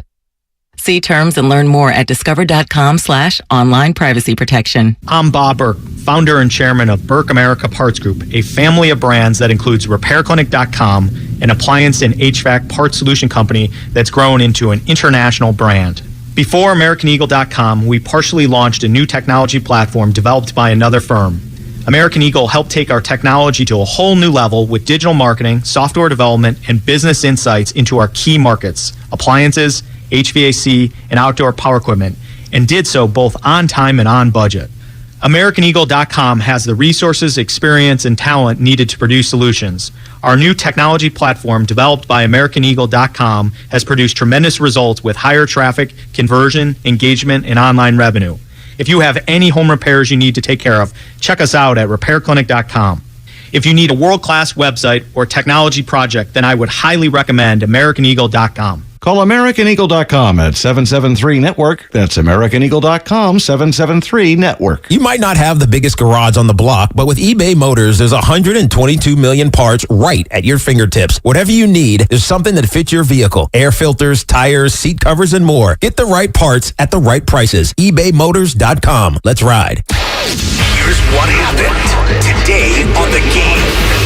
Presented by the County of Santa Clara. The Morning Roast from 6 to 9. The championship trinity is probably more like the Steph Curry trinity. As in, if they're going to win a championship, it's going to be on the back of Steph Curry. Willard Dibs from 9 to noon. I think that it would look very, very different. But he's not going to get Patrick Mahomes. Of course not. And he's not getting Steve Young. Of course not. But Steiny Guru from noon to 3. If this goes well the rest of the year, we've all decided, oh, well, then Kyle loves this. I don't think Kyle loves this. And Damon and Ratto from 3 to 6. Guru held me at gunpoint. It was so nice of you, Ray. I didn't want to get shot at the workplace. I'm telling you, this is not the Ray Ratto that I left on Monday. A whole different human being. The best of the game. Presented by the County of Santa Clara. Book a COVID-19 booster shot now at sccfreevax.org or call 211.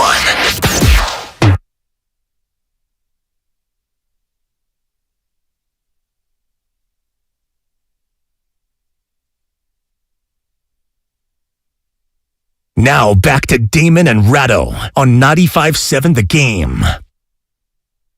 The 510 says, Damon, do you realize that you just called her Ann Hart of Wilson? Sorry, I meant Ann Wilson of Hart. She'll be part of the Jim Irsay Bought and Paid For It band. So there you go. You can go for free. Again, we told you how to get there. We will continue to tell you how to get there. I'll tell you, I like going to shows at the Bill Graham. It's kind of a fun venue. And if they got cool stuff to walk around and look at, why not? Free 99. It's price to move, Ray. Okay. You should go. Good stuff. Let's see. So we have some free money to give away.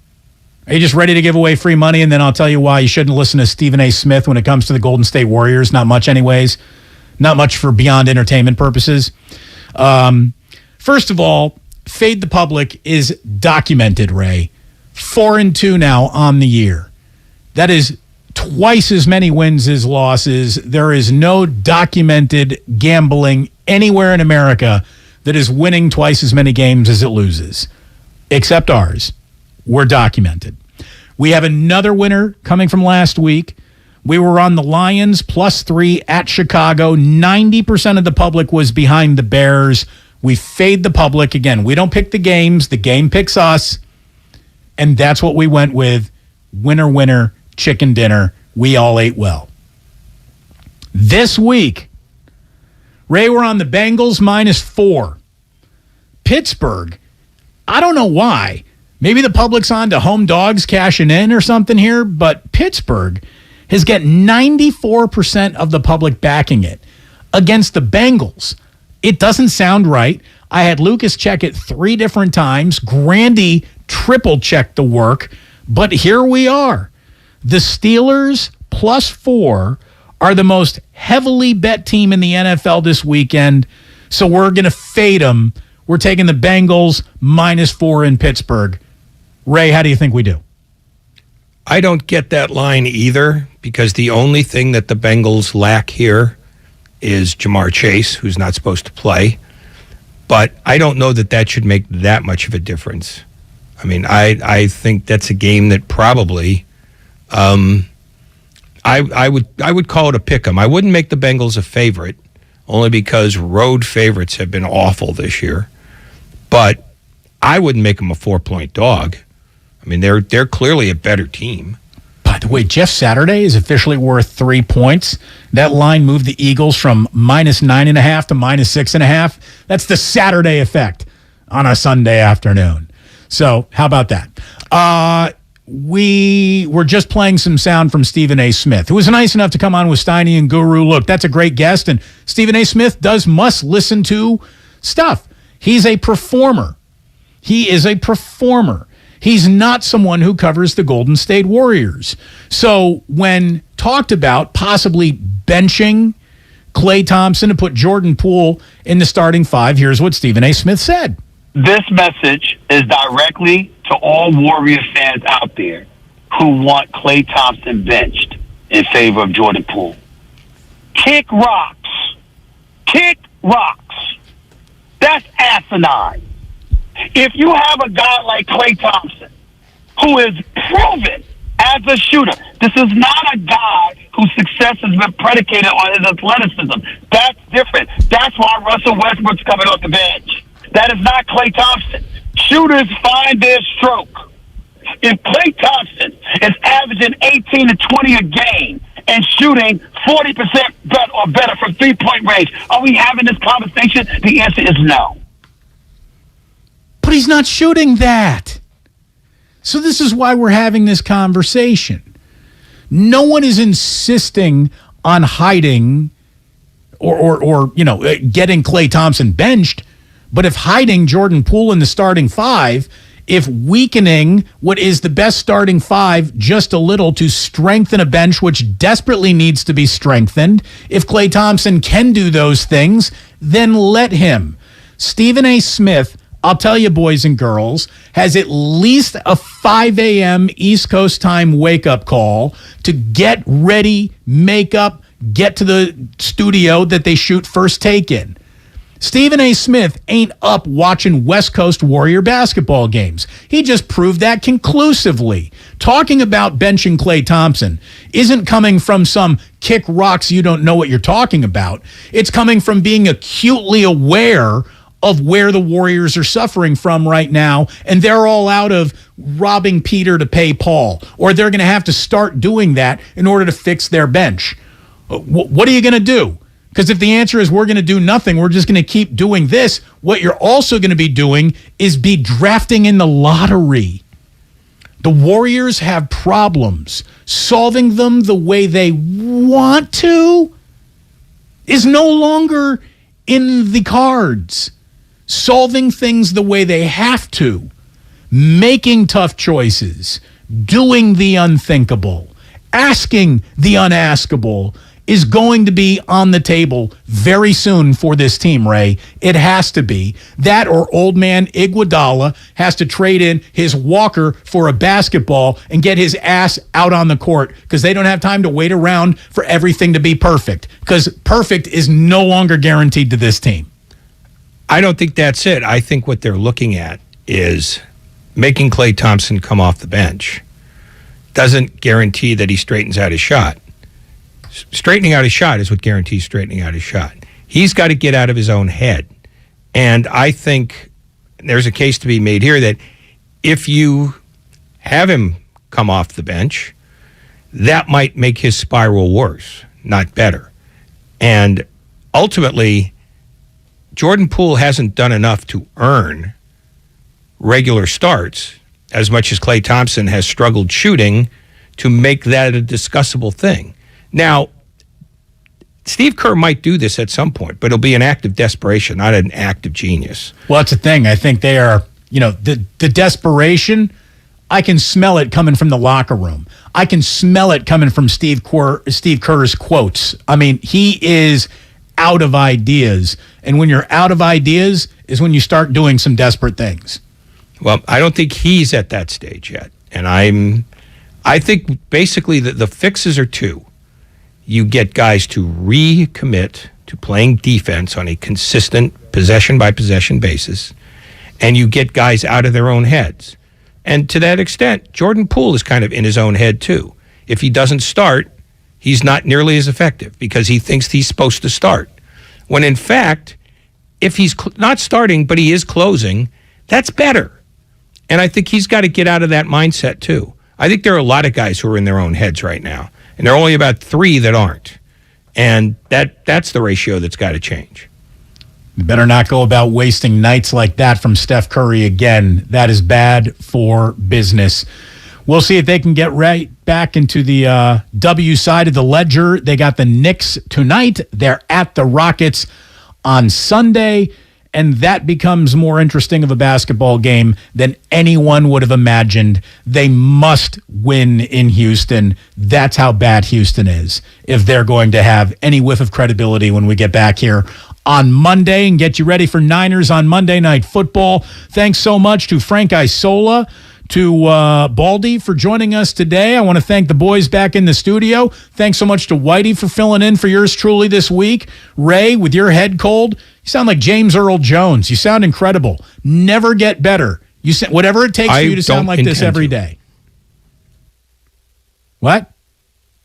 I don't intend to get better. This is the end for me. There we go. We are in the end times, everyone. Should be good stuff. Stick around. Thank you very much. For Ray, I'm Damon. This has been the end times. John Dickinson's coming up next from Chase Center, where, hey, it could be a whole new beginning starting tonight for the Golden State Warriors. It's certainly what Steve Kerr and company are hoping for.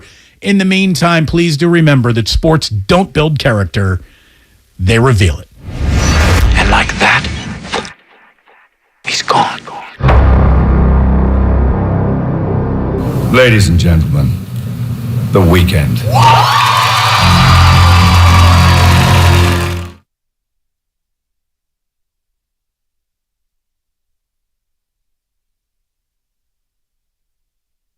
Supercharge your home with supersonic Wi-Fi. Unbeatable internet only from Xfinity. Cache Creek Casino Resort is the place for the biggest names and the very best in live entertainment. Rock out with your favorite bands, whether it's throwback classics or today's top hits. Sit back and laugh at stand-up comedy from well-known icons and tomorrow's legends. Plus, so much more. This is your time to cash in at Cache Creek Casino Resort. Find tickets and see our full lineup at cashcreek.com. Black Friday is starting early at Fasteners Inc. Tool Outlet, and there is no better place to shop for all your power tools. Grab free batteries with tons of Makita products and many more of the year's hottest deals, November 21st through the 28th. Save $100 on Makita 18-volt rear handle circular saw kit, and take home 2 extra batteries on us. Again, our Black Friday sale will be November 21st through the 28th. Check us out at 2897 Monterey Highway or online at fastenersinc.net. In this market, you'll find Fisher Investments is different than other money managers. Different how? Aren't we all just looking for the hottest stocks? Nope. We use diversified strategies to position our clients' portfolios for their long-term goals. You don't just provide cookie-cutter portfolios? No. We tailor our clients' portfolios to their goals and needs. But you still sell investments that generate high commissions for you, right? No, we don't sell commission-based products. We're a fiduciary, the highest standard of care for a financial advisor. It means we're obligated to act in our client's best interest. So when do you make more money? Only when your clients make more money? Yep, we have one transparent management fee structured so we do better when our clients do better. Sounds like you really look out for your clients. We do, because our priority is helping them achieve a comfortable retirement. That might be why most of our clients come from other money managers. Visit FisherInvestments.com to find out why investors like you switch to us. Fisher Investments. Clearly different money management. Investments in securities involve the risk of loss. Everything, our farm, our stand, our pop-up shop, it really all started when we discovered the benefits of local, raw honey for our family. And then we decided to turn it into a business. We were looking for something to help us get up and running. So we got the Chase Business Complete Banking Account. It's more than a bank account. It comes with Quick Accept, which lets us take card payments anytime, anywhere in the U.S. using the Chase mobile app. Plus, we get same-day deposits at no extra cost. For us, it's more than honey. It's about sharing a little sweetness with the world. Get the Chase Business Complete Banking Account with the essentials you need to help get your business going. Learn more at chase.com/business-complete-banking. Chase for business. Make more of what's yours. Quick Accept is not available in U.S. territories. Enrollment required. Usage subject to approval. Same-day deposits available for payments before 8 p.m. Eastern Time, Sunday to Friday. Fees and rates apply for checking and processing. Limitations and restrictions apply. Participants compensated. Merchant services provided by Payment Tech LLC and WePay Inc. Subsidiaries of J.P. Morgan Chase Bank and a member FDIC. Don't waste your time trying to sell your old car. Donate it to Cars for Kids. It's the easiest and fastest way to donate your car and get a tax deduction. Donate online at carsforkids.org. That's cars with a K. 1-877 Cards for Kids. Donate your car today. My husband and I live next door to a haunted graveyard. It's a little creepy, but we manage. Just like we manage without home internet. Do I wish my mobile hotspot was faster? Yes, but I make it work.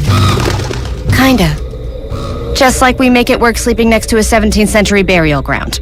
Honey, can you move your hand? That's not my hand. It's mine.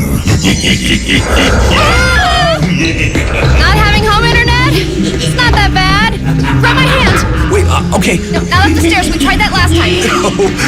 You can literally run through him. It is that bad. Don't settle for just mobile. Get Xfinity Home Internet for just $24.99 a month for 2 years with no annual contract and a free streaming box included. Go to Xfinity.com, call 1-800-XFINITY, or visit your local Xfinity store today. Restrictions apply. Not available in all areas. Requires paperless billing and auto pay with stored bank account. After 24 months, regular rates apply. Offer ends 12/21/22. It's pro time because at Lowe's, it's Provember. Save big with inventory you can count on, like Flex products or DeWalt power tools starting at just $99. Plus, Lowe's MVPs members earn up to 3 times bonus points per dollar on select items. Save all Provember long. Bonus points calculated before taxes and fees after applicable discounts, if any. MVPs Pro Rewards Program terms and restrictions apply. See Lowe's.com/L/Pro Loyalty terms. Subject to change. Prices valid from 10/17/22 to 2/3/23 or until supplies last.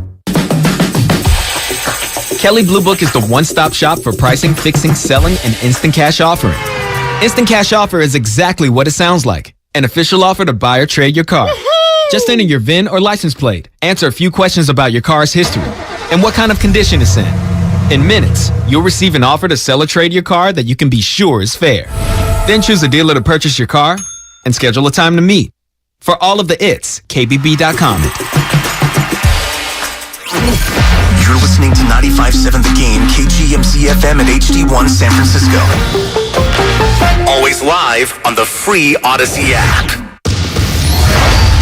Welcome to the greatest show on hardwood. Left side of the circle, it's money, cold, hard cash for Stephen Curry. The NBA champions are back to defend their title. And it starts now. This is Warriors Live. Holy cannoli, this is crazy. Presented by Xfinity. Supercharge your home with supersonic Wi-Fi. Unbeatable internet, only from Xfinity. It is Warriors Live. It is John Dickinson inside Chase Center as the Warriors and the Knicks set to go at it. Warriors with the single home game before hitting the road. They'll take on the Rockets and the Pelicans coming up on Sunday and Monday before heading right back to play in this building coming up on Wednesday and Friday of next week surrounding the Thanksgiving holiday. But the Warriors been a tale of two teams at home, 6-1, and able to beat just about anybody if they play a good game, but still looking for that first road victory of the 2022-2023 campaign. So overall, the Warriors come into this one at 6-9, continuing to be near the bottom of the Western Conference here now 15 games into the season. The Knicks come in 8-7, and this is game 3 of a 5-game road trip for New York. Knicks playing a little bit better than they had been previously, as they have won the first 2 games on their 5-game Eastern trip, as they won in Salt Lake City against the Jazz, who'd been playing well, and also handed Denver a loss on Wednesday in the Mile High City. The Knicks will play Phoenix and Oklahoma City on the road after their game in San Francisco. So Warriors 6-1 on the home floor, but as we alluded to, much different squad away from this building. Get to our injury report right off the top here, as it is Warriors Live, and the injury report is sponsored by Boxer & Gerson. Boxer & Gerson, Northern California's premier workers' compensation law firm, helping injured workers get their lives back for over 40 years. For more info, visit boxerlaw.com. And the Warriors did get some good news on Jonathan Kuminga, who will be back in the Warriors rotation tonight after non-COVID illness. He came down a little bit under the weather in Phoenix on Wednesday, and Jonathan Kuminga, though, feeling better, had been listed as probable, now on the latest injury report available to play in this one for the Warriors. So Jonathan Kuminga finds himself back in the fold as you look at this game tonight, and the Warriors are going to need him to get rolling, just like they're going to need to get a lot of people rolling here as they try and inch their way back to 500. So Kuminga available tonight.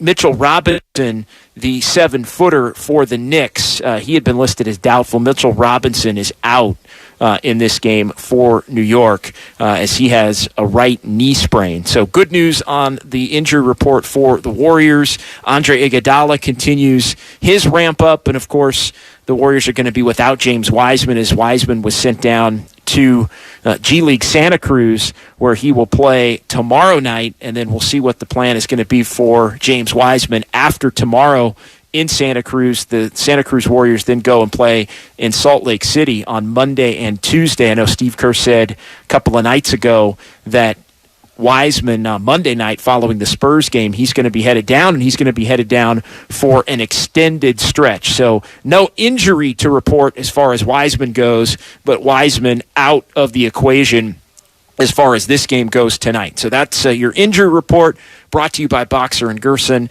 here on 95.7 The Game. It's Warriors Live with JD inside Chase Center, sponsored as always by Xfinity. Xfinity Internet, better streaming with our Flex 4K device, voice remote, and Peacock Premium, all at no extra cost, no strings attached.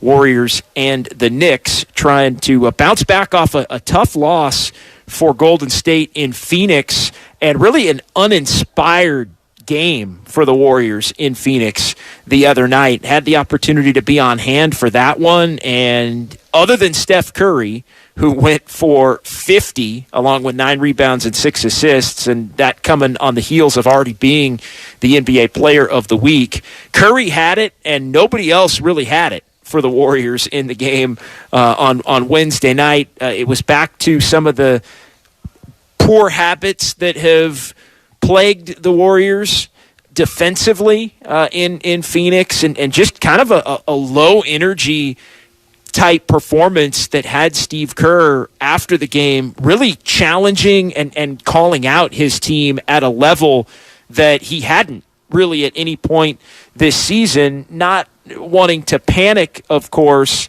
and proclaiming that the Warriors have to stay with it, but also saying that they have to get everybody on board, that they were too scattered. It was he said the game was akin to a Drew League game or a pickup game, and really also intimated that there are some connectivity issues that may go just beyond the basketball component as well for the Warriors. So when you look at it, he really was he was really blunt with his team and open, and saying that the teams can't wait to face the Warriors right now and kick their tail, and bad shots, not a lot of intensity or grit and grind, and things that really are going to have to be worked through here. And I wonder if in the last couple of days between Wednesday and heading into tonight, if maybe there have been some internal conversations, whether it's coach to player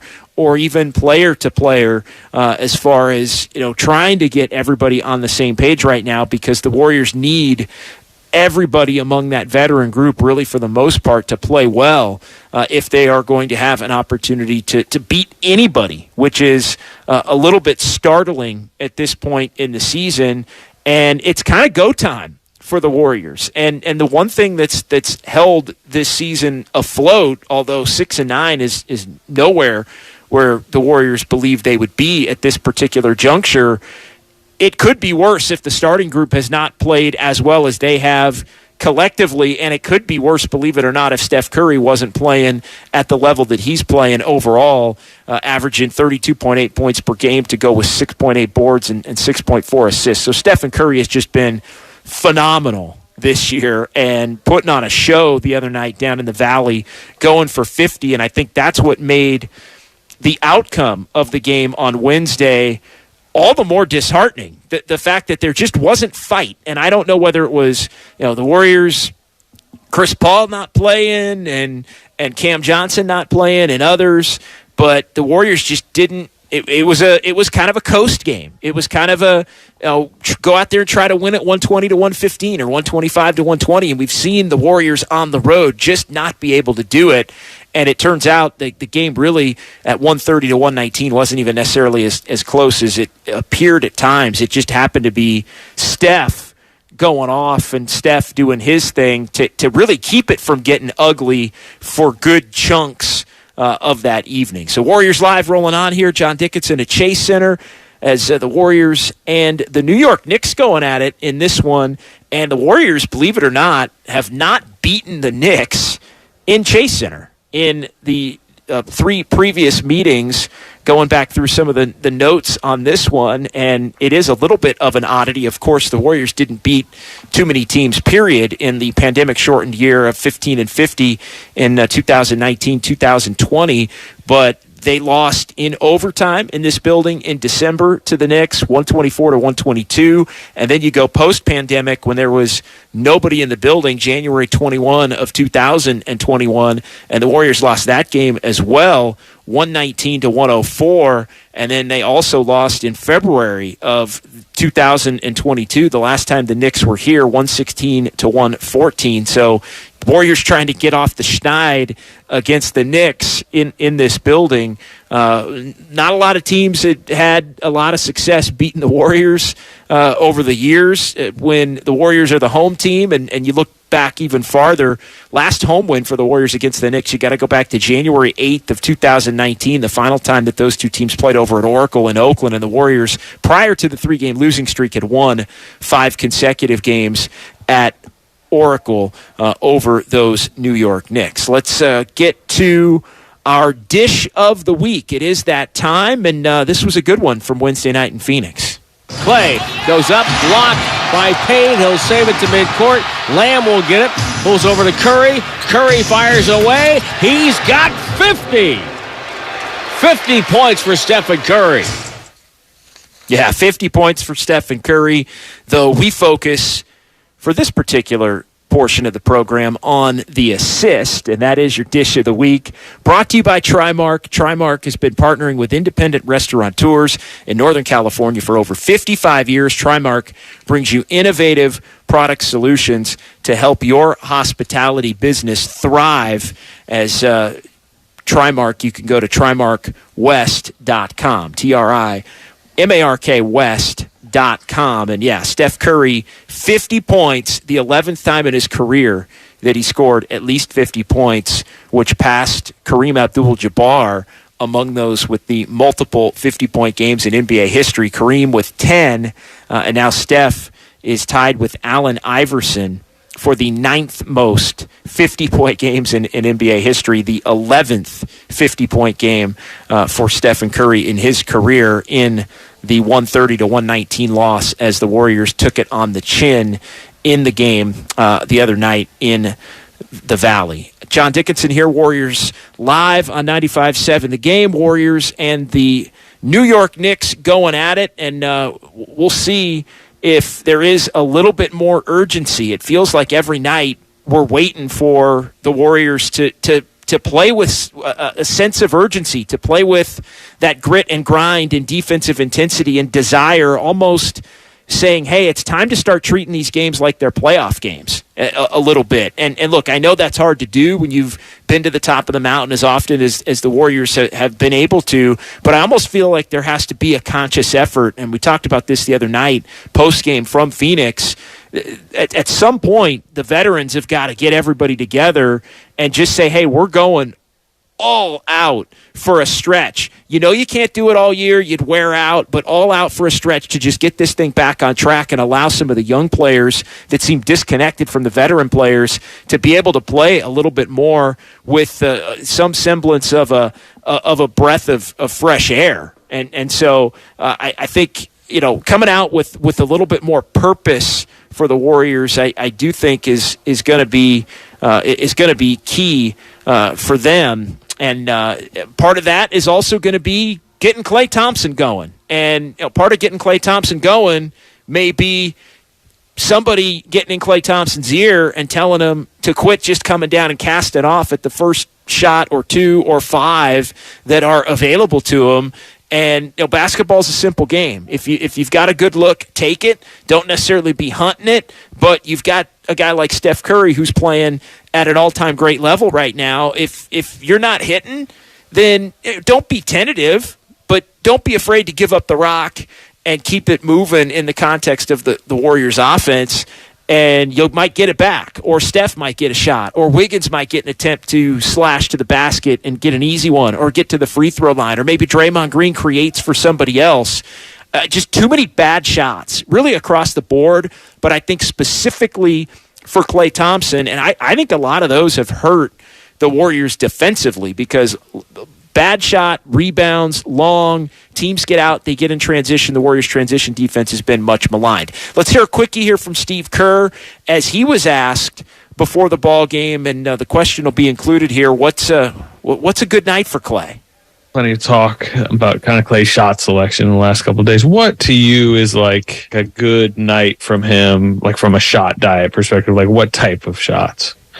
Just open ones. I think our history here has been ball movement. We're either number one in assists or close to it every year. And when the ball moves, we tend to play better offensively. And Klay is the beneficiary of that often, as he just looks for simpler actions. If he's got the ball and nothing's there, just moving it on, the ball's going to find its way back to him and he'll get better shots. And that's the process that will unfold here, I think, in the next couple of weeks. Yeah, pretty simple. And forget about the next couple of weeks. Like tonight. Like it needs to start tonight. There has been this belief or this vibe almost as if I know the Warriors are wanting to make sure that Klay's comfortable, but at some point if it's not working, and I'm not even necessarily going as far as what some of the conversation has been, do you flip Poole's minutes with Klay's minutes, and even if the minutes wind up being the same, but you start Poole, you have Klay come off the bench. It's not like Klay wouldn't be playing, and that's been something that's been broached and been met with defiance, really, by the Warriors, and I understand the reasons why, but it's not even necessarily that Klay Thompson has to come off the bench. It's just he has to take better shots within the context of the offense to help keep the flow of the game be more on point. So I think Steve Kerr, he's got it, like right there, nailed, dialed, as far as what the Warriors have to do and what Klay Thompson at this point has to do to keep everything on track. Let's get to our taking it to the bank. Who's going to be taking it to the bank for the Warriors in this one, as that is brought to you by Fremont Bank.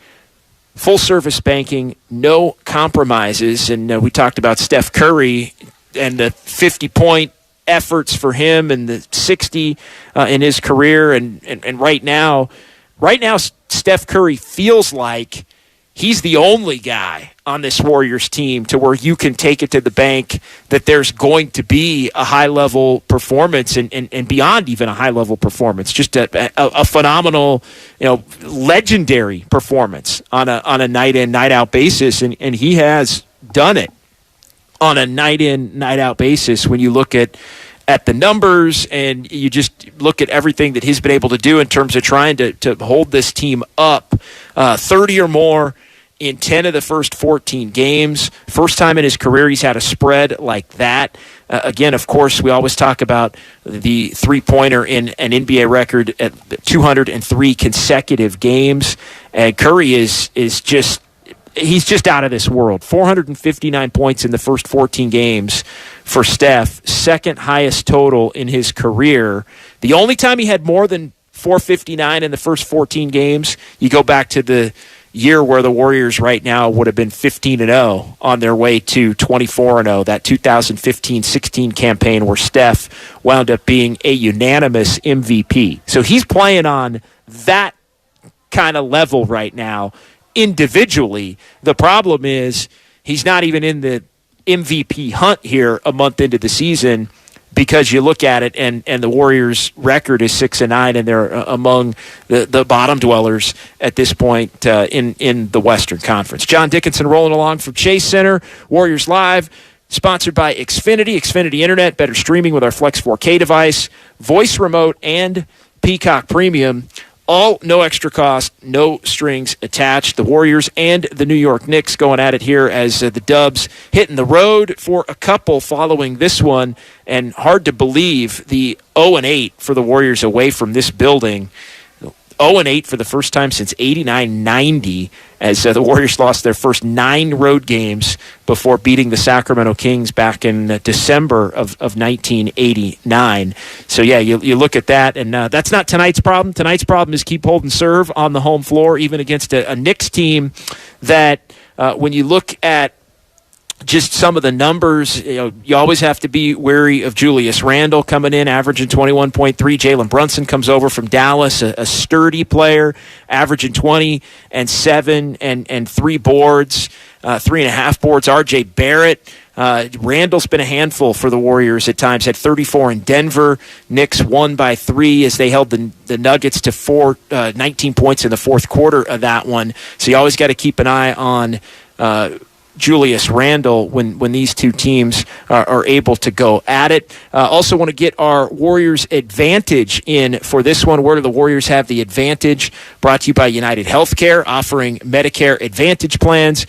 Go to uhc.com for more information. And I think this is the kind of game where you look at it and the Warriors, their advantage is offense. Their advantage is ball movement, where they come in to the NBA first in assists. The Knicks 17. They're more of an isolation type of a team, pick and roll type of a team. The Warriors come in 4th in points per game, 6th in field goal percentage. The Knicks shoot 45.5%. That's 23rd in the league. So the Warriors have an advantage there. 3-point percentage.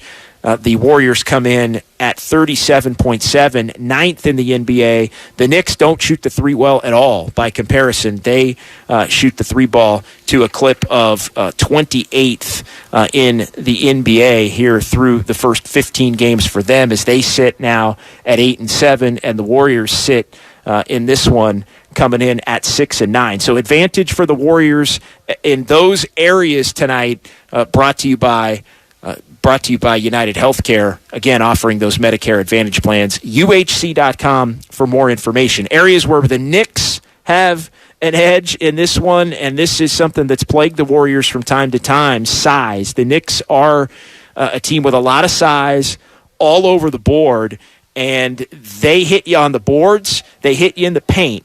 Second chance points. The Knicks get after it there, 16.1 per game as far as second chance points. They're second in the league at points in the paint, 56.3 points per game in the paint. And so the Warriors are going to have to be leery of that, making sure they're blocking out and playing bigger than their body type in this game against the Knicks. All right, that'll do it for me. I'm back after the ball game with Warriors Wrap-Up. We're taking your phone calls at 888-957-9570. But right now, Tim and Tom, they got the call, and it's coming up. Warriors and Knicks on 95.7 The Game. Fremont Bank. If there's one thing we understand more than anybody, it's that it takes a local bank to really get the needs of local businesses. Fremont Bank has the flexibility and motivation to service your business loan needs like other banks can't or won't. With our full suite of business loan products and recognition as a top SBA lender in the Bay Area, Fremont Bank is the right choice for local and family-owned businesses. Fremont Bank. Learn more at fremontbank.com. Member FDIC, Equal Housing Lender. Hey, I'm Andy. If you don't know me, it's probably because I'm not famous. But I did start a men's grooming company called Harry's. The idea for Harry's came out of a frustrating experience I had buying razor blades.